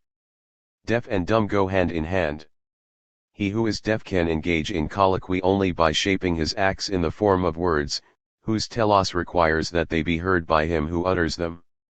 Considered from a purely phenomenological point of view, within the reduction, the process of speech has the originality of presenting itself already as pure phenomenon, as having already suspended the natural attitude and the existential thesis of the world. The operation of hearing oneself speak is an auto-affection of a unique kind. On the one hand, it operates within the medium of universality. What appears as signified therein must be idealities that are idealiter indefinitely repeatable or transmissible as the same. On the other hand, the subject can hear or speak to himself and be affected by the signifier he produces, without passing through an external detour, the world, the sphere of what is not his own. Every other form of auto-affection must either pass through what is outside the sphere of ownness or forego any claim to universality. When I see myself, either because I gaze upon a limited region of my body or because it is reflected in a mirror, what is outside the sphere of my own has already entered the field of this auto-affection, with the result that it is no longer pure. In the experience of touching and being touched, the same thing happens. In both cases, the surface of my body, as something external, must begin by being exposed in the world. But, we could ask, are there not forms of pure auto-affection in the inwardness of one's own body which do not require the intervention of any surface displayed in the world and yet are not of the order of the voice? But then these forms remain purely empirical, for they could not belong to a medium of universal signification. Now, to account for the phenomenological power of the voice, we shall have to specify the concept of pure auto-affection more precisely and describe what, in it, makes it open to universality. As pure auto-affection, the operation of hearing oneself speak seems to reduce even the inward surface of one's own body. In its phenomenal being it seems capable of dispensing with this exteriority within interiority, this interior space in which our experience or image of our own body is spread forth. This is why hearing oneself speak /sr entendre parler is experienced as an absolutely pure auto-affection, occurring in a self-proximity that would in fact be the absolute reduction of space in general. It is this purity that makes it fit for universality. Requiring the intervention of no determinate surface in the world, being produced in the world as pure auto-affection, it is a signifying substance absolutely at our disposition. For the voice meets no obstacle to its emission in the world precisely because it is produced as pure auto-affection. This auto-affection is no doubt the possibility for what is called subjectivity or the for itself, but, without it, no world as such would appear. For its basis involves the unity of sound, which is in the world, and phone, in the phenomenological sense. An objective worldly science surely can teach us nothing about the essence of the voice. But the unity of sound and voice, which allows the voice to be produced in the world as pure auto-affection, is the sole case to escape the distinction between what is worldly and what is transcendental. By the same token, it makes that distinction possible. It is this universality which dictates that, de jure and by virtue of its structure, no consciousness is possible without the voice. The voice is the being which is present to itself in the form of universality, as consciousness, voice is consciousness. In colloquy, the propagation of signs does not seem to meet any obstacles because it brings together two phenomenological origins of pure auto-affection. To speak to someone is doubtless to hear oneself speak, to be heard by oneself, but, at the same time, if one is heard by another, to speak is to make him repeat immediately in himself the hearing oneself speak in the very form in which I effectuated it. This immediate repetition is a reproduction of pure auto-affection without the help of anything external. This possibility of reproduction, whose structure is absolutely unique, gives itself out as the phenomenon of a mastery or limitless power over the signifier, since the signifier itself has the form of what is not external. Ideally, in the teleological essence of speech, it would then be possible for the signifier to be in absolute proximity to the signified aimed at in intuition and governing the meaning. The signifier would become perfectly diaphanous due to the absolute proximity to the signified. This proximity is broken when, instead of hearing myself speak, I see myself write or gesture. This absolute proximity ot the signifier to the signified, and its effacement in immediate presence, is UIE condition for Husserls being able to consider the medium of expression as unproductive and reflective. Paradoxically, it is also on this condition that he will be able to reduce it without loss and assert that there exists a pre-expressive stratum of sense. It is again on this condition that Husserl will accord himself the right to reduce the totality of language, be it indicative or expressive, in order to recover sense in its primordiality. How can we understand this reduction of language when Husserl, from the logical investigations to the origin of geometry, continually thought that scientific truth, i.e., absolutely ideal objects, can be found only in statements and that not only spoken language but inscription as well was indispensable for the constitution of ideal objects, that is, objects capable of being transmitted and repeated as the same. First, we should recognize that the more evident aspect of the movement which, for a long time underway, terminates in the origin of geometry confirms the underlying limitation of language to a secondary stratum of experience and, in the consideration of this secondary stratum, confirms the traditional phonologism of metaphysics. If writing brings the constitution of ideal objects to completion, it does so through phonetic writ. Ing, 8 it proceeds to fix, inscribe, record, and incarnate an already prepared utterance. To reactivate writing is always to reawaken an expression in an indication, a word in the body of a letter, which, as a symbol that may always remain empty, bears the threat of crisis in itself. Already speech was playing the same role by first constituting the identity of sense in thought. For example, the proto-geometer must produce the pure ideality of the pure geometrical object in thought by a passage to the limit, assuring its transmissibility by speech, and must finally commit it to writing.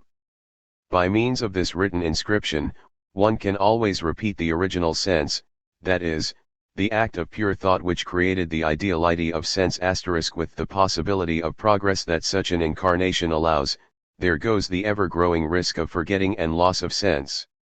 It becomes more and more difficult to reconstitute the presence of the act buried under historical sedimentations. The moment of crisis is always the moment of signs. Moreover, despite the minute detail, the rigor, and the absolute novelty of his analyses, Husserl always describes all these movements in a metaphysical conceptual system.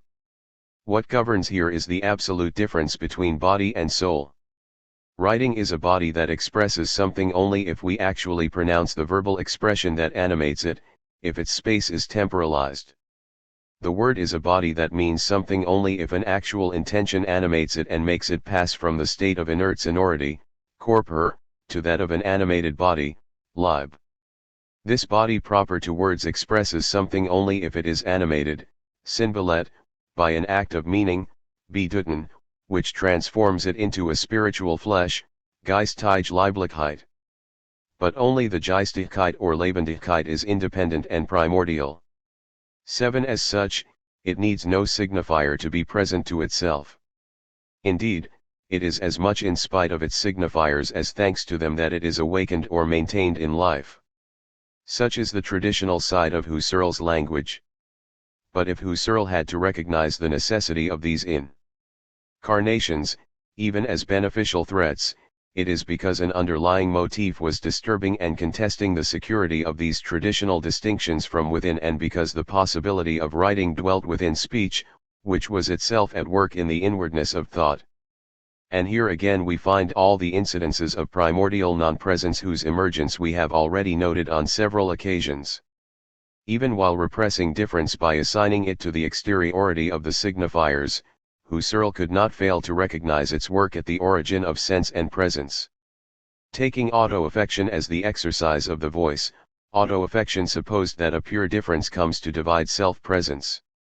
In this pure difference is rooted the possibility of everything we think we can exclude from auto-affection, space, the outside, the world, the body, etc. As soon as it is admitted that auto-affection is the condition for self-presence, no pure transcendental reduction is possible. But it was necessary to pass through the transcendental reduction in order to grasp this difference in what is closest to it, which cannot mean grasping it in its identity, its purity, or its origin, for it has none. We come closest to it in the movement of difference. 8. This movement of difference is not something that happens to a transcendental subject, it produces a subject. Auto-affection is not a modality of experience that characterizes a being that would already be itself, autos. It produces sameness as self-relation within self-difference, it produces sameness as the non-identical. Shall we say that the auto-affection we have been talking about up until now concerns only the operation of the voice? Shall we say that difference concerns only the order of the phonic signifier or the secondary strata of expression?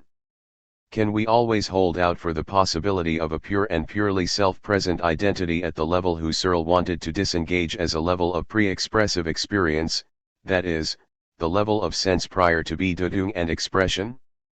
It would be easy to show that such a possibility is excluded at the very root of transcendental experience. Why, in fact, is the concept of auto-affection incumbent on us? What constitutes the originality of speech, what distinguishes it from every other element of signification, is that its substance seems to be purely temporal. And this temporality does not unfold a sense that would itself be non-temporal, even before being expressed. Sense is through and through temporal. According to Husserl, the omnitemporality of ideal objects is but a mode of temporality.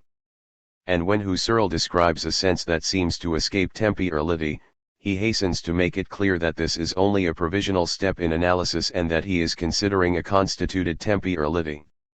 However, as soon as one takes the movement of temporalization into account, as it is already analyzed in the phenomenology of internal time consciousness, the concept of pure auto-affection must be employed as well. This we know is what Heidegger does in Kant and the problem of metaphysics, precisely when he is concerned with the subject of time. The source point or primordial impression, that out of which the movement of temporalization is produced, is already pure auto-affection. First, it is a pure production, since temporality is never the real predicate of a being.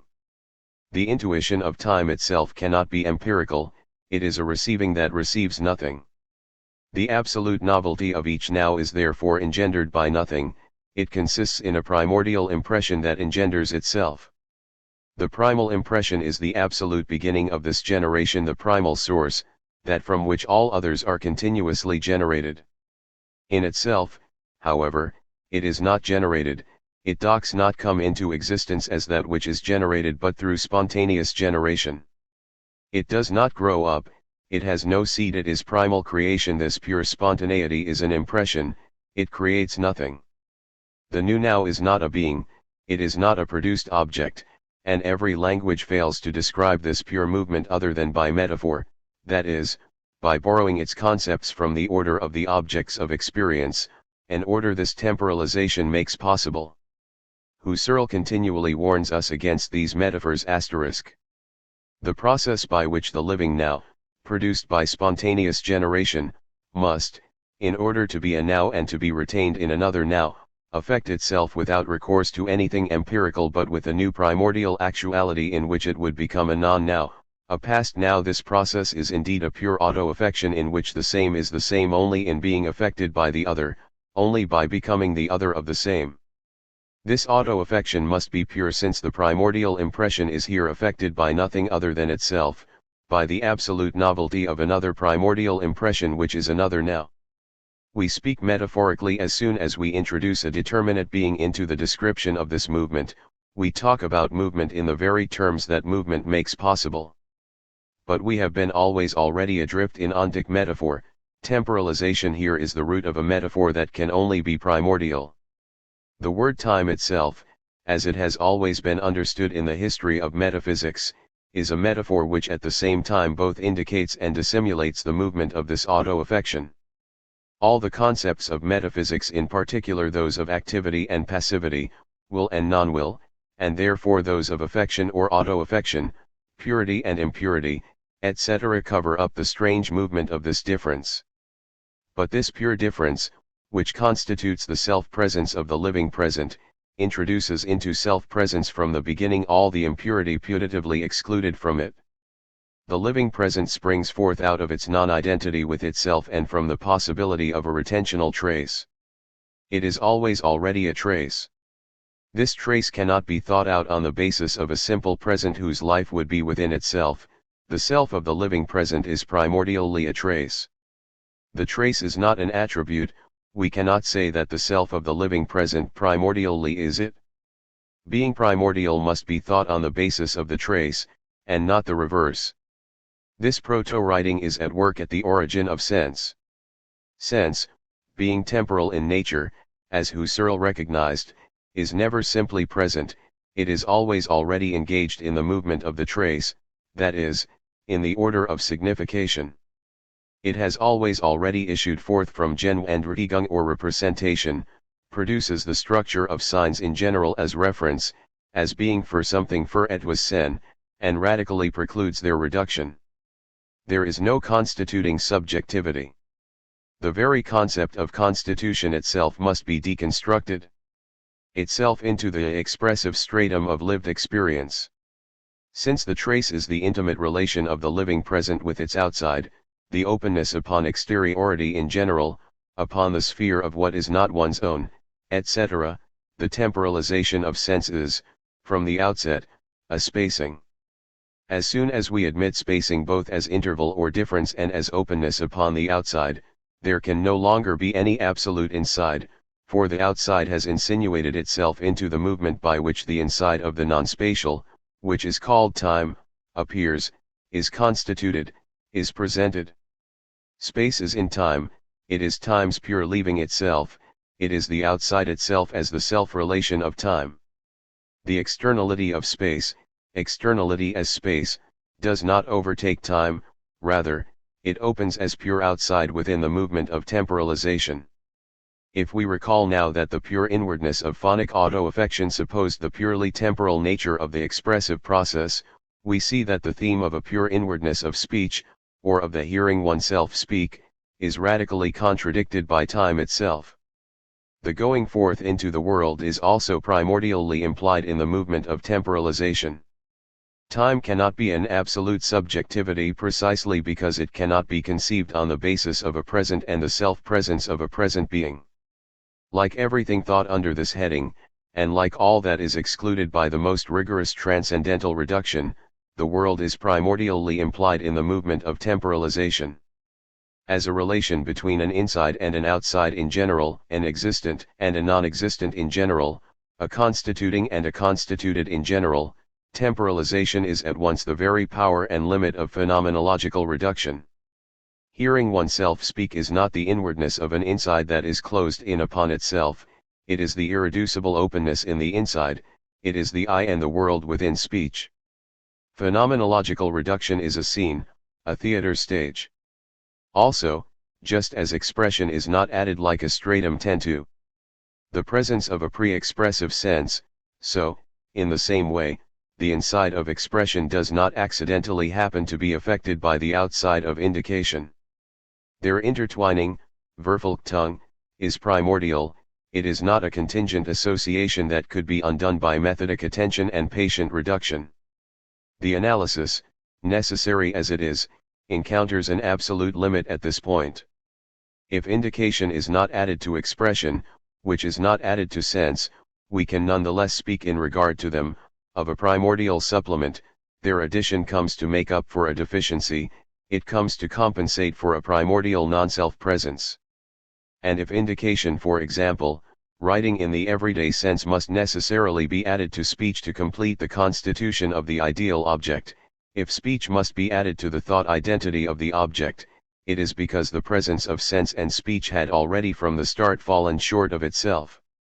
Thus understood, what is supplementary is in reality difference, the operation of differing which at one and the same time both fissures and retards presence, submitting it simultaneously to primordial division and delay. Difference is to be conceived prior to the separation between differing as delay and differing as the active work of difference. Of course this is inconceivable if one begins on the basis of consciousness, that is, presence, or on the basis of its simple contrary, absence or non-consciousness. It is also inconceivable as the mere homogeneous complication of a diagram or line of time, as a complex succession. The supplementary difference vicariously stands in for presence due to its primordial self-deficiency. Going through the first investigation, we must try to ascertain how far these concepts respect the relations between signs in general, indicative as well as expressive, and presence in general. When we say through Husserls' text, we mean a reading that can be neither simple commentary nor simple interpretation. Let us note first that this concept of primordial supplementation not only implies non-plenitude of presence, or, in Husserls' language, the non-fulfillment of an intuition, it designates this function of substitutive supplementation suppleance in general, the in the place of, für etwas, structure which belongs to every sign in general. We were surprised, above, that Husserl did not submit the possibility of this structure to any critical questioning, that he assumed it as a matter of course when he distinguished between indicative and expressive signs. What we would ultimately like to draw attention to is that the for itself of self-presence, für sich, traditionally determined in its dative dimension as phenomenological self-giving, whether reflexive or pre-reflexive, arises in the role of supplement as primordial substitution, in the form in the place of, für etwas, that is, as we have seen, in the very operation of significance in general. The for itself would be an in the place of itself, put for itself, instead of itself. The strange structure of the supplement appears here, by delayed reaction, a possibility produces that to which it is said to be added on. This structure of supplementation is quite complex. As a supplement, the signifier does not represent first and simply the absent signified. Rather, it is substituted for another signifier, for another type of signifier that maintains another relation with the deficient presence, one more highly valued by virtue of the play of difference.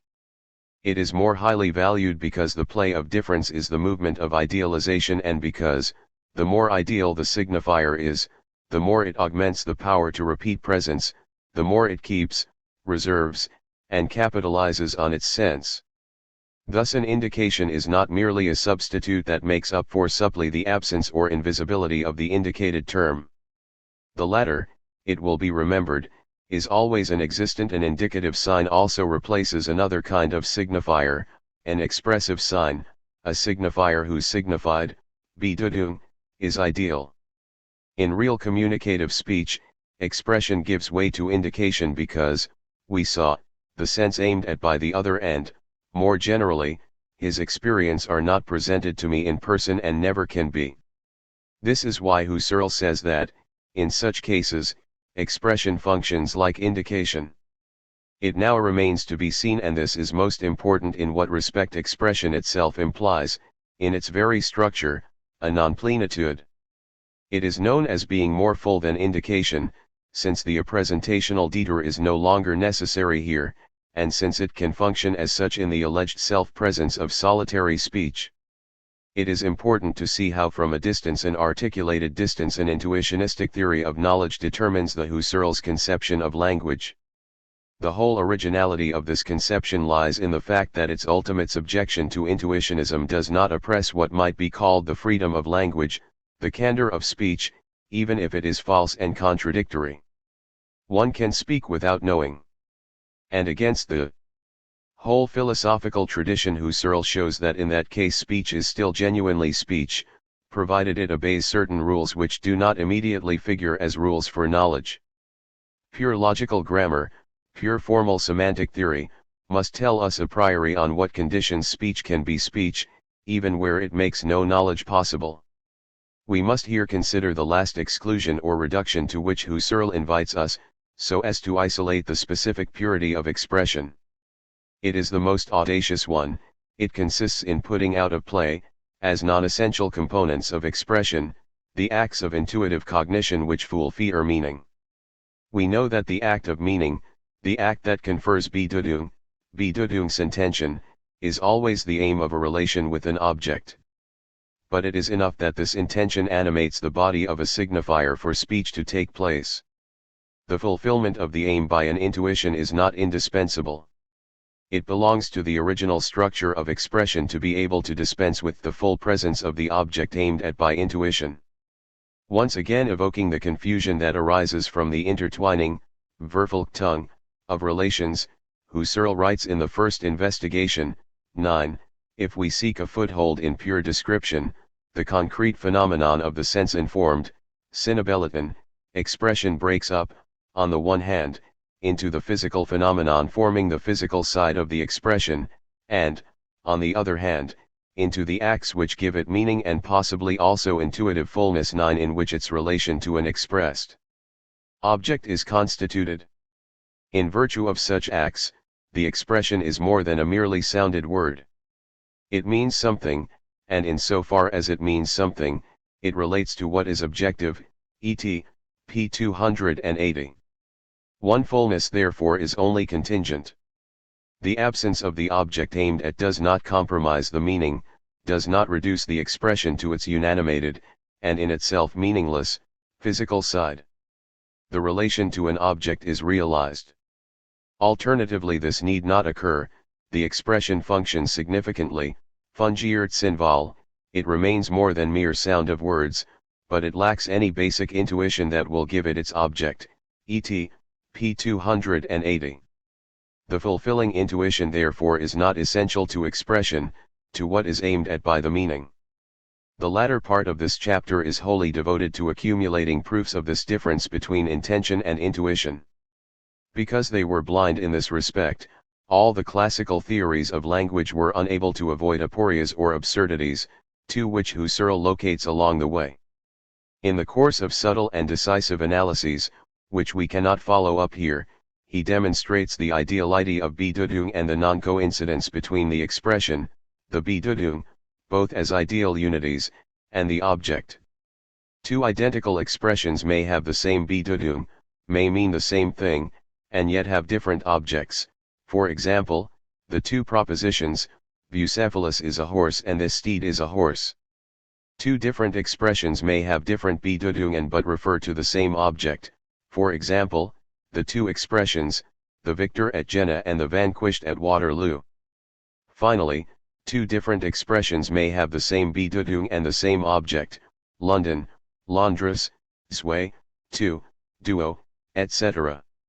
Without such distinctions, no pure logical grammar would be possible.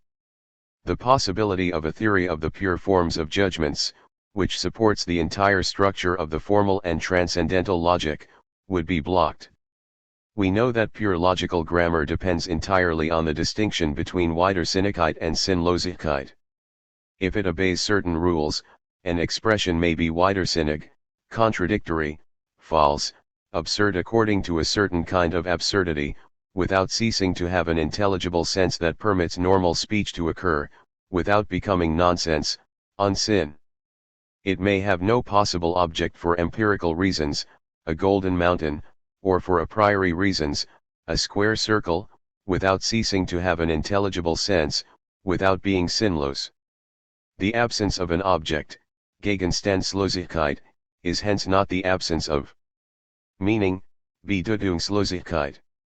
Pure logical grammar, then, excludes from normal discourse only what is nonsense in the sense of unsinn, abracadabra, green is where. If we were not able to understand what a square circle or golden mountain means, how could we come to a conclusion about the absence of a possible object for such expressions? It is this modicum of comprehension that is denied us in the unsinn, in the ungrammaticalness of nonsense. Following the logic and necessity of these distinctions, we might be tempted to maintain not only that meaning does not imply the intuition of the object but that it essentially excludes it. What is structurally original about meaning would be the Gegenstandslosigkeit, the absence of any object given to intuition. In the full presence that comes to fill the meaning's aim, intuition and intention are melted together, forming an intimately blended unity, eine innig Verschmalzeinheit, of an original character.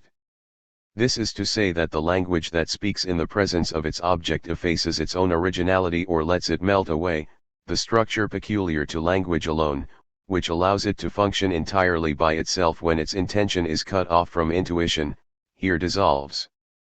Here, instead of suspecting that Husserl began his analysis and dissociation too soon, we could ask if he does not unify them too much and too soon. Are not two possibilities excluded from the start, namely, that the unity of intuition and intention can ever be homogeneous at all and that meaning can be fused into intuition without disappearing? And are they not excluded for reasons that are essential and structural, reasons that Husserl himself has adduced? To take up Husserl's language, are we not in principle excluded from ever cashing in the draft made on intuition in expression? Let us consider the extreme case of a statement about perception. Let us suppose that it is produced at the very moment of the perceptual intuition. I say, I see a particular person by the window while I really do see him. It is structurally implied in my performance that the content of this expression is ideal and that its unity is not impaired by the absence of perception here and now. For whoever hears this proposition, whether he is next to me or infinitely removed in space and time, should, by right, understand what I mean to say. Since this possibility is constitutive of the possibility of speech, it should structure the very act of him who speaks while perceiving. My non-perception, my non-intuition, my hiet nunc absence are expressed by that very thing that I say, by that which I say and because I say it. This structure will never form an intimately blended unity with intuition. The absence of intuition and therefore of the subject of the intuition is not only tolerated by speech, it is required by the general structure of signification, when considered in itself. It is radically requisite, the total absence of the subject and object of a statement, the death of the writer and or the disappearance of the objects he was able to describe does not prevent a text from meaning something. On the contrary, this possibility gives birth to meaning as such, gives it out to be heard and read. Let us go further. How is writing the common name for signs which function despite the total absence of the subject because of, beyond, his death involved in the very act of signification in general and, in particular, in what is called living speech? How does writing inaugurate and complete idealization when it itself is neither real nor ideal? And why, finally, are death, idealization, repetition, and signification intelligible, as pure possibilities, only on the basis of one and the same openness. This time let us take the example of the personal pronoun I. Husserl classes it among essentially occasional expressions. It shares this character with a whole conceptually unified group of possible meanings, Bedeutungen, in whose case it is essential each time to orient actual meaning, Bedeutung, to the occasion, the speaker, and the situation. 26, et. p. 315. This group is to be distinguished both from the group of expressions whose multiplicity of meanings is contingent and reducible by a convention. The word rule, for example, means both a wooden instrument and a prescription, and from the group of objective expressions where the circumstances of the utterance, the context, and the situation of the speaking subject do not affect their univocal meaning. For example, all expressions in theory, expressions out of which the principles and theorems, the proofs and theories of the abstract sciences are made up, et. p. 315. Mathematical expression would be the model for such expressions. Objective expressions alone are absolutely pure expressions, free from all indicative contamination. An essentially occasional expression is recognizable in that it cannot in principle be replaced in speech by a permanent objective conceptual representation without distorting the meaning, Bedeutung, of the statement. If, for example, I tried to substitute, for the word I as it appears in a statement, what I take to be its objective conceptual content, whatever speaker is designating himself, I would end up in absurdities. Instead of I am pleased, I would have whatever speaker is now designating himself is pleased. Whenever such a substitution distorts the statement, we have to do with an essentially subjective and occasional expression which functions indicatively.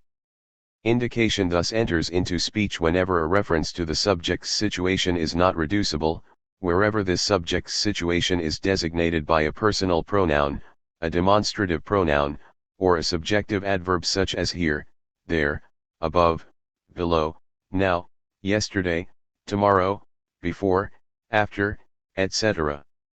This massive return of indication into expression forces Husserl to conclude, an essentially indicating character naturally spreads to all expressions which include these and similar presentations as parts. This includes all the manifold speech forms where the speaker gives normal expression to something concerning himself, or which is thought of in relation to himself. All expressions for percepts, beliefs, doubts, wishes, fears, commands belong here. We quickly see that the root of all these expressions is to be found in the 0 point of the subjective origin, the I, the here, the now. The meaning, Bedeutung, of these expressions is carried off into indication whenever it animates real intended speech for someone else. But Husserl seems to think that this Bedeutung, as a relationship with the object, I, here, now, is realized for the one Ivanhoe is speaking in solitary 5. In solitary speech the meaning, Bedeutung, of T is essentially realized in the immediate idea of one's own personality, which is also the meaning, Bedeutung, of the word in communicated speech. Each speech the meaning of T is essentially realized in the immediate idea of one's own personality, et. p. 316. Is this certain? Even supposing that such an immediate representation is possible and actually given, does not the appearance of the word I in solitary speech, a supplement whose raison d'etre is not clear if immediate representation is possible, already function as an ideality? Doesn't it give itself out as capable of remaining the same for an I here now in general, keeping its sense even if my empirical presence is eliminated or radically modified? When I say slash, even in solitary speech, can I give my statement meaning without implying, there as always, the possible absence of the object of speech, in this case, myself?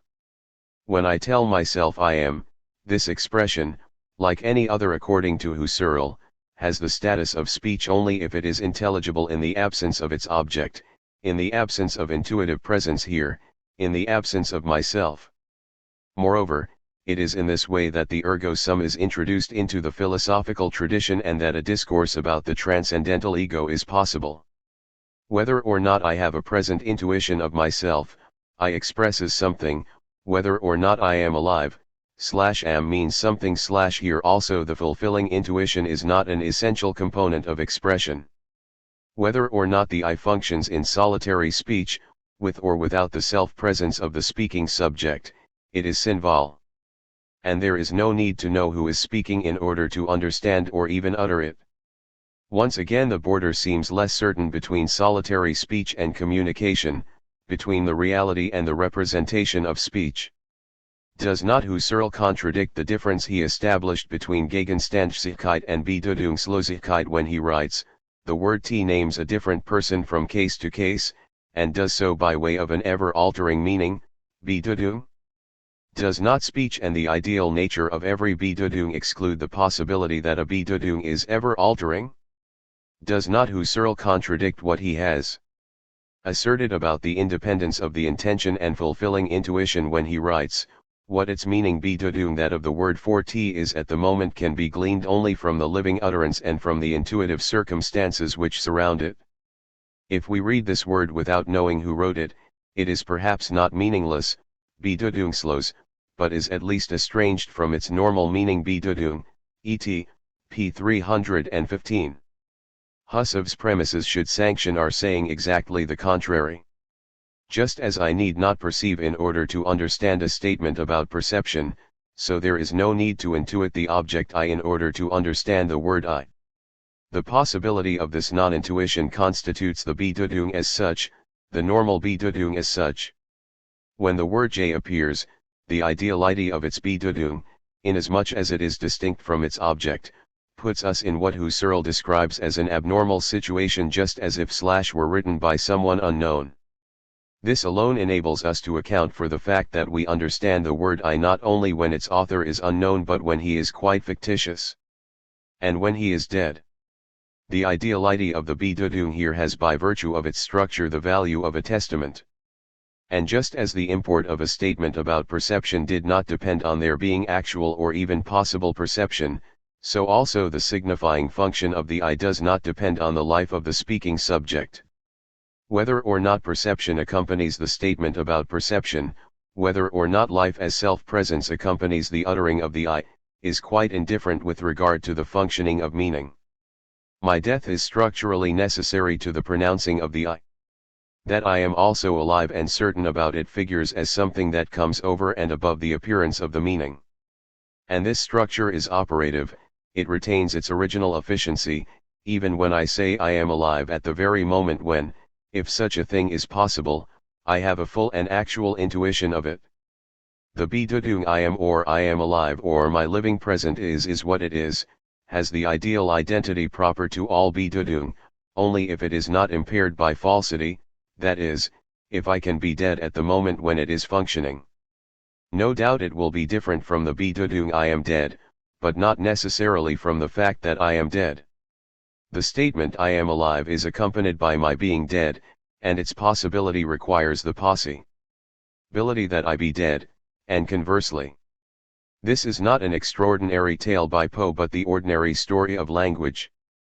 Earlier we reached the I am mortal from the I am, here we understand the I am out of the I am dead. The anonymity of the written I, the impropriety of the I am writing, is, contrary to what Husserl says, the normal situation.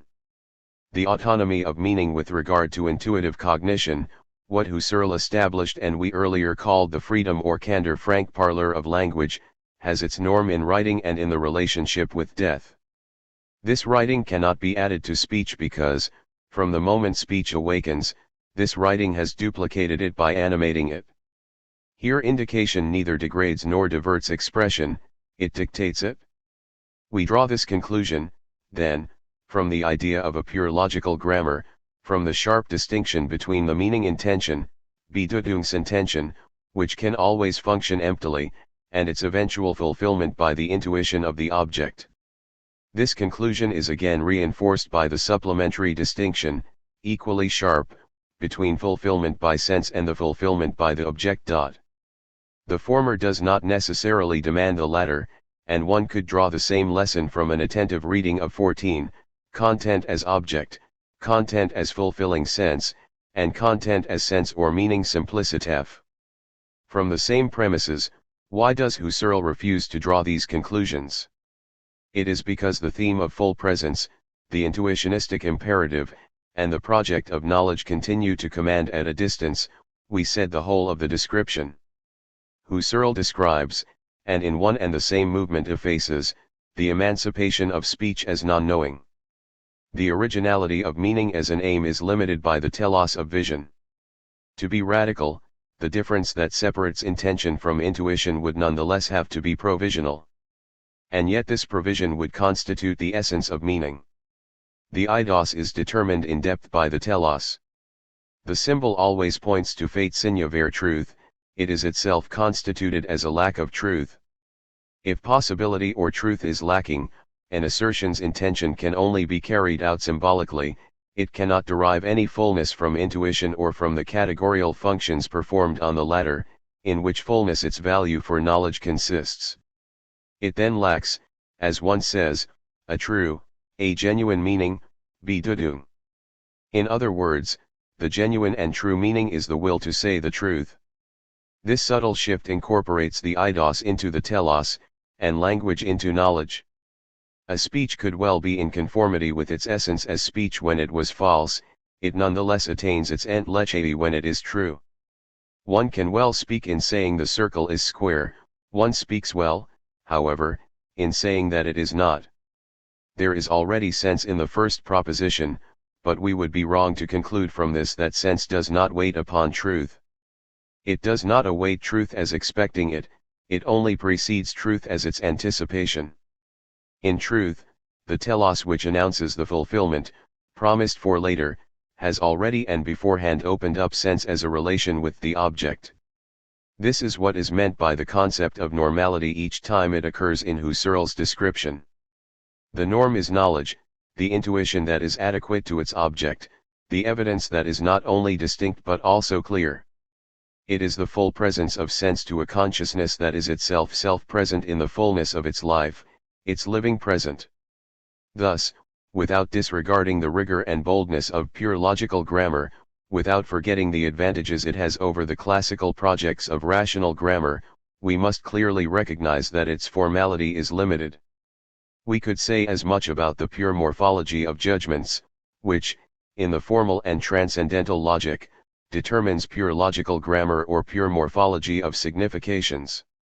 The purification of the formal is guided by a concept of sense which is itself determined on the basis of a relation with an object. Form is always the form of a sense, and sense opens up only in the knowing intentionality relating to an object. Form is but the emptiness and pure intention of this intentionality. Perhaps no project of pure grammar can escape this object-related intentionality. Perhaps the telos of knowing rationality is the irreducible origin of the idea of pure grammar, and perhaps the semantic theme, empty as it is, always limits the formalist project. In any case, transcendental intuitionism still weighs very heavily upon the formalist theme in Husserl. Apparently independent from fulfilling intuitions, the pure forms of signification, as empty or cancelled sense, are always governed by the epistemological criterion of the relation with objects. The difference between the circle is square and green is where or abracadabra, and Husserl links up these last two examples somewhat hastily, he is perhaps not attentive enough to their difference. Is that the form of the relation with an object and of a unitary intuition appears only in the first example. Here this aim will always be disappointed, yet this proposition makes sense only because another content, put in this form, S is P, would be able to let us know and see an object. The circle is square, an expression that has sense, Sinval, has no possible object, but it makes sense only insofar as its grammatical form tolerates the possibility of a relation with the object. The efficiency and the form of signs that do not obey these rules, that is, that do not promise any knowledge, can be determined as nonsense, unsinn, only if one has antecedently, and according to the most traditional philosophical move, defined sense in general on the basis of truth as objectivity. Otherwise we would have to relegate to absolute nonsense all poetic language that transgresses the laws of this grammar of cognition and is irreducible to it. In the forms of non-discursive signification, music, non-literary arts generally, as well as in utterances such as abracadabra or green is where, there are modes of sense which do not point to any possible objects. Husserl would not deny the signifying force of such formations, he would simply refuse them the formal quality of being expressions endowed with sense, that is, of being logical, in the sense that they have a relation with an object. All of which amounts to recognizing an initial limitation of sense to knowledge, of logos to objectivity, of language to reason. We have experienced the systematic interdependence of the concepts of sense, ideality, objectivity, truth, intuition, perception, and expression. Their common matrix is being as presence, the absolute proximity of self-identity, the psingen front of the object available for repetition, the maintenance of the temporal present, whose ideal form is the self-presence of transcendental life, whose ideal identity allows ideal leader of infinite repetition. The living present, a concept that cannot be broken down into a subject and an attribute, is thus the conceptual foundation of phenomenology as metaphysics. While everything that is purely thought in this concept is thereby determined as ideality, the living present is nevertheless in fact, really, effectively, etc., deferred ad infinitum. This difference is the difference between the ideal and the non-ideal. Indeed, this is a proposition which could already have been verified at the start of the logical investigations, from the point of view we are advancing. Thus, after having proposed an essential distinction between objective expressions and essentially subjective expressions, Husserl shows that absolute ideality can only be on the side of objective expressions. There is nothing surprising in that. But he immediately adds that, even in essentially subjective expressions, the fluctuation is not in the objective content of the expression, the Bedeutung, but only in the act of meaning, Bedeuten. This allows him to conclude, apparently against his former demonstration, that, in a subjective expression, the content may always be replaced by an objective and therefore ideal content, only the act then is lost for ideality. But this substitution, which, let us note in passing, would again confirm what we said about the play of life and death in the I, is ideal. As the ideal is always thought by Husserl in the form of an idea in the Kantian sense, this substitution of ideality for non-identity, of objectivity for non-objectivity, is infinitely deferred. Assigning a subjective origin to fluctuation, and contesting the theory which claims it would belong to the objective content of Bedeutung and so impair its ideality, Husserl writes, we shall have to look on such a notion as invalid. The content meant by the subjective expression, with sense oriented to the occasion, is an ideal unit of meaning, Bedeutung, in precisely the same sense as the content of a fixed expression. This is shown by the fact that, ideally speaking, each subjective expression is replaceable by an objective expression which will preserve the identity of each momentary meaning, Bedeutung, intention. We shall have to concede that such replacement is not only impracticable, for reasons of complexity, but that it cannot in the vast majority of cases, be carried out at all, will, in fact, never be so capable. Clearly, in fact, to say that each subjective expression could be replaced by an objective expression, is no more than to assert the unbounded range, Schrankenlosigkeit, of objective reason. Everything that is, can be known in itself. Its being is a being definite in content, and documented in such and such truths in themselves. But what is objectively quite definite, must permit objective determination, and what permits objective determination, must, ideally speaking, permit expression through wholly determinate word meanings, Bedeutungen. We are infinitely removed from this ideal.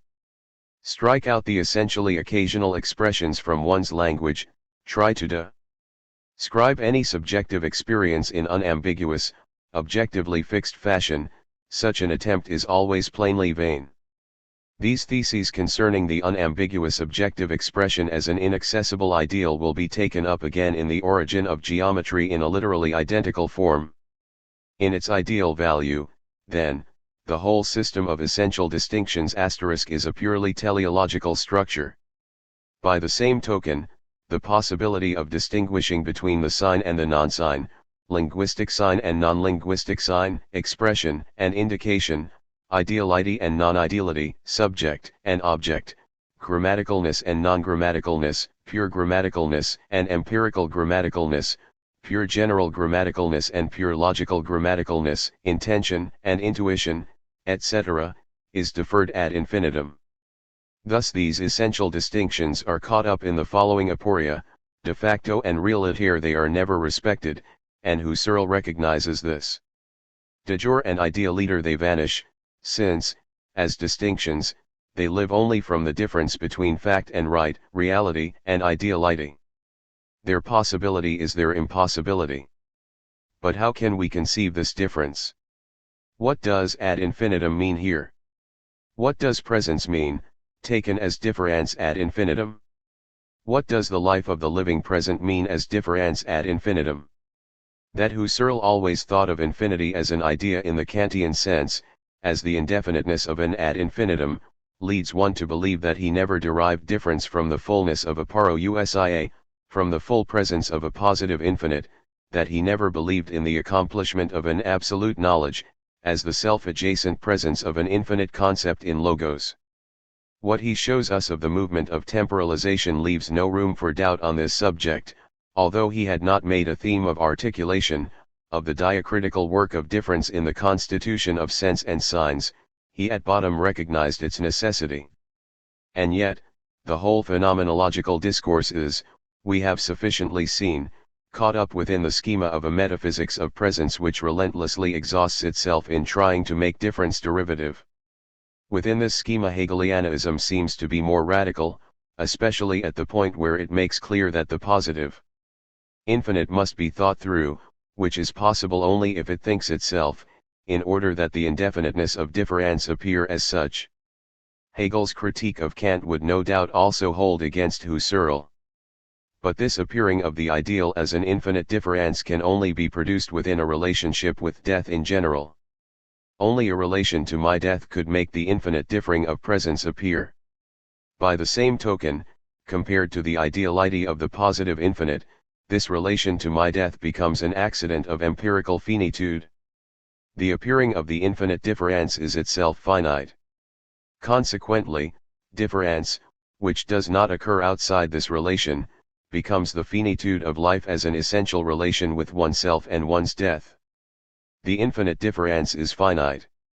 It can therefore no longer be conceived within the opposition of finiteness and infinity, absence and presence, negation and affirmation. In this sense, within the metaphysics of presence, within philosophy as knowledge of the presence of the object, as the being before oneself of knowledge in consciousness, we believe, quite simply and literally, in absolute knowledge as the closure if not the end of history. And we believe that such a closure has taken place.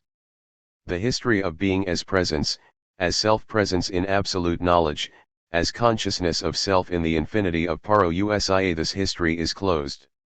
The history of presence is closed, for history has never meant anything but the presentation, Gegenartigung, of being, the production and recollection of beings in presence, as knowledge and mastery. Since absolute self-presence in consciousness is the infinite vocation of full presence, the achievement of absolute knowledge is the end of the infinite, which could only be the unity of the concept, logos, and consciousness in a voice without difference. The history of metaphysics therefore can be expressed as the unfolding of the structure or schema of an absolute will to hear oneself speak. This history is closed when this infinite absolute appears to itself as its own death. A voice without differency, a voice without writing, is at once absolutely alive and absolutely dead. As for what begins then beyond absolute knowledge, unheard of thoughts are required, sought for across the memory of old signs. As long as we ask if the concept of differing should be conceived on the basis of presence or antecedent to it, it remains one of these old signs, enjoining us to continue indefinitely to question presence within the closure of knowledge. It must indeed be so understood, but also understood differently.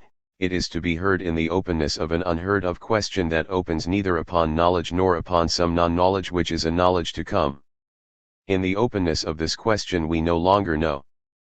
This does not mean that we know nothing but that we are beyond absolute knowledge, and its ethical, aesthetic, or religious system, approaching that on the basis of which its closure is announced and decided. Such a question will legitimately be understood as meaning nothing, as no longer belonging to the system of meaning. Thus we no longer know whether what was always presented as a derived and modified representation of simple presentation, as supplement, sign, writing, or trace/asterisk is not, in a necessarily, but newly, ahistorical sense, older than presence and the system of truth, older than history. Or again, whether it is older than sense and the senses, older than the primordial dicta or intuition, older than the present and full perception of the thing itself, older than seeing, hearing, and touching, even prior to the distinction between their sensible literalness and their metaphorical elaboration staged throughout the history of philosophy. We therefore no longer know whether what has always been reduced and abased as an accident, modification, and return, under the old names of sign and representation, has not repressed that which related truth to its own death as it related it to its origin. We no longer know whether the force of the Vergegenwärtigung, in which the Gegenwärtigung is represented so as to be represented as such, whether the repetitive force of the living present, which is represented in a supplement, because it has never been present to itself, or whether what we call with the old names of force and difference is not more ancient than what is primordial. In order to conceive of this age, in order to speak about it, we will have to have other names than those of sign or representation. New names indeed will have to be used if we are to conceive as normal and primordial what Husserl believed he could isolate as a particular and accidental experience, something dependent and secondary, that is, the indefinite drift of signs as errants and change of scene, Verwandlung, linking representations, Vergegenwärtigungen, one to another without beginning or end. There never was any perception, and presentation is a representation of the representation that yearns for itself therein as for its own birth or its death. Everything has, no doubt, begun in the following way. A name on being mentioned reminds us of the Dresden Gallery. We wander through the rooms. A painting by Teniers represents a gallery of paintings. The paintings of this gallery would represent in their turn paintings, which on their part exhibited readable inscriptions and so forth. Ideas IOO, ET, p. 293, modified. Certainly nothing has preceded this situation. Assuredly nothing will suspend it. It is not comprehended, as Husserl would want it, by intuitions or presentations. Of the broad daylight of presence, outside the gallery, no perception is given us or assuredly promised us. The gallery is the labyrinth which includes in itself its own exits. We have never come upon it as upon a particular case of experience that which Husserl believes he is describing. It remains, then, for us to speak, to make our voices resonate throughout the corridors in order to make up for the breakup of presence. The phoneme, the akamenkm, is the phenomenon of the labyrinth. This is the case with the phone. Rising toward the sun of presence, it is the way of Icarus. And contrary to what phenomenology, which is always phenomenology of perception, has tried to make us believe, contrary to what our desire cannot fail to be tempted into believing, the thing itself always escapes. Contrary to the assurance that Husserl gives us a little further on, the look cannot abide. Other essays. Form and meaning. A note on the phenomenology of language. Phenomenology has criticized metaphysics as it is in fact only in order to restore it. It has informed metaphysics about its actual state of affairs in order to reawaken it to the essence of its task, to its original and authentic purpose. This is recalled in the latter pages of the Cartesian Meditations, against adventurous speculation, against naive and degenerate metaphysics. We must return to the critical project of first philosophy. If certain metaphysical systems awaken suspicion, even if the whole of existing metaphysics is suspended by phenomenology, this does not exclude metaphysics in general. To follow this movement of critical purification in phenomenology, the concept of form could be used as a guiding thread. If the word form translates several Greek terms in a highly equivocal way, we can be sure nonetheless that all these terms themselves refer back to founding metaphysical concepts. By reinscribing the Greek terms, eidos, morph, etc., into die language of phenomenology, by playing upon the differences between the Greek, Latin, and German, Husserl clearly wanted to disengage the original concepts from the later and supervenient metaphysical interpretations, which, he declared, charged the word with an invisible sedimentation. 1. But Husserl labors al. This essay was published originally as La Ferme et l'Evolwardier, Note sur la Phenomenologie du Langage, in the Revue Internationale de Philosophique, LSCSI, September, 1967, 277-99. Ways to restore a primordial sense to these terms, a sense which began to be perverted at the time of its inscription into the tradition. Thus Husserl often goes against the first thinkers, against Plato and Aristotle. Whether it is a question of determining the eidos against Platonism, the form, in the problem of formal logic and ontology, or morph, in the problem of transcendental constitution and in its relations with Hyl, against Aristotle, the force, vigilance, and efficacy of the critique remains intrametaphysical in its motives. How could it be otherwise? As soon as we use the concept of form even to criticize another concept of form, we must appeal to the evidence of a certain source of sense. And the medium of this evidence can only be the language of metaphysics. For that language we know what form means, how the possibility of its variations is ordered, what its limits are, and the field of all conceivable disputes concerning it. The system of oppositions in which something like form can be considered, the formality of form, is a finite system. Furthermore, it is not enough to say that form has a sense for us, a center of evidence, or that its essence is given to us as such. Indeed, this concept is, and always has been, indissociable from the concepts of appearance, sense, evidence, or essence. Only a form is evident, only a form has or is an essence, only a form presents itself as such. This is a point of certainty that no interpretation of the Platonic or Aristotelian conceptual system can dislodge.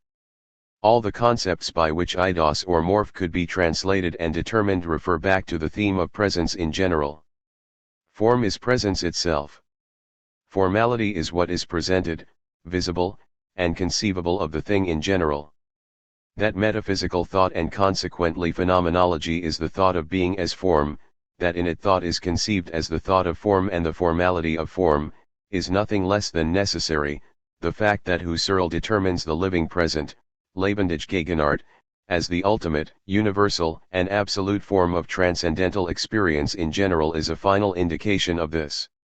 Although the privilege of the orla is not, in phenomenology, as simple as has sometimes been claimed, although the classical theories are profoundly re-examined therein, the metaphysical domination of the concept of form cannot fail to effectuate a certain subjection to the look.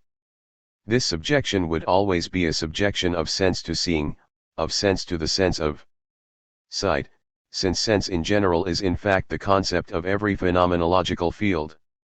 The implications of such a putting on view could be unfolded in many directions and by proceeding from what would appear to be the most diverse places within the text and problems of phenomenology. It could be shown, for example, how this putting on view and this concept of form permit a movement between the project of formal ontology, the description of time or of intersubjectivity, the latent theory of the work of art, etc. But if sense is not speech, their relationship with regard to this putting on view no doubt deserves some particular attention.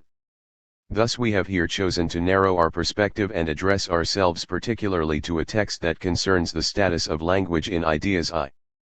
Among the determination of this status, the privilege of the formal, and the predominance of the theoretical there is a certain systematic interchange. And yet the coherence of this system seems to be worked over by something outside that relation to the outside which is the relation to form. It is out of this circularity and uneasiness that we want only to raise some preliminary indications, with the conviction that not only does ideas I not contradict the logical investigations on this point but, on the contrary, continually makes it explicit, and that no text posterior to ideas I has ever expressly reconsidered its analyses. Meaning in the text. For more than two-thirds of the book, transcendental experience is presented as though it were silent, as though it were inhabited by no language whatever, or rather, as though it were deserted by expression as such, for, since the investigations, Husserl had in fact determined the essence or telos of language as expression, Ausdruck. The transcendental description of the fundamental structures of all experience is followed up until the end of the next to last section without the problem of language even being touched upon. The cultural world and the world of science are indeed evoked, but even though in fact the predicates of culture and science are inconceivable outside a world of language, Husserl takes himself to be justified, for methodological reasons, in not considering the stratum of expression, in provisionally putting it between brackets. Husserl can assume he is justified in so doing only by supposing that expression constitutes an original and strictly delimited stratum, Schicht, of experience. What the investigations had proposed an emphatic demonstration of, and what remains presupposed in Ideas I, is that acts of expression are original and irreducible in their nature. Thus at a certain moment of the descriptive itinerary, we can come to consider linguistic expression as a circumscribed problem. And we already know from the moment we approach it that the stratum of logos will be included in the most general structure of experience, whose poles or correlations were just described, the parallel opposition of the noesis and the noema. Thus it is already assumed that, however original its nature may be, the stratum of logos has to be organized according to the noetic-noematic parallelism. The problem of meaning, Bedeuten, too is broached in Ideas I in 124, entitled The Noetic-Noematic Stratum of the Logos. Meaning and meaning something, Bedeuten und Bedeutung, the metaphor of the stratum, Schicht, has two implications. On the one hand, meaning is founded on something other than itself, and this dependence will be continually confirmed by Husserl's analysis. On the other hand, it constitutes a layer whose unity can be strictly delimited. But if the metaphor of the stratum is approved throughout the section, in the last few lines it will nonetheless be held suspect. This suspicion is not purely rhetorical, it translates a profound uneasiness over the descriptive fidelity of speech. If the metaphor of the stratum does not answer to the structure to be described, how could it have been used so long?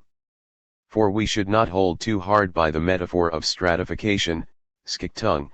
Expression is not of the nature of an overlaid varnish, Ibergelagerter Lack, or covering garment, it is a mental formation, Geistige Formung, which exercises new intentional influences, Funktionen, on the intentional substratum, and intentionalen Unterschicht, and experiences from the latter correlative intentional influences, p 349. 8. This distrust of a metaphor manifests itself at the moment when a new complication of the analysis becomes necessary. We would like only to note here that, before encountering thematic difficulties, the effort to isolate the logical stratum of expression encounters difficulties in its enunciation. The discourse on the logic of speech becomes caught up in the play of metaphors. That of the stratum, as we shall see, is far from being the only one. From the start of the analysis the concern to bring out what it is that assures the properly logical function of speech is manifest. We find that the essence or telos of language is determined as logical and that, as in the investigations, the theory of speech reduces the considerable mass of what is not purely logical in language to extrinsic value. One metaphor already betrays the difficulty of this first reduction, a difficulty which, having been only deferred and not resolved at the end of the paragraph, will require new explanations and new distinctions. Acts of expression, acts strata in the specific logical sense, are interwoven, verweben sich, with all the acts hitherto considered, and in their case no less than in the others the parallelism of noesis and noema must be clearly brought out. The prevalent and unavoidable ambiguity of our ways of speaking, which is caused by this parallelism and is everywhere operative where the concomitant circumstances are mentioned, operates also of course when we talk of expression and meaning. 124, et. p. 345.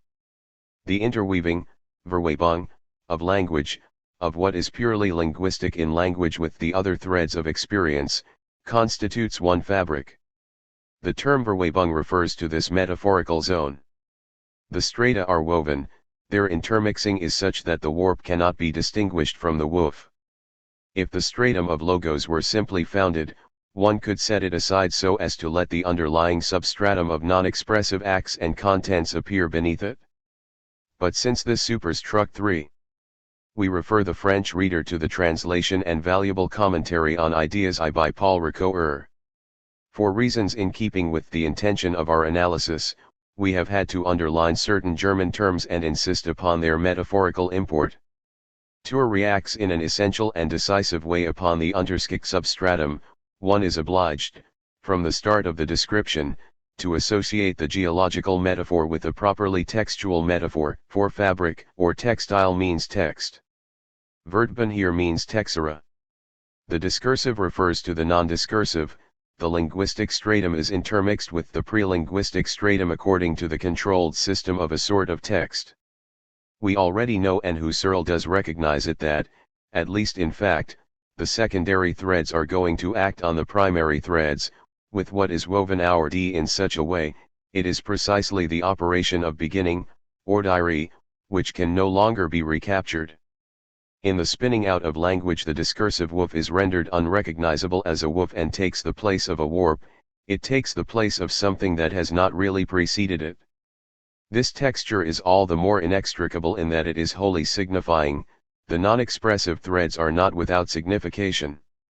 In the investigations, Husserl has showed that their signification is simply of an indicative nature. In the section we are now concerned with, he recognizes that the terms Bedeuten and Bedeutung can well exceed the expressive field. We restrict our glance exclusively to the meaning content, Bedeutung, and the act of meaning, Bedeuten. Originally these words relate only to the sphere of speech, Sprachlichsphäre, that of expression, de Ausdruckens. But it is almost inevitable, and at the same time an important step for knowledge, to extend the meaning of these words, and to modify them suitably so that they may be applied in a certain way to the whole noetic and ematic sphere, to all acts, therefore, whether these are interwoven, verflochten, with expressive acts or not.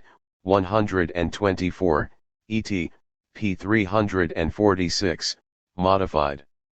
Before this inextricable texture, this interweaving, Verflechtung, for that seems to defy analysis, the phenomenologist does not become discouraged.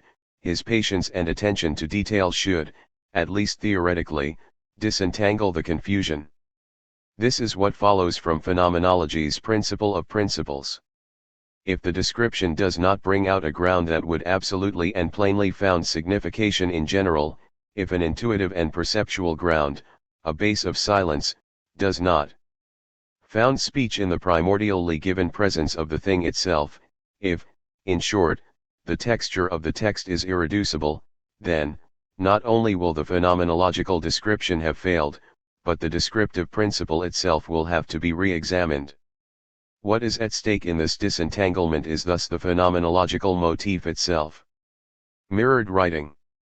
Husserl begins by delimiting the problem, simplifying or purifying its given data.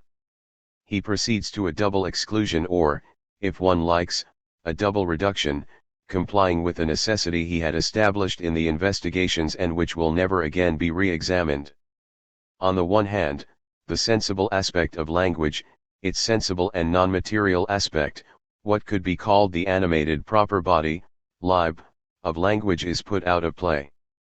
Since, for Husserl, expression supposes a meaning intention, Bedeutungsintention, its essential condition therefore is the pure act of the animating intention and not the body to which, in a mysterious way, it is united and gives life. Husserl accords himself the right to dissociate this enigmatic unity of the informing intention and the informed matter in its very principle. This is why, on the other hand, he defers forever, it seems, the problem of the unity of the two aspects, the problem of the union of soul and body. Let us start from the familiar distinction between the sensory, the so to speak bodily aspect, Leiblichen seat, of expression, and its non-sensory mental aspect. There is no need for us to enter more closely into the discussion of the first aspect, nor upon the way of uniting the two aspects, though we clearly have title headings here indicated for phenomenological problems that are not unimportant. After Husserl takes this double precaution, the contours of the problem appear more clearly. What distinctive traits separate the essentially expressive stratum from the pre-expressive stratum, and how can the effects of one on the other be subjected to an eidetic analysis? This question will receive its full formulation only after a certain progress made in the analysis. How to interpret the expressing of what is expressed, how expressed experiences stand in relation to those that are not expressed, and what changes the latter undergo when expression supervenes. One is then led to the question of their intentionality, of their immanent meaning, of their content, materia, and quality, i.e., the act character of the thesis, of the distinction of this meaning and these phases of the essence which lie in the pre-expressive from the meaning of the expressing phenomenon itself and its own phases, and so forth. One gathers still in various ways from the writings of the day how little justice is apt to be done to the great problems here indicated in their full and deepening significance. 124, et. p. 348. This problem had, of course, already been posed, especially at the beginning of the sixth logical investigation, but the path which leads up to it is different here, not only for very general reasons, the access to an explicitly transcendental problem, the appeal to the notion of the noema, the acknowledged generality of the noetic-noematic structure, but in particular by virtue of the distinction that has come to be added, in the interim, between the concepts of sin and Bedeutung.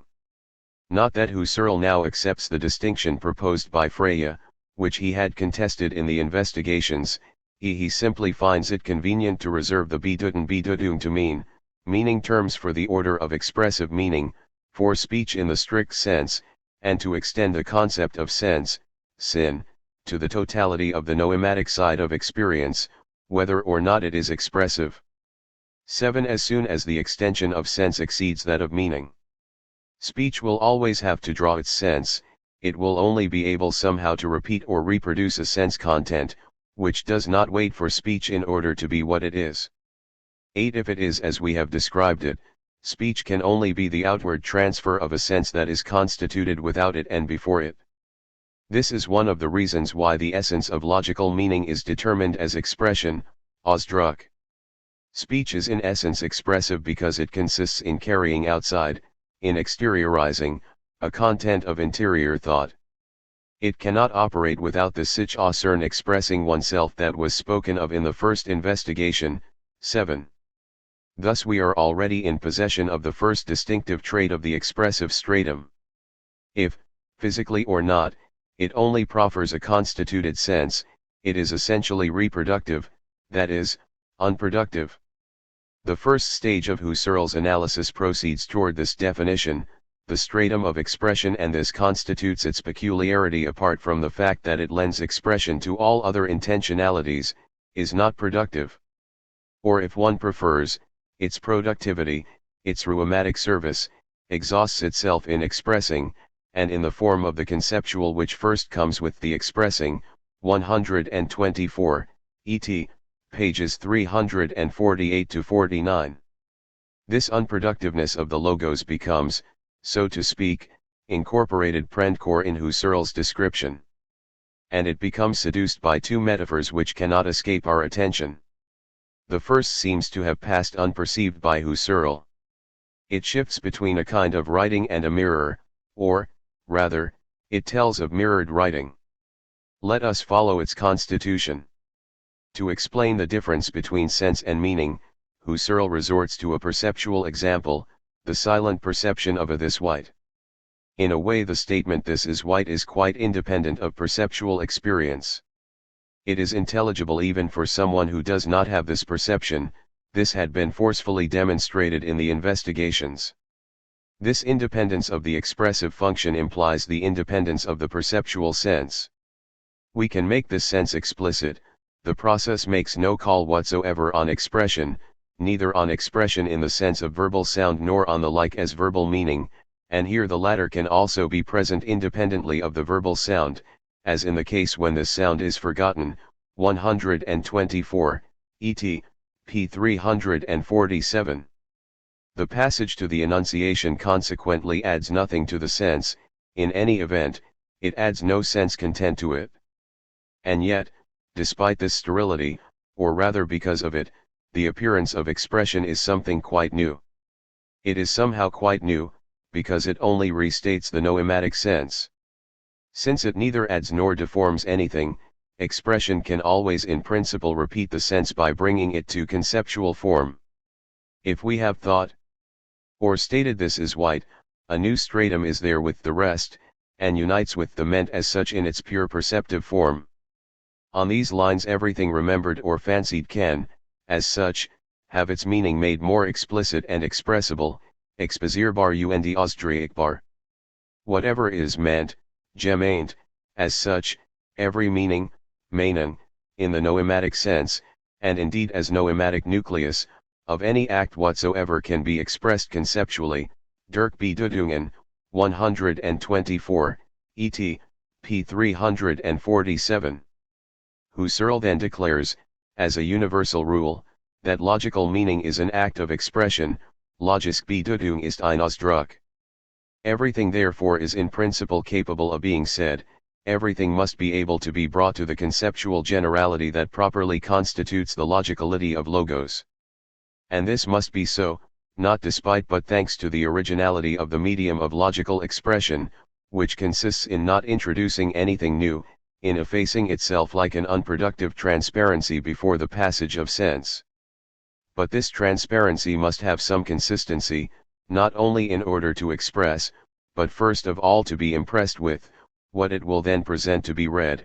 From the noetic standpoint, the rubric expressing should indicate a special act stratum to which all other acts must adjust themselves in their own way, and with which they must blend remarkably in such wise that every noematic act's sense, and consequently the relation to objectivity which lies in it, impresses itself, sich ausprägt, strikes, or stamps itself, conceptually, begrifflich, in the noematic phase of the expressing, 124, et. p. 347, modified. Thus the pre-expressive noema, the pre-linguistic sense, must be impressed on the expressive noema, it must acquire its conceptual determination in the meaning content.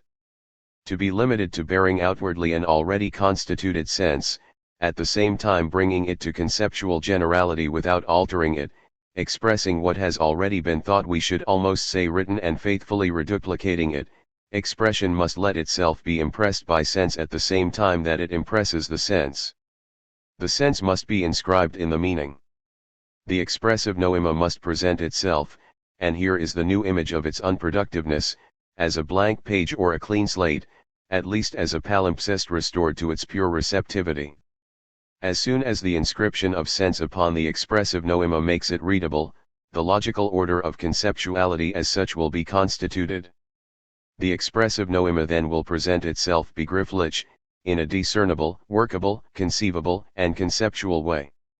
The conceptual order is inaugurated by expression, but this inauguration reduplicates a pre-existing conceptuality, since it must have been from the start impressed upon the blank page of meaning. Production and revelation are unified in the impression-expression proper to speech. And since what Husserl is considering here is not the verbal order, with all its interwoven, physical and intentional, complexity, but the still silent meaning intention, i.e., the moment meaning, which is more than sense, has appeared but has not yet been effectively and physically offered, we must conclude that sense in general, the noematic sense of every experience, is something which, by its very nature, must be already able to be impressed on a meaning, to leave or receive its formal determination in a meaning. Sense would therefore already be a kind of blank and mute writing which is reduplicated in meaning. The stratum of meaning then would have only the kind of originality of the tabula rasa. This metaphor will bring on serious problems, as we can already foresee. If, in particular, there is an original history and permanence proper to concepts, such as they are already inscribed in the meaning alone, and even with the supposition that the meaning can be separated from the history of a language and of its signifiers, they are always older than the sense, and constitute a text also.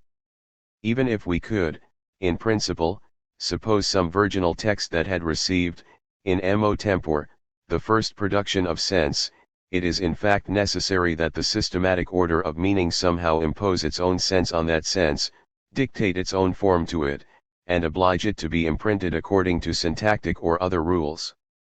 And this in fact is not one empirical necessity among others. We cannot put it in brackets in order to ask questions that are transcendental in principle, since the status of meaning cannot be fixed without, at the same time, determining the status of sense. The putting of this fact in brackets is a decision about the status of sense in general in its relation to speech. It does not depend on phenomenology, rather it opens up phenomenology in a non-critical movement.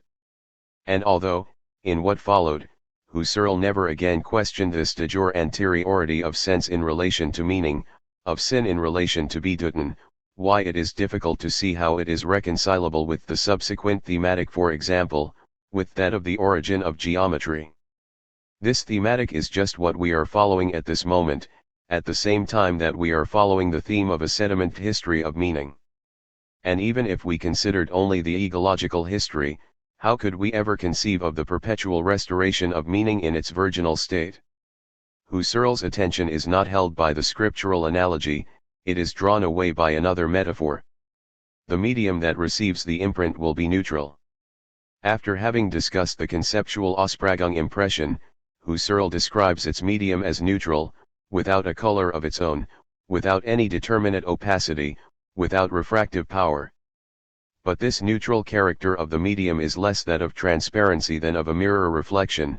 A peculiar intentional instrument lies before us which essentially possesses the outstanding characteristic of reflecting back as from a mirror, wiederzuspiegeln, every other intentionality according to its form and content, of copying, abzubilden, it whilst coloring it in its own way, and thereby of working into, einzubilden, it its own form of conceptuality. 124, et. pages 347 to 48. There is a double effect of the medium, a double relation between logos and sense.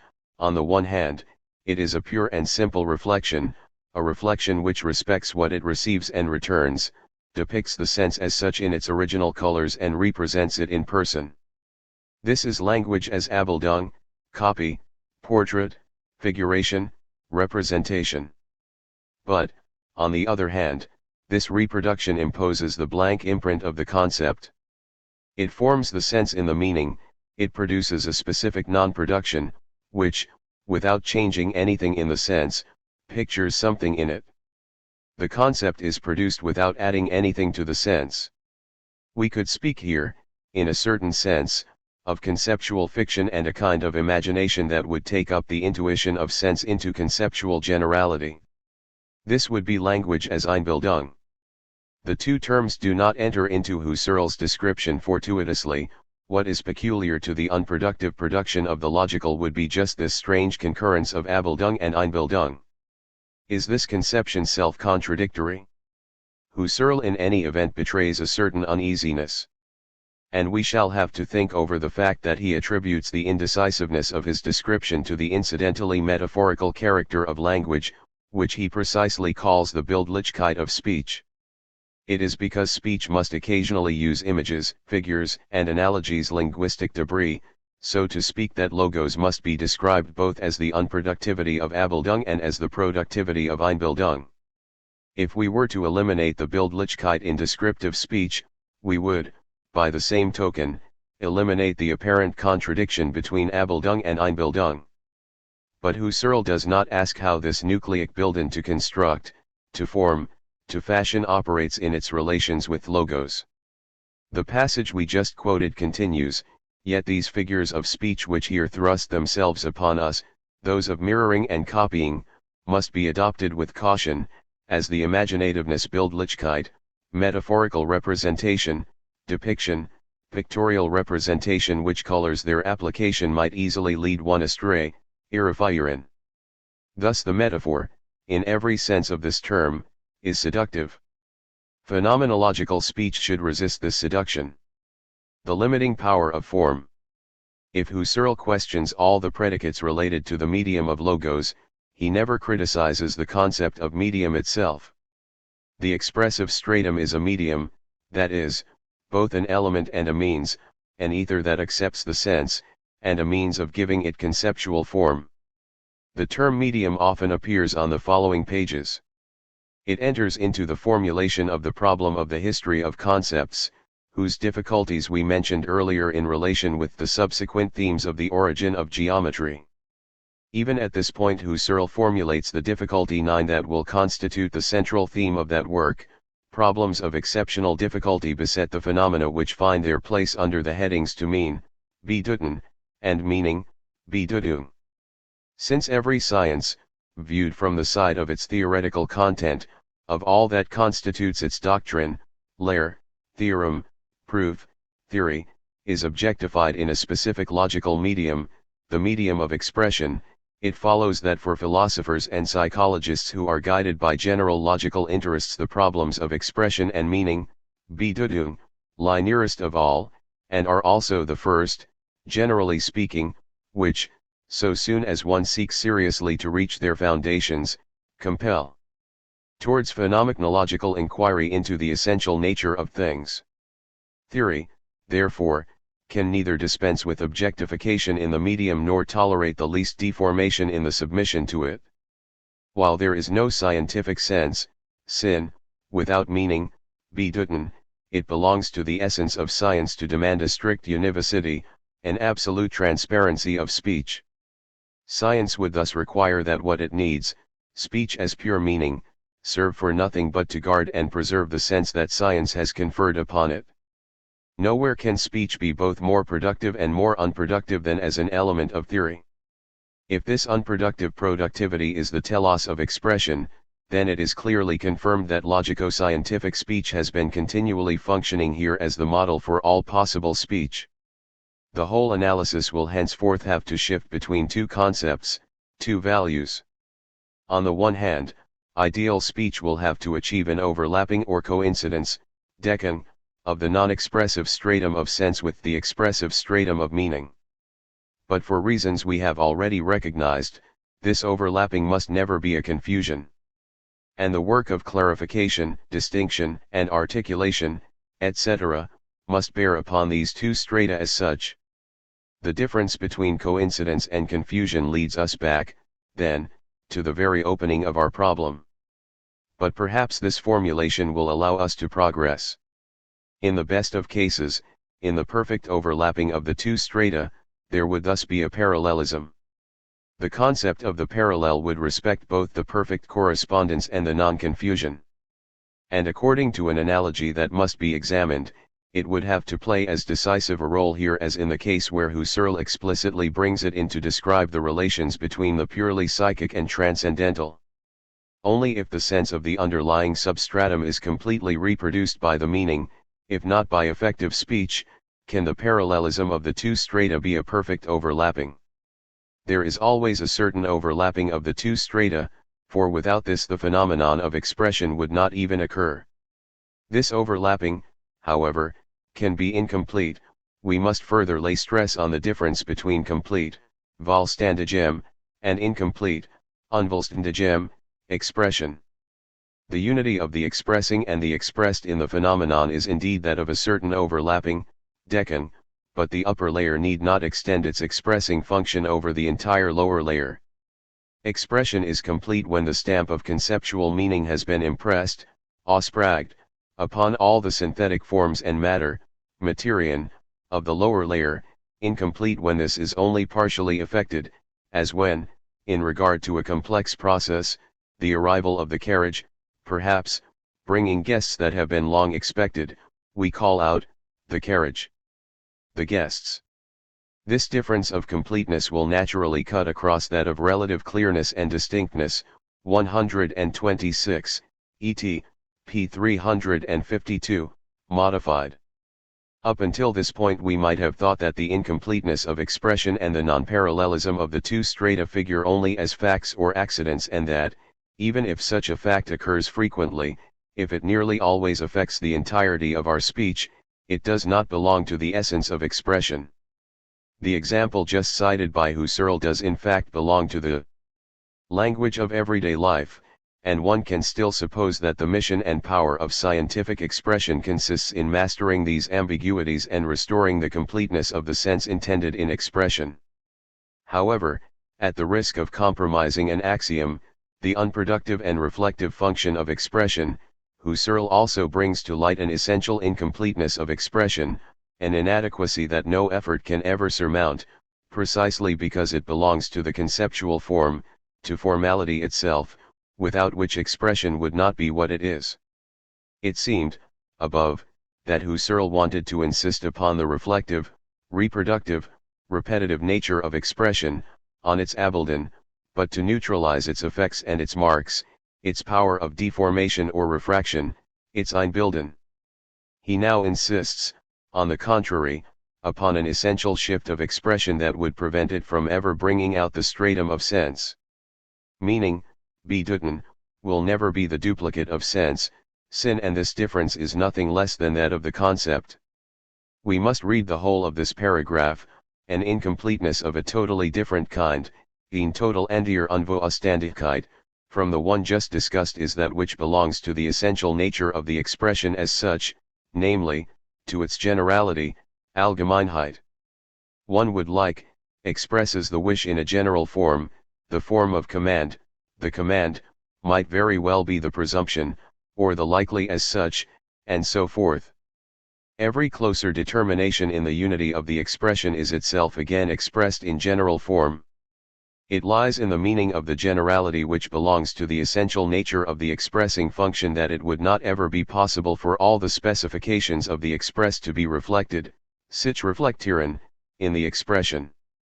The stratum of the meaning function is not, and in principle is not, a sort of duplication, reduplication, of the lower stratum. Referring back to the whole problem of complete and incomplete expressions in the logical investigations, Husserl then evokes the functions of the underlying substratum, which in principle cannot be repeated in expression, the qualities of clarity, distinctness, attentional modifications, etc. This impoverishment is the condition for scientific formalization. There is univocity to the extent that the complete repetition of sense in the meaning is given up. We cannot even say, therefore, that de facto incompleteness, taken as inessential or accidental, is reduced by a teleology of scientific speech, or that it is included, as a provisional obstacle, within the horizon of an infinite task. The telos of scientific speech itself, and as such, involves an eschewing of completeness.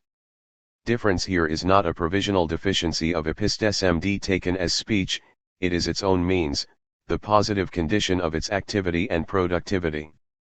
It is as much the limit of scientific power as the power of the scientific limit, it is the limiting power of its formality.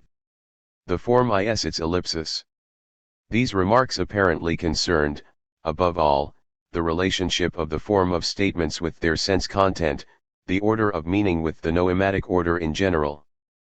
But they now imply an essential decision concerning the relationship between statements themselves within the general system of expression. To be able to determine the relationship between expression and sense as we have, did we not already have to have taken a certain type of statement as absolutely privileged? Is there not an essential relationship between formal import and a certain sentence structure? By the same token, is there not an easy movement from a certain type of noema, or experience of sense, to the order of meaning, a movement that somehow makes the whole of this phenomenology of logos possible? With this question we retrace our first steps.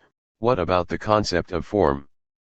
How does it inscribe phenomenology within the closure of metaphysics?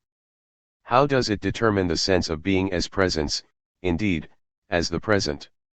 What secretly connects it with that delimitation of the sense of being that makes us think of it particularly in the verbal form of the present and, more narrowly still, in the third-person present indicative?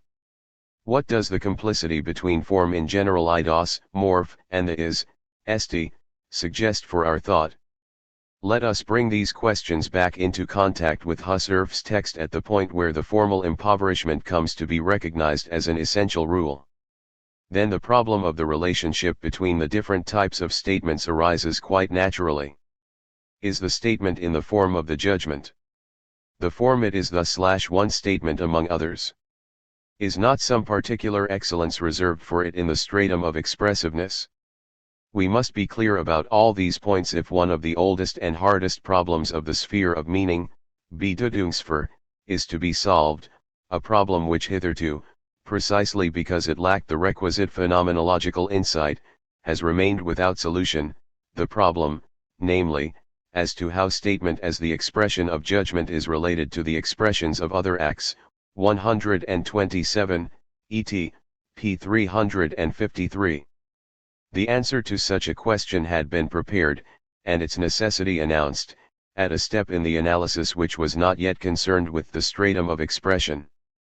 There it was a question of bringing forth the evidence, in practical or effective experience, in the acts of aesthetic or moral evaluation, etc., for a doxic core which, still allowing us to think of values as states of being, the wished for as the being wished for, the agreeable as the being agreeable, etc. 114, constitutes, so to speak, the logicality of the pre-expressive stratum.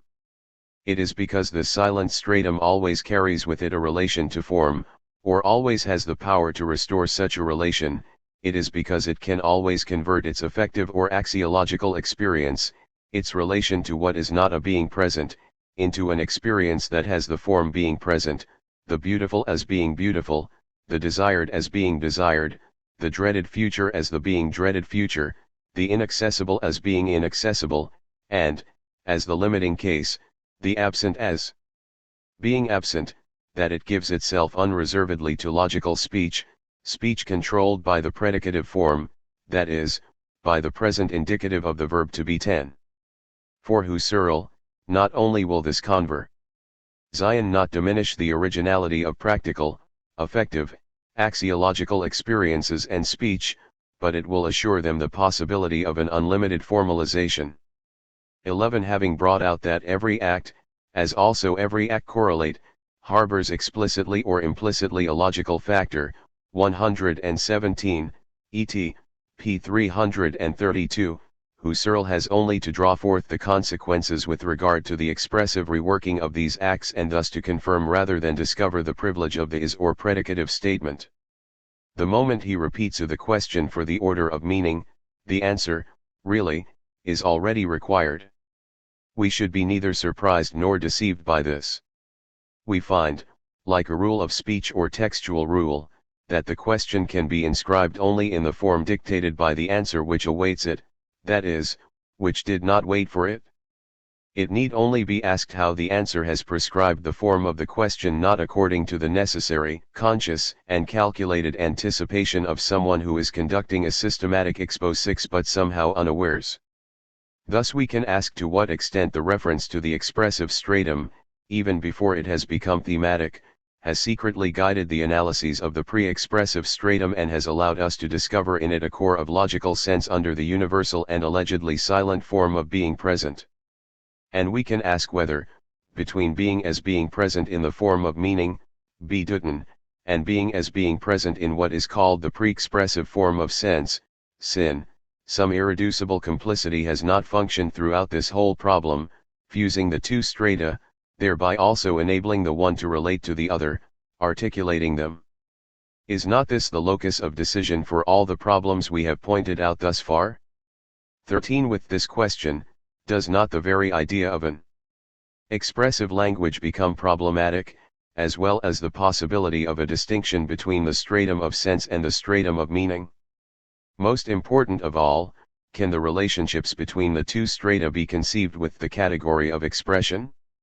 To say that the description of the infrastructure, of sense, has been secretly guided by the superstructural possibility of meaning is not to contest, against Husserl, the duality of the strata and the unity of a certain passage that relates them. Nor is it to wish to reduce one stratum to the other, or to judge the complete recapture of sense into meaning to be impossible. Nor is it to reconstruct experience, of sense, as a language, especially if we understand this to be speech, a verbal fabric, or to produce a critique of language based on the ineffable richness of sense. It is simply to ask a question about another relationship between what is, problematically, called sense and meaning. That is, it is to question the unity of sense and word in the eyes which de jure could have assured the incorporation of all language into theoretical predication only by already having teleologically destined all sense to meaning. And it is also to question the relationship between the is and formality in general. It is through the evidence of the present is, in evidence itself, that the whole of transcendental phenomenology is put forth in its supreme ambition, aiming to achieve both the constitution of an absolutely formal logic and ontology and a transcendental description of self-presence or primordial consciousness. It might then be thought that the sense of being has been limited by the imposition of form which in its most overt function, and ever since the origin of philosophy, would, with the authority of the is, have assigned to the sense of being the closure of presence, the form of presence, presence in form, or form presence. 14. It might, on the contrary, be thought that formality or formalization is limited by the sense of being which in fact, throughout its whole history, has never been separated from its determination as presence, under the fine control of the is, and, therefore, that thought, controlled by the concept of form, has the power to extend itself beyond the thought devoted to being. But perhaps what Husserls' enterprise illustrates is that these two limits are the same. Phenomenology has been able to push the formalist demand to its extreme limit and to criticize all the preceding formalisms only on the basis of conceiving being as self-presence, only on the basis of a transcendental experience of pure consciousness. There is, then, probably no choice to be made between two lines of thought. Our task is rather to reflect on the circularity which makes the one pass into the other indefinitely. And, by strictly repeating the circle in its own historical possibility, we allow the production of some elliptical change of sight, within the difference involved in repetition. This displacement is no doubt deficient, but with a deficiency that is not yet, or is already no longer, absence, negativity, non-being, lack, silence. Neither matter nor form, it is nothing that any philosopheme, that is, any dialectic, however determinate, can capture. It is an ellipsis of both meaning and form. It is neither plenary speech nor perfectly circular. More and less, neither more nor less. It is perhaps an entirely different question. The verb to differ, differe, seems to differ from itself. On the one hand, it indicates difference as distinction, inequality, or discernibility. On the other, it expresses the interposition of delay, the interval of a spacing and temporalizing that puts off until later what is presently denied, the possible that is presently impossible. Sometimes the different and sometimes the deferred correspond in French to the verb to differ.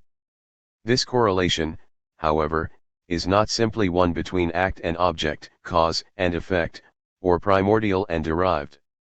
In the one case to differ signifies non-identity, in the other case it signifies the order of the same. Yet there must be a common, although entirely different one differenti root within the sphere that relates the two movements of differing to one another.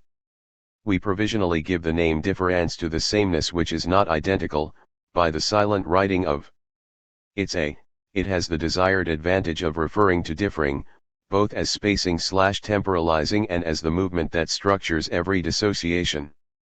As distinct from difference, difference thus points out the irreducibility of temporalizing, which is also temporalization in transcendental language, which is no longer adequate here. This would be called the constitution of primordial temporality, just as the term spacing also includes the constitution of primordial spatiality. Difference is not simply active, any more than it is a subjective accomplishment. It rather indicates the middle voice. It precedes and sets up the opposition between passivity and activity. With its difference more properly refers to what in classical language would be called the origin or production of differences and the differences between differences, the plaisir of differences. Its locus and operation will therefore be seen wherever speech appeals to difference. Difference is neither a word nor a concept. In it, however, we shall see the juncture rather than the summation of what has been most decisively inscribed in the thought of what is conveniently called our epoch, the difference of forces in Nietzsche, Saussure's principle of semiological difference, differing as the possibility of neuron facilitation to impression and delayed effect in Freud, difference as the irreducibility of the trace of the other in Levinas, and the ontocontological difference in Heidegger. Reflection on this last determination of difference will lead us to consider difference as the strategic note or connection relatively or provisionally privileged which indicates the closure of presence, together with the closure of the conceptual order and denomination, a closure that is effected in the functioning of traces. I shall speak, then, of a letter, the first one, if we are to believe the alphabet and most of the speculations that have concerned themselves with it. I shall speak then of the letter A, this first letter which it seemed necessary to introduce now and then in writing the word difference. This seemed necessary in the course of writing about writing, and of writing within a writing whose different strokes all pass, in certain respects, through a gross spelling mistake, through a violation of the rules governing writing, violating the law that governs writing and regulates its conventions of propriety. In fact or theory we can always erase or lessen this spelling mistake, and, in each case, while these are analytically different from one another but for practical purposes the same, find it grave, unseemly, or, indeed, supposing the greatest ingenuousness, amusing. Whether or not we care to quietly overlook this infraction, the attention we give it beforehand will allow us to recognize, as though prescribed by some mute irony, the inaudible but displaced character of this literal permutation. We can always act as though this makes no difference. I must say from the start that my account serves less to justify this silent spelling mistake, or still less to excuse it, than to aggravate its obtrusive character. On the other hand, I must be excused if I refer, at least implicitly, to one or another of the texts that I have ventured to publish. Precisely what I would like to attempt to some extent, although this is in principle and in its highest degree impossible, due to essential de jure reasons, is to bring together an assemblage of the different ways I have been able to utilize or, rather, have allowed to be imposed on me what I will provisionally call the word or concept of difference in its new spelling. It is literally neither a word nor a concept, as we shall see. I insist on the word assemblage here for two reasons. On the one hand, it is not a matter of describing a history, of recounting the steps, text by text, context by context, each time showing which scheme has been able to impose this graphic disorder, although this could have been done as well. Rather, we are concerned with the general system of all these schemata. On the other hand, the word assemblage * seems more apt for suggesting that the kind of bringing together proposed here has the structure of an interlacing, a weaving, or a web, which would allow the different threads and different lines of sense or force to separate again, as well as being ready to bind others together. In a quite preliminary way, we now recall that this particular graphic intervention was conceived in the writing up of a question about writing. It was not made simply to shock the reader or grammarian. Now, in point of fact, it happens that this graphic difference, the A instead of the E, this marked difference between two apparently vocalic notations, between vowels, remains purely graphic. It is written or read, but it is not heard. It cannot be heard, and we shall see in what respects it is also beyond the order of understanding. It is put forward by a silent mark, by a tacit monument, or, one might even say, by a pyramid, keeping in mind not only the capital form of the printed letter but also that passage from Hegel's Encyclopedia where he compares the body of the sign to an Egyptian pyramid. The A of difference, therefore, is not heard, it remains silent, secret, and discreet, like a tomb. 8. It is a tomb that, provided one knows how to decipher its legend, is not far from signaling the death of the king. It is a tomb that cannot even be made to resonate. For I cannot even let you know, by my talk, now being spoken before the Société Francaise de Philosophie, which difference I am talking about at the very moment I speak of it. I can only talk about this graphic difference by keeping to a very indirect speech about writing, and on the condition that I specify each time that I am referring to difference with an E or difference with an A. All of which is not going to simplify matters today, and will give us all a great deal of trouble when we want to understand one another. In any event, when I do specify which difference I mean when I say with an E or with an CT, this will refer irreducibly to a written text, a text governing my talk, a text that I keep in front of me, that I will read, and toward which I shall have to try to lead your hands and eyes. We cannot refrain here from going by way of a written text, from ordering ourselves by the disorder that is produced therein, and this is what matters to me first of all. Doubtless this pyramidal silence of the graphic difference between the E and the A can function only within the system of phonetic writing and within a language or grammar historically tied to phonetic writing and to the whole culture which is inseparable from it. But I will say that it is just this, the silence that functions only within what is called phonetic writing, that points out or reminds us in a very opportune way that, contrary to an enormous prejudice, there is no phonetic writing. There is no purely and strictly phonetic writing. What is called phonetic writing can only function in principle and de jure, and not due to some factual and technical inadequacy, by incorporating non-phonetic signs, punctuation, spacing, etc., but when we examine their structure and necessity, we will quickly see that they are ill described by the concept of signs. Saussure had only to remind us that the play of difference was the functional condition, the condition of possibility, for every sign, and it is itself silent. The difference between two phonemes, which enables them to exist and to operate, is inaudible. The inaudible opens the two present phonemes to hearing, as they present themselves.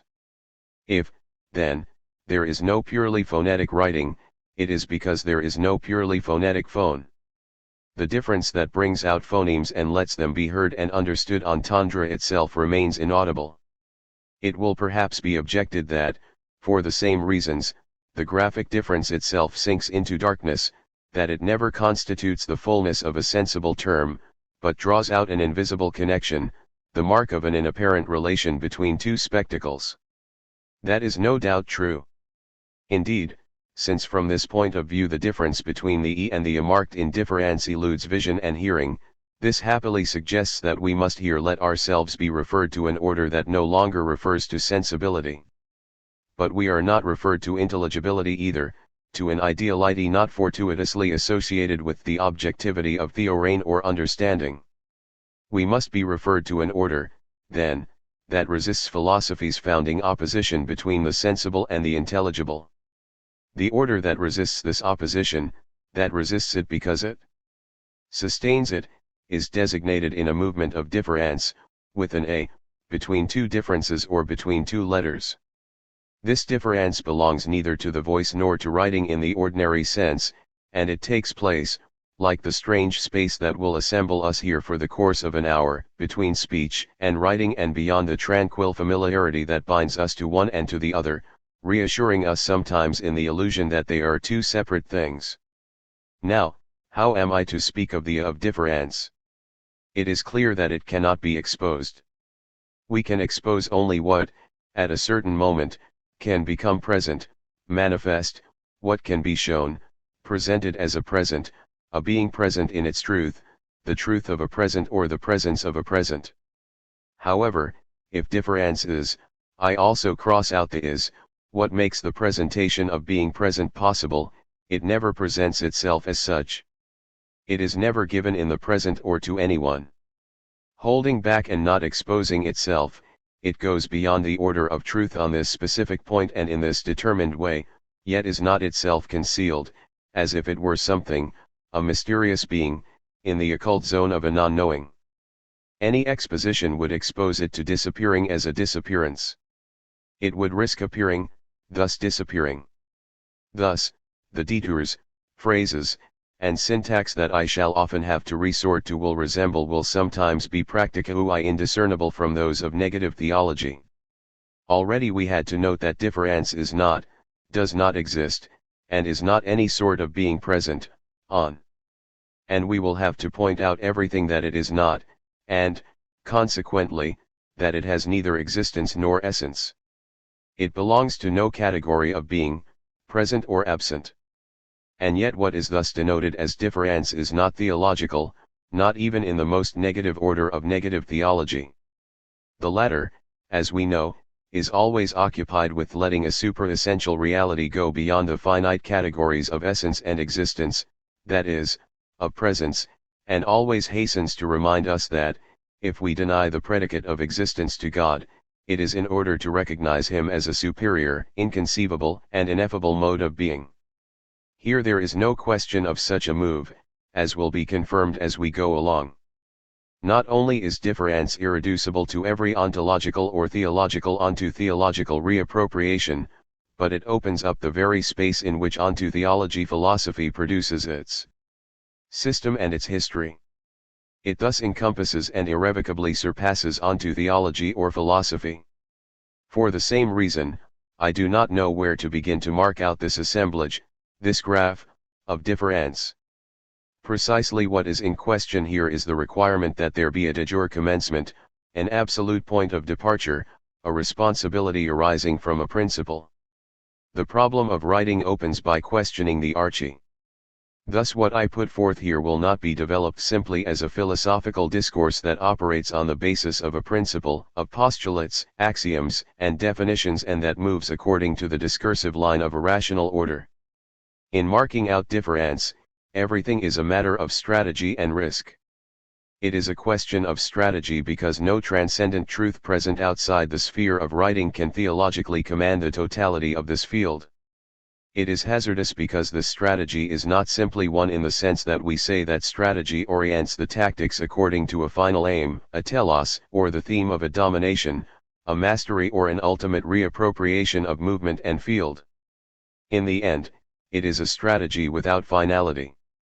We might call it blind tactics or empirical errance, if the value of empiricism did not itself derive all its meaning from its opposition to philosophical responsibility. If there is a certain errance in the tracing out of difference, it no longer follows the line of logico-philosophical speech or that of its integral and symmetrical opposite, logico-empirical speech. The concept of plaisir remains beyond this opposition. On the eve and aftermath of philosophy, it designates the unity of chance and necessity in an endless calculus. By decision and, as it were, by the rules of the game, then, turning this thought around, let us introduce ourselves to the thought of difference by way of the theme of strategy or stratagem. By this merely strategic justification, I want to emphasize that the efficacy of this thematics of difference very well may, and even one day must, be sublated, i.e., lend itself, if not to its own replacement, at least to its involvement in a series of events which in fact it never commanded. This also means that it is not a theological thematics.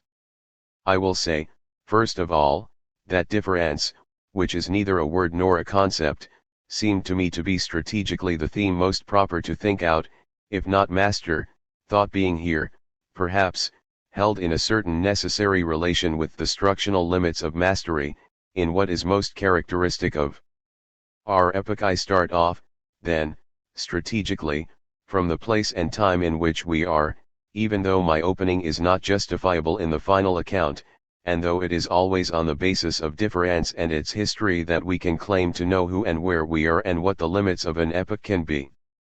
Although difference is neither a word nor a concept, let us nonetheless attempt a simple and approximative semantic analysis which will bring us in view of what is at stake. En vue de finir, we do know that the verb to differ, differer, the Latin verb differe, has two seemingly quite distinct meanings. In the Litra dictionary, for example, they are the subject of two separate articles. In this sense, the Latin differ is not the simple translation of the Greek diaphorein.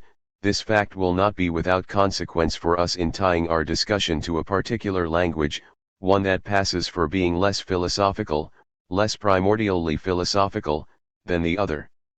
For the distribution of sense in the Greek diaphorein does not carry one of the two themes of the Latin differ, namely, the action of postponing until later, of taking into account, the taking account of time and forces in an operation that implies an economic reckoning, a detour, a respite, a delay, a reserve, a representation. All the concepts that I will sum up here in a word I have never used but which could be added to the series, Temporalizing. To differ in this sense is to temporalize, to resort, consciously or unconsciously, to the temporal and temporalizing mediation of a detour that suspends the accomplishment or fulfillment of desire or will, or carries desire or will out in a way that annuls or tempers their effect. We shall see, later, in what respects this temporalizing is also a temporalization and spacing, is spaces becoming temporal and times becoming spatial, is primordial constitution of space and time, as metaphysics or transcendental phenomenology would call it in the language that is here criticized and displaced. The other sense of to differ differer is the most common and most identifiable, the sense of not being identical, of being other, of being discernible, etc. And indifference, whether referring to the alterity of dissimilarity or the alterity of allergy or of polemics, it is necessary that interval, distance, spacing occur among the different elements and occur actively, dynamically, and with a certain perseverance in repetition. But the word difference, with an e, could never refer to differing as temporalizing or to difference as polemos. It is this loss of sense that the word difference, with an a, will have to schematically compensate for. Difference can refer to the whole complex of its meanings at once, for it is immediately and irreducibly multivalent, something which will be important for the discourse I am trying to develop. It refers to this whole complex of meanings not only when it is supported by a language or interpretive context, like any signification, but it already does so somehow of itself. Or at least it does so more easily by itself than does any other word. Here the a comes more immediately from the present participle difftrant and brings us closer to the action of differing that is in progress, even before it has produced the effect that is constituted as different or resulted in difference, with an e. Within a conceptual system and in terms of classical requirements, difference could be said to designate the productive and primordial constituting causality, the process of size Zion and division whose differings and differences would be the constituted products or effects. But while bringing us closer to the infinitive and active core of differing, difference within a neutralizes what the infinitive denotes as simply active, in the same way that parlance does not signify the simple fact of speaking to or being spoken to. Nor is resonance the act of resonating. Here in the usage of our language we must consider that the ending once is undecided between active and passive. And we shall see why what is designated by difference is neither simply active nor simply passive, that it announces or rather recalls something like the middle voice, that it speaks of an operation which is not an operation, which cannot be thought of either as a passion or as an action of a subject upon an object, as starting from an agent or from a patient, or on the basis of, or in view of, any of these terms. But philosophy has perhaps commenced by distributing the middle voice, expressing a certain intransitiveness, into the active and the passive voice, and has itself been constituted in this repression. How are difference as temporalizing and difference as spacing conjoined? Let us begin with the problem of signs and writing since we are already in the midst of it. We ordinarily say that a sign is put in place of the thing itself, the present thing holding here for the sense as well as the referent. Signs represent the present in its absence, they take the place of the present.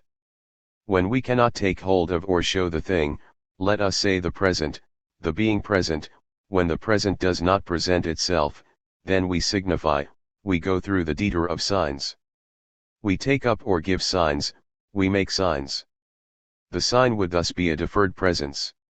Whether it is a question of verbal or written signs, monetary signs, electoral delegates, or political representatives, the movement of signs defers the moment of encountering the thing itself, the moment at which we could lay hold of it, consume or expend it, touch it, see it, have a present intuition of it. What I am describing here is the structure of signs as classically determined, in order to define through a commonplace characterization of its traits signification as the difference of temporalizing. Now this classical determination presupposes that the sign, which defers presence, is conceivable only on the basis of the presence that it defers and in view of the deferred presence one intends to reappropriate. Following this classical semiology, the substitution of the sign for the thing itself is both secondary and provisional, it is second in order after an original and lost presence, a presence from which the sign would be derived. It is provisional with respect to this final and missing presence, in view of which the sign would serve as a movement of mediation. In attempting to examine these secondary and provisional aspects of the substitute, we shall no doubt catch sight of something like a primordial difference. Yet we could no longer even call it primordial or final, inasmuch as the characteristics of origin, beginning, telos, eschatoni etc., have always denoted presensusia, parousia, etc. To question the secondary and provisional character of the sign, to oppose it to a primordial difference, would thus have the following consequences. 1. Difference can no longer be understood according to the concept of sign, which has always been taken to mean the representation of a presence and has been constituted in a system, of thought or language, determined on the basis of and in view of presence. 2. In this way we question the authority of presence or its simple symmetrical contrary, absence or lack. We thus interrogate the limit that has always constrained us, that always constrains us we who inhabit a language and a system of thought to form the sense of being in general as presence or absence, in the categories of being or beingness, ousia. It already appears that the kind of questioning we are thus led back to is, let us say, the Heideggerian kind, and that difference seems to lead us back to the ontocontological difference. But permit me to postpone this reference. I shall only note that between difference as temporalizing temporalization, which we can no longer conceive within the horizon of the present, and what Heidegger says about temporalization in Senuendizeit, namely, that as the transcendental horizon of the question of being it must be freed from the traditional and metaphysical domination by the present or the now, between these two there is a close, if not exhaustive and irreducibly necessary, interconnection.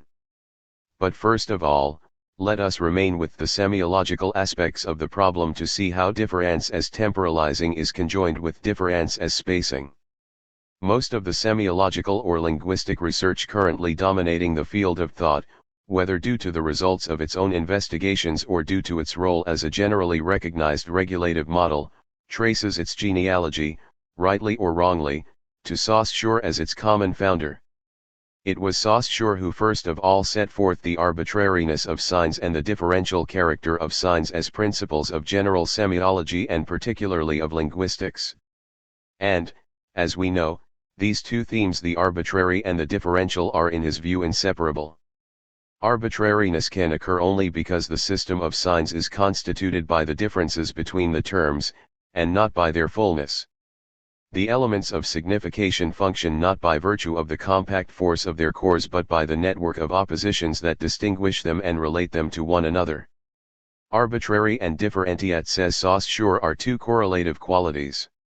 As the condition for signification, this principle of difference affects the whole sign, that is, both the signified and the signifying aspects.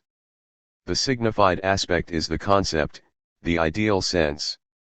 The signifying aspect is what Saussure calls the material or physical, example acoustical, image. We do not here have to enter into all the problems these definitions pose. Let us only cite Saussure where it interests us. The conceptual side of value is made up solely of relations and differences with respect to the other terms of language, and the same can be said of its material side. Everything that has been said up to this point boils down to this: in language there are only differences. Even more important, a difference generally implies positive terms between which the difference is set up, but in language there are only differences without positive terms. Whether we take the signified or the signifier, language has neither ideas nor sounds that existed before the linguistic system, but only conceptual and phonic differences that have issued from the system. The idea or phonic substance that a sign contains is of less importance than the other signs that surround it. For the first consequence to be drawn from this is that the signified concept is never present in itself, in an adequate presence that would refer only to itself. Every concept is necessarily and essentially inscribed in a chain or a system, within which it refers to another and to other concepts, by the systematic play of differences. Such a play, then difference, is no longer simply a concept, but the possibility of conceptuality, of the conceptual system and process in general. For the same reason, difference, which is not a concept, is not a mere word, that is, it is not what we represent to ourselves as the calm and present self-referential unity of a concept and sound phony. We shall later discuss the consequences of this for the notion of a word. The difference that Saussure speaks about, therefore, is neither itself a concept nor one word among others. We can say this a fortiori for difference. Thus we are brought to make the relation between the one and the other explicit. Within a language, within the system of language, there are only differences. A taxonomic operation can accordingly undertake its systematic, statistical, and classificatory inventory. But, on the one hand, these differences play a role in language, in speech as well, and in the exchange between language and speech. On the other hand, these differences are themselves effects. They have not fallen from the sky ready-made, they are no more inscribed in a topos noetos than they are prescribed in the wax of the brain. If the word history did not carry with it the theme of a final repression of difference, we could say that differences alone could be historical through and from the start. What we note as difference will thus be the movement of play that produces, and not by something that is simply an activity, these differences, these effects of difference. This does not mean that the difference which produces differences is before them in a simple and in itself unmodified and indifferent present. Difference is the non-full, non-simple origin, it is the structured and differing origin of differences.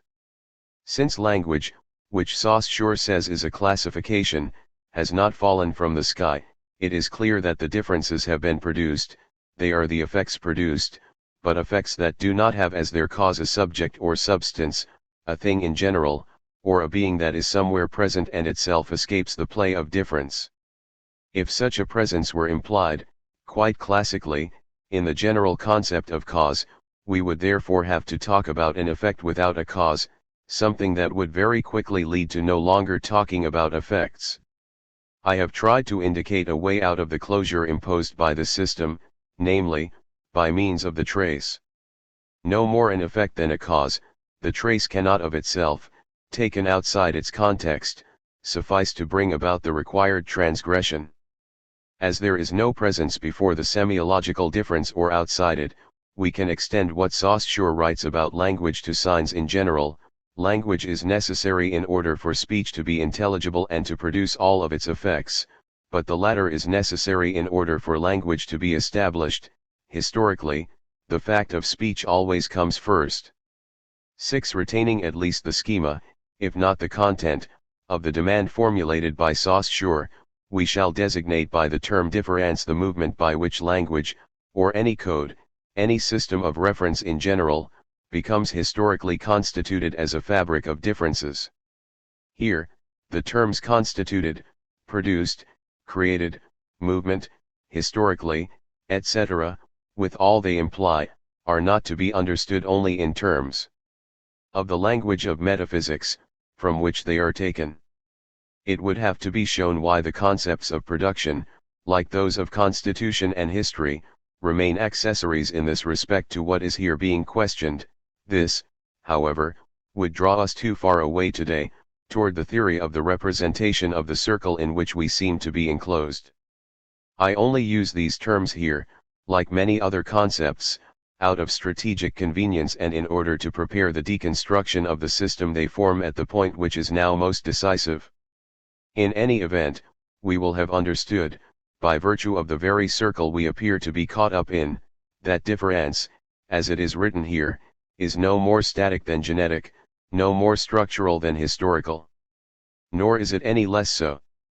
And it is completely to miss the point of this orthographical impropriety to want to object to it on the basis of the oldest of metaphysical oppositions, for example, by opposing some generative point of view to a structuralist taxonomic point of view, or conversely.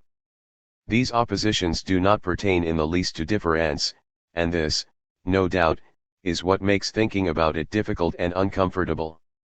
If we now consider the chain to which difference gets subjected, according to the context, to a certain number of non-synonymic substitutions, one will ask why we resorted to such concepts as reserve, proto-writing, prototracy, spacing, indeed to supplement or pharmakon, and, before long, to hymen, etc. 0. Let us begin again. Difference is what makes the movement of signification possible only if each element that is said to be present, appearing on the stage of presence, is related to something other than itself but retains the mark of a past element and already lets itself be hollowed out by the mark of its relation to a future element. This trace relates no less to what is called the future than to what is called the past, and it constitutes what is called the present by this very relation. To what it is not, to what it absolutely is not, that is, not even to a past or future considered as a modified present. In order for it to be, an interval must separate it from what it is not, but the interval that constitutes it in the present must also, and by the same token, divide the present in itself, thus dividing, along with the present, everything that can be conceived on its basis, that is, every being in particular, for our metaphysical language, the substance or subject. Constituting itself, dynamically dividing itself, this interval is what could be called spacing, times becoming spatial or spaces becoming temporal, temporalizing. And it is this constitution of the present as a primordial and irreducibly non-simple, and, therefore, in the strict sense non-primordial, synthesis of traces, retentions, and protensions, to reproduce here, analogically and provisionally, a phenomenological and transcendental language that will presently be revealed as inadequate, that I propose to call proto-writing, prototrace, or difference. The latter, is, both, spacing, and, temporalizing. 7. Given this, active, movement of the, production of, difference without origin, could we not, quite simply, and without any neographism, call it differentiation? Among other confusions, such a word would suggest some organic unity, some primordial and homogeneous unity, that would eventually come to be divided up and take on difference as an event. Above all, formed on the verb to differentiate, this word would annul the economic signification of detour, temporalizing delay, deferring. I owe a remark in passing to a recent reading of one of Husserls' texts entitled Hegel at Jena. 8. In that text, Husserls cites long passages from the Jena logic in German and gives his own translation. On 2 occasions in Hegel's text he encounters the expression Differentbeziehung. This word, different, whose root is Latin, is extremely rare in German and also, I believe, in Hegel, who instead uses Verschieden or ungleich, calling difference Unterschied and qualitative variety Verschiedenheit in the Jena logic. He uses the word different precisely at the point where he deals with time and the present. Before coming to Husserls' valuable remark, here are some passages from Hegel, as rendered by Husserls, the infinite, in this simplicity is as a moment opposed to the self-identical the negative. In its moments, while the infinite presents the totality to itself, and in itself, it is, excluding in general, the point or limit, but in this, its own, action of, negating, it relates itself immediately to the other and negates itself. The limit or moment of the present, der Gegenwart, the absoluteness of time or the now, is an absolutely negative simplicity, absolutely excluding all multiplicity from itself, and by this very fact is absolutely determined. It is not an extended whole or quantum within itself, and, which would in itself also have an undetermined aspect or qualitative variety, which of itself would be related, indifferently, gleichgültig, or externally to another, but on the contrary, this is an absolutely different relation of the simple. 9. And Husserls specifies in a striking note, different relation, Differentbeziehung. We could say, differentiating relation. And on the following page, from another text of Hegel, we can read, Dies Beziehung ist Gegenwart, als eine Differentbeziehung, this relation is the present, as a different relation. There is another note by Husserls, the term different is taken here in an active sense. Writing differing or difference, with an a, would have had the utility of making it possible to translate Hegel on precisely this point with no further qualifications, and it is a quite decisive point in his text. The translation would be, as it always should be, the transformation of one language by another. Naturally, I maintain that the word difference can be used in other ways, too, first of all, because it denotes not only the activity of primordial difference but also the temporalizing detour of differing. It has, however, an even more important usage. Despite the very profound affinities that difference thus written has with Hegelian speech, as it should be read, it can, at a certain point, not exactly break with it, but rather work a sort of displacement with regard to it. A definite rupture with Hegelian language would make no sense, nor would it be at all likely, but this displacement is both infinitesimal and radical. I have tried to indicate the extent of this displacement elsewhere. It would be difficult to talk about it with any brevity at this point. Differences are thus produced differed by difference. But what differs, or who differs? In other words, what is difference? With this question we attain another stage and another source of the problem. What differs? Who differs? What is difference? If we answered these questions even before examining them as questions, even before going back over them and questioning their form, even what seems to be most natural and necessary about them, we would fall below the level we have now reached.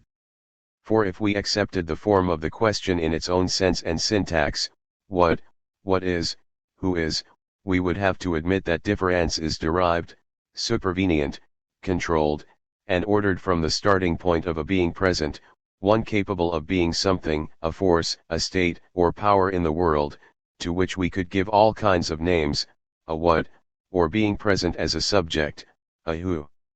In the latter case, notably, we would implicitly admit that the being present, for example, as a self-present being or consciousness, would eventually result in differing, in delaying or in diverting the fulfillment of a need or desire, or in differing from itself. But in none of these cases would such a being present be constituted by this difference. Now if we once again refer to the semiological difference, what was it that Saussure in particular reminded us of? That language which consists only of differences is not a function of the speaking subject. This implies that the subject, self-identical or even conscious of self-identity, self-conscious, is inscribed in the language, that he is a function of the language.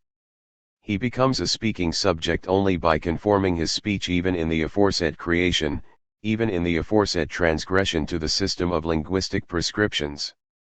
Taken as the system of differences, or at least to the general law of difference, by conforming to that law of language which Saussure calls language without speech. Language is necessary for the spoken word to be intelligible and so that it can produce all of its effects. 10. If, by hypothesis, we maintain the strict opposition between speech and language, then difference will be not only the play of differences within the language but the relation of speech to language, the detour by which I must also pass in order to speak, the silent token I must give, which holds just as well for linguistics in the strict sense as it does for general semiology. It dictates all the relations between usage and the formal schema, between the message and the particular code, etc. Elsewhere I have tried to suggest that this difference within language, and in the relation between speech and language, forbids the essential dissociation between speech and writing that Saussure, in keeping with tradition, wanted to draw at another level of his presentation. The use of language or the employment of any code which implies a play of forms with no determined or invariable substratum also presupposes a retention and protension of differences, a spacing and temporalizing, a play of traces. This play must be a sort of inscription prior to writing, a proto-writing without a present origin, without an arch end. From this comes the systematic crossing out of the archy and the transformation of general semiology into a grammatology, the latter performing a critical work upon everything within semiology right down to its matrical concept of signs that retains any metaphysical presuppositions incompatible with the theme of difference. We might be tempted by an objection. To be sure, the subject becomes a speaking subject only by dealing with the system of linguistic differences, or again, he becomes a signifying subject, generally by speech or other signs, only by entering into the system of differences. In this sense, certainly, the speaking or signifying subject would not be self-present, insofar as he speaks or signifies, except for the play of linguistic or semiological difference. But can we not conceive of a presence and self-presence of the subject before speech or its signs, a subject's self-presence in a silent and intuitive consciousness? Such a question therefore supposes that prior to signs and outside them, and excluding every trace and difference, something such as consciousness is possible. It supposes, moreover, that, even before the distribution of its signs in space and in the world, consciousness can gather itself up in its own presence. What then is consciousness? What does consciousness mean? Most often in the very form of meaning vulvardier, consciousness in all its modifications is conceivable only as self-presence, a self-perception of presence. And what holds for consciousness also holds here for what is called subjective existence in general. Just as the category of subject is not and never has been conceivable without reference to presence as hypokaimenon or ousia, etc., so the subject as consciousness has never been able to be evinced otherwise than as self-presence. The privilege accorded to consciousness thus means a privilege accorded to the present, and even if the transcendental temporality of consciousness is described in depth, as Husserl described it, the power of synthesis and of the incessant gathering up of traces is always accorded to the living present. This privilege is the ether of metaphysics, the very element of our thought insofar as it is caught up in the language of metaphysics. We can only delimit such a closure today by evoking this import of presence, which Heidegger has shown to be the onto-theological determination of being. Therefore, in evoking this import of presence, by an examination which would have to be of a quite peculiar nature, we question the absolute privilege of this form or epoch of presence in general, that is, consciousness as meaning vulvardier in self-presence. We thus come to posit presence and, in particular, consciousness, the being next to itself of consciousness no longer as the absolutely matrical form of being but as a determination and an effect. Presence is a determination and effect within a system which is no longer that of presence but that of difference. It no more allows the opposition between activity and passivity than that between cause and effect or indetermination and determination, etc.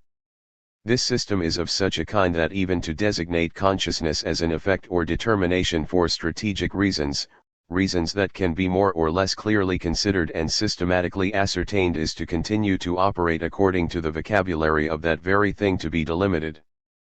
Before being so radically and expressly Heideggerian, this was also Nietzsche's and Freud's move, both of whom, as we know, and often in a very similar way, questioned the self-assured certitude of consciousness. And is it not remarkable that both of them did this by starting out with the theme of difference? This theme appears almost literally in their work, at the most crucial places. I shall not expand on this here. I shall only recall that for Nietzsche the important main activity is unconscious, and that consciousness is the effect of forces whose essence, ways, and modalities are not peculiar to it. Now force itself is never present, it is only a play of differences and quantities. There would be no force in general without the difference between forces, and here the difference in quantity counts more than the content of quantity, more than the absolute magnitude itself. Quantity itself therefore is not separable from the difference in quantity. The difference in quantity is the essence of force, the relation of force with force. To fancy two equal forces, even if we grant them opposing directions, is an approximate and crude illusion, a statistical dream in which life is immersed, but which chemistry dispels. 11 Is not the whole thought of Nietzsche a critique of philosophy as active indifference to difference, as a system of reduction or adiaphoristic repression? Following the same logic itself, this does not exclude the fact that philosophy lives in and from difference, that it thereby blinds itself to the same, which is not the identical. The same is precisely difference, with an A, as the diverted and equivocal passage from one difference to another, from one term of the opposition to the other.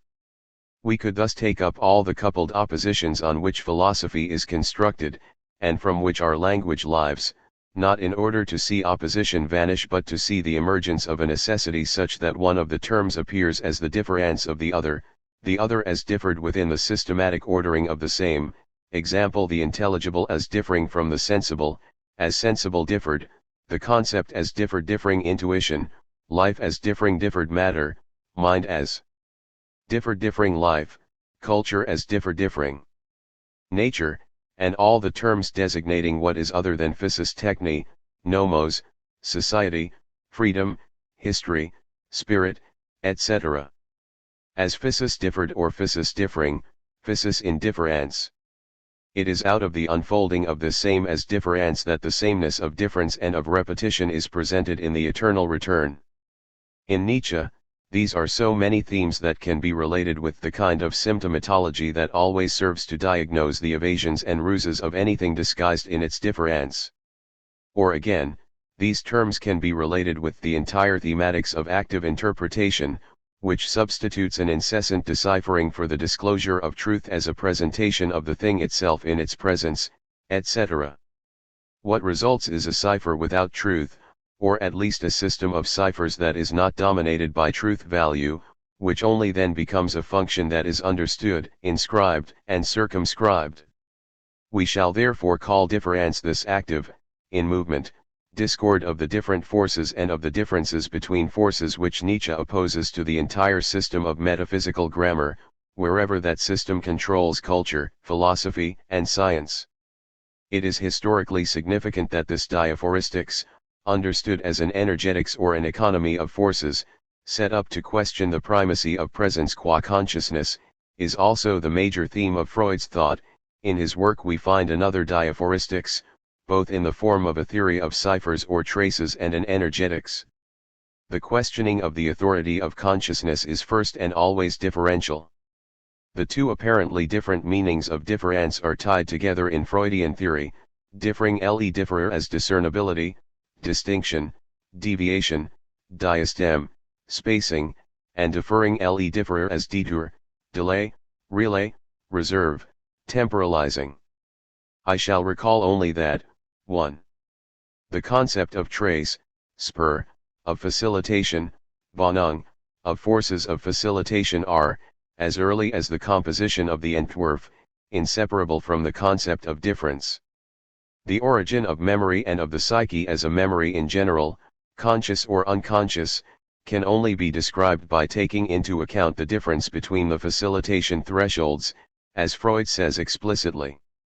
There is no facilitation Bonung without difference and no difference without a trace. 2. All the differences involved in the production of unconscious traces and in the process of inscription, Niederschrift, can also be interpreted as moments of difference, in the sense of placing on reserve. Following a schema that continually guides Freud's thinking, the movement of the trace is described as an effort of life to protect itself by deferring the dangerous investment, by constituting a reserve, Vorrat. And all the conceptual oppositions that furrow Freudian thought relate each concept to the other like movements of a detour, within the economy of difference. The one is only the other deferred, the one differing from the other. The one is the other in difference, the one is the difference from the other. Every apparently rigorous and irreducible opposition, for example, that between the secondary and primary, is thus said to be, at one time or another, a theoretical fiction. In this way again, for example, but such an example covers everything or communicates with everything, the difference between the pleasure principle and the reality principle is only difference as detour, Aufschieben, Aufschub. In Beyond the Pleasure Principle, Freud writes, under the influence of the ego's instincts of self-preservation, the pleasure principle is replaced by the reality principle. This latter principle does not abandon the intention of ultimately obtaining pleasure, but it nevertheless demands and carries into effect the postponement of satisfaction, the abandonment of a number of possibilities of gaining satisfaction and the temporary toleration of unpleasure as a step on the long indirect road, Aufschub, to pleasure. 12. Here we touch on the point of greatest obscurity, on the very enigma of difference, on how the concept we have of it is divided by a strange separation. We must not hasten to make a decision too quickly. How can we conceive of difference as a systematic detour which, within the element of the same, always aims at either finding again the pleasure or the presence that had been deferred by, conscious or unconscious, calculation, and, at the same time, how can we, on the other hand, conceive of difference as the relation to an impossible presence, as an expenditure without reserve, as an irreparable loss of presence, an irreversible wearing down of energy, or indeed as a death instinct and a relation to the absolutely other that apparently breaks up any economy? It is evident, it is evidence itself that system and non-system, the same and the absolutely other, etc., cannot be conceived together. If difference is this inconceivable factor, must we not perhaps hasten to make it evident, to bring it into the philosophical element of evidence, and thus quickly dissipate its mirage character and illogicality, dissipate it with the infallibility of the calculus we know well, since we have recognized its place, necessity, and function within the structure of difference? What would be accounted for philosophically here has already been taken into account in the system of difference as it is here being calculated. I have tried elsewhere, in a reading of Bodley, 13, to indicate what might be the establishment of a rigorous, and in a new sense scientific, relating of a restricted economy, one having nothing to do with an unreserved expenditure, with death, with being exposed to nonsense, etc., to a general economy or system that, so to speak, takes account of what is unreserved. It is a relation between a difference that is accounted for and a difference that fails to be accounted for, where the establishment of a pure presence, without loss, is one with the occurrence of absolute loss, with death. By establishing this relation between a restricted and a general system, we shift and recommence the very project of philosophy under the privileged heading of Hegelianism. The economic character of difference in no way implies that the deferred presence can always be recovered, that it simply amounts to an investment that only temporarily and without loss delays the presentation of presence, that is, the perception of gain or the gain of perception. Contrary to the metaphysical, dialectical, and Hegelian interpretation of the economic movement of difference, we must admit a game where whoever loses wins and where one wins and loses each time. If the diverted presentation continues to be somehow definitively and irreducibly withheld, this is not because a particular present remains hidden or absent, but because difference holds us in a relation with what exceeds, though we necessarily fail to recognize this, the alternative of presence or absence. A certain Aldridi Freud gives it a metaphysical name: the unconscious is definitively taken away from every process of presentation in which we would demand for it to be shown forth in person. In this context and under this heading, the unconscious is not, as we know, a hidden, virtual, and potential self-presence. It is differed, which no doubt means that it is woven out of differences, but also that it sends out, that it delegates, representatives or proxies, but there is no chance that the mandating subject exists somewhere, that it is present or is itself, and still less chance that it will become conscious. In this sense, contrary to the terms of an old debate, strongly symptomatic of the metaphysical investments it has always assumed, the unconscious can no more be classed as a thing than as anything else. It is no more of a thing than an implicit or masked consciousness. This radical Aldridi, removed from every possible mode of presence, is characterized by irreducible after-effects, by delayed effects. In order to describe them, in order to read the traces of the unconscious traces, there are no conscious traces. The language of presence or absence, the metaphysical speech of phenomenology, is in principle inadequate. The structure of delay, Retardement, Nachtraglichkeit, that Freud talks about indeed prohibits our taking temporalization, temporalizing, to be a simple dialectical complication of the present. Rather, this is the style of transcendental phenomenology. It describes the living present as a primordial and incessant synthesis that is constantly led back upon itself, back upon its assembled and assembling self, by retentional traces and protensional openings. With the Aldridi of the unconscious, we have to deal not with the horizons of modified presents past or future, but with a past that has never been nor will ever be present, whose future will never be produced or reproduced in the form of presence. The concept of trace is therefore incommensurate with that of retention, that of the becoming past of what had been present. The trace cannot be conceived nor, therefore, can difference on the basis of either the present or the presence of the present. A past that has never been present, with this formula Emmanuel Levinas designates, in ways that are, to be sure, not those of psychoanalysis, the trace and the enigma of absolute alterity, that is, the other /autrui. At least within these limits, and from this point of view, the thought of difference implies the whole critique of classical ontology undertaken by Levinas.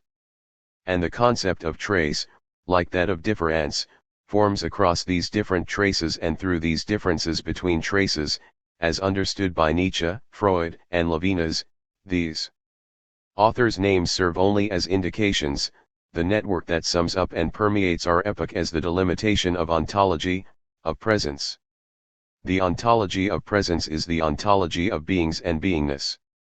Everywhere, the dominance of beings is solicited by difference in the sense that soocitar means, in Old Latin, to shake all over, to make the whole tremble.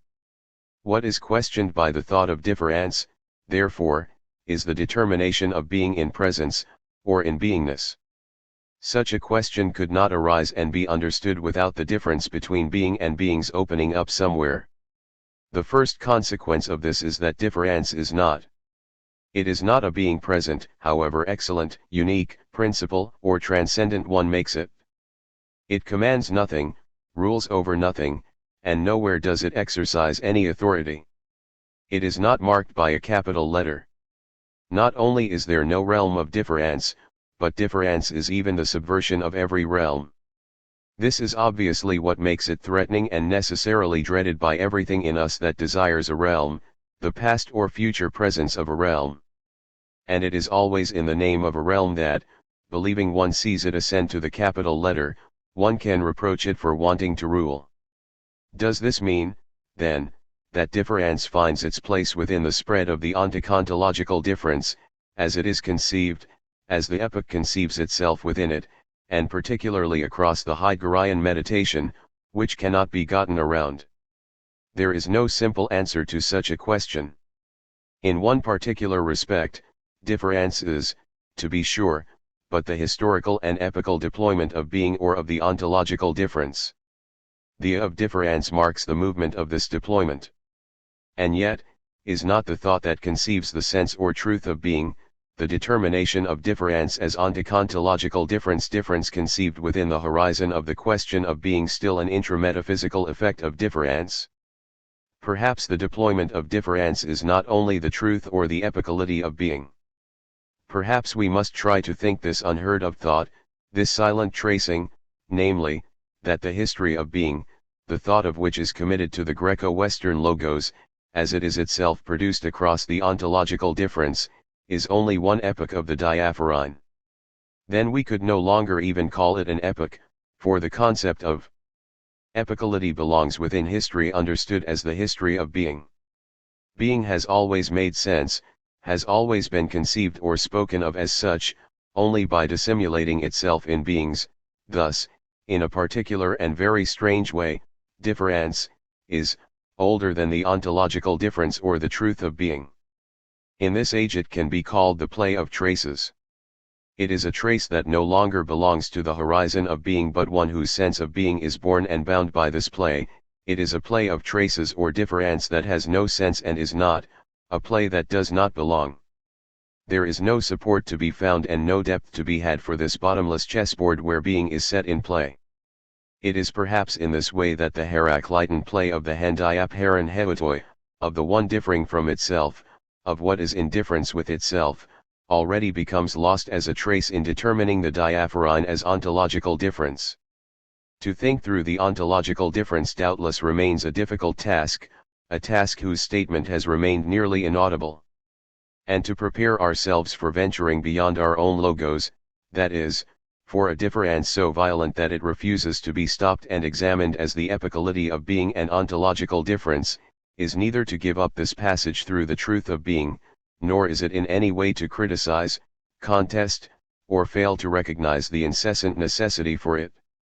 On the contrary, we must stay within the difficulty of this passage, we must repeat this passage in a rigorous reading of metaphysics, wherever metaphysics serves as the norm of Western speech, and not only in the texts of the history of philosophy. Here we must allow the trace of whatever goes beyond the truth of being to appear/disappear in its fully rigorous way. It is a trace of something that can never present itself, it is itself a trace that can never be presented, that is, can never appear and manifest itself as such in its phenomenon. It is a trace that lies beyond what profoundly ties fundamental ontology to phenomenology. Like difference, the trace is never presented as such. In presenting itself it becomes effaced, in being sounded it dies away, like the writing of the A, inscribing its pyramid in difference. We can always reveal the precursive and secretive traces of this movement in metaphysical speech, especially in the contemporary talk about the closure of ontology, i.e., through difference/155. The various attempts we have looked at, Nietzsche, Freud, Levinas, and particularly in Heidegger's work. The latter provokes us to question the essence of the present, the presence of the present. What is the present? What is it to conceive the present in its presence? Let us consider, for example, the 1946 text entitled Der Spruch de Anaximander. Heidegger there recalls that the forgetting of being forgets about the difference between being and beings, but the point of being, die Sache des Seins, is to be the being of beings. The linguistic form of this enigmatic and multivalent genitive designates a genesis, a provenance, Herkunft, of the present from presence, de aanwezenden aus dem aanwezen. But with the unfolding of these two, the essence, Wesen, of this provenance remains hidden, verborgen. Not only is the essence of this provenance not thought out, but neither is the simple relation between presence and present, aanwezen und aanwezendom. Since the dawn, it seems that presence and being present are each separately something. Imperceptibly, presence becomes itself a present. The essence of presence, das Wesen des Anwesens, and thus the difference between presence and present, is forgotten. The forgetting of being is the forgetting of the difference between being and beings, in recalling the difference between being and beings, the ontological difference, as the difference between presence and present. Heidegger puts forward a proposition, indeed, a group of propositions. It is not our intention here to idly or hastily criticize them but rather to convey them with all their provocative force.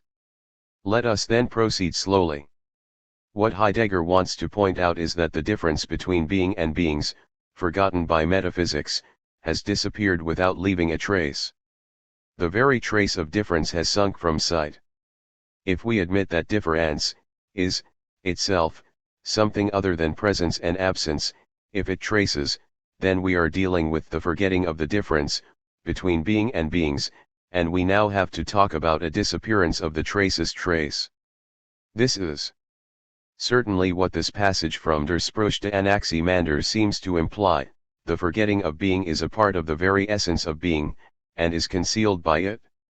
The forgetting belongs so essentially to the destination of being that the dawn of this destination begins precisely as an unconcealment of the present in its presence. This means, the history of being begins by the forgetting of being, in that being retains its essence, its difference from beings. Difference is wanting, it remains forgotten. Only what is differentiated, the present and presence, das Anwesend und das Anwesen, becomes uncovered, but not insofar as it is differentiated. On the contrary, the matinal trace, die freie Spur, of difference effaces itself from the moment that presence appears as a being present, das Anwesen wie ein Anwesendes erscheint, and finds its provenance in a supreme, being, present, in einem höchsten Anwesenden. 15. The trace is not a presence but is rather the simulacrum of a presence that dislocates, displaces, and refers beyond itself.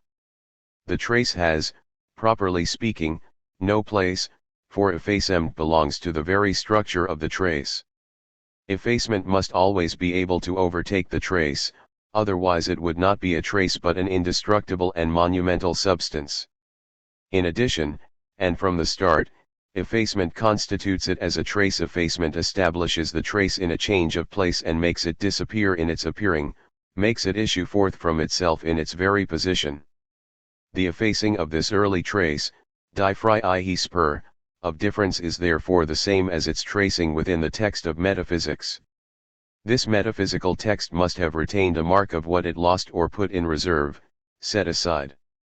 In the language of metaphysics, the paradox of such a structure is the inversion of the metaphysical concept, which produces the following effect: the present becomes the sign of signs, the trace of traces. It is no longer what every reference refers to in the last instance, it becomes a function in a generalized referential structure. It is a trace, and a trace of the effacement of a trace. In this way the metaphysical text is understood, it is still readable, and remains to be read. It proposes both the monument and the mirage of the trace as simultaneously traced and effaced, simultaneously alive and dead, alive as always to simulate even life in its preserved inscription. It is a pyramid. Thus we think through, without contradiction, or at least without granting any pertinence to such contradiction, what is perceptible and imperceptible about the trace. The matinal trace of difference is lost in an irretrievable invisibility, and yet even its loss is covered, preserved, regarded, and retarded. This happens in a text, in the form of presence. Having spoken about the effacement of the matinal trace, Heidegger can thus, in this contradiction without contradiction, consign or countersign the sealing of the trace. We read on a little further, the difference between being and beings, however, can in turn be experienced as something forgotten only if it is already discovered with the presence of the present, mit dem Anwesenden, and if it is thus sealed in a trace, so een spur geprägt hat, that remains preserved, gewahrheit bleibt, in the language which being appropriates. 16. Further on still, while meditating upon Anaximanders to xfx and v, translated as Brauch, sustaining use, Heidegger writes the following: dispensing accord and deference, Fuguende Rückverfugend, our sustaining use frees the present, das Anwesend, in its sojourn and sets it free every time for its sojourn. But by the same token the present is equally seen to be exposed to the constant danger of hardening in the insistence, in das bloße Beharren verdrehtet, out of its sojourning duration. In this way sustaining use, Brauch, remains itself and at the same time an abandonment, Ausständigung, handing over, of presence, de Anwesens, in den Unfug, to discord, disjointedness. Sustaining use joins together the der Brauchfähig das 17, and it is at the point where Heidegger determines sustaining use as trace that the question must be asked: can we, and how far can we, think of this trace and the dis of difference as Wesendescens? Doesn't the dis of difference refer us beyond the history of being, beyond our language as well, and beyond everything that can be named by it? Doesn't it call for in the language of being the necessarily violent transformation of this language by an entirely different language? Let us be more precise here. In order to dislodge the trace from its cover, and whoever believes that one tracks down something, one tracks down tracks, let us continue reading this passage, the translation of rdxp*u by sustaining use, Brauch, does not derive from cogitations of an etymologico-lexical nature. The choice of the word sustaining use derives from an antecedent translation, tpersetzen, of the thought that attempts to conceive difference in the deployment of being, im Wesen descends, toward the historical beginning of the forgetting of being. The word sustaining use is dictated to thought in the apprehension, erfahrung, of the forgetting of being. To \ptwv properly names a trace, spur, of what remains to be conceived in the word sustaining use, a trace that quickly disappears, alsbald verschwindet, into the history of being, in its world historical unfolding as Western metaphysics. 18. How do we conceive of the outside of a text? How, for example, do we conceive of what stands opposed to the text of Western metaphysics? To be sure, the trace that quickly disappears into the history of being. As Western metaphysics, escapes all the determinations, all the names it might receive in the metaphysical text. The trace is sheltered and thus dissimulated in these names, it does not appear in the text as the trace itself. But this is because the trace itself could never itself appear as such. Heidegger also says that difference can never appear as such. Lichtung de Unterschieds kann deshalb auch nicht bedeuten, dass der Unterschied als der Unterschied erscheint. There is no essence of difference. Not only can it not allow itself to be taken up into the as such of its name or its appearing, but it threatens the authority of the as such in general, the thing's presence in its essence. That there is no essence of difference at this point also implies that there is neither being nor truth to the play of writing, insofar as it involves difference. For us, difference remains a metaphysical name, and all the names that it receives from our language are still, so far as they are names, metaphysical. This is particularly so when they speak of determining difference as the difference between presence and present, anwesend/anwesend, but already and. Especially so when, in the most general way, they speak of determining difference as the difference between being and beings. Older than being itself, our language has no name for such a difference. But we already know that if it is unnameable, this is not simply provisional. It is not because our language has still not found or received this name, or because we would have to look for it in another language, outside the finite system of our language. It is because there is no name for this, not even essence or being, not even the name difference, which is not a name, which is not a pure nominal unity, and continually breaks up in a chain of different substitutions. There is no name for this. We read this as a truism. What is unnameable here is not some ineffable being that cannot be approached by a name, like God, for example. What is unnameable is the play that brings about the nominal effects, the relatively unitary or atomic structures we call names, or chains of substitutions for names. In these, for example, the nominal effect of difference is itself involved, carried off, and reinscribed, just as the false beginning or end of a game is still part of the game, a function of the system. What we do know, what we could know if it were simply a question of knowing, is that there never has been and never will be a unique word, a master name. This is why thinking about the letter of difference is not the primary prescription, nor is it the prophetic announcement of some imminent and still unheard of designation. There is nothing charismatic about this word so long as we can perceive its reduction to a lowercase letter. There will be no unique name, not even the name of being. It must be conceived without nostalgia, that is, it must be conceived outside the myth of the purely maternal or paternal language belonging to the lost fatherland of thought. On the contrary, we must affirm it in the sense that Nietzsche brings affirmation into play with a certain laughter and with a certain dance. After this laughter and dance, after this affirmation that is foreign to any dialectic, the question arises as to the other side of nostalgia, which I will call Heideggerian hope. I am not unaware that this term may be somewhat shocking. I venture it all the same, without excluding any of its implications, and shall relate it to what seems to me to be retained of meta physics in der Sprüche Anaximander, namely, the quest for the proper word and the unique name. In talking about the first word of being, das frühe Wort des Seins, rdxp*s, Heidegger writes, the relation to the present, unfolding its order in the very essence of presence, is unique, ist einzig. It is preeminently incomparable to any other relation, it belongs to the uniqueness of being itself, sie gehört zur Einzigkeit des Seins selbst. Thus, in order to name what is deployed in being, das Wesen des Seins, language will have to find a single word, the unique word, ein einziges das einzige Wort. There we see how hazardous is every word of thought, every thoughtful word, Denkend word, that addresses itself to being, das dem Sen zugesprochen word. What is hazarded here, however, is not something impossible, because being speaks through every language, everywhere and always. 19 Such is the question, the marriage between speech and being in the unique word, in the finally proper name. Such is the question that enters into the affirmation put into play by difference. The question bears, upon, each of the words in the sentence, teaching/speak/ through every language, slash everywhere and always slash dot.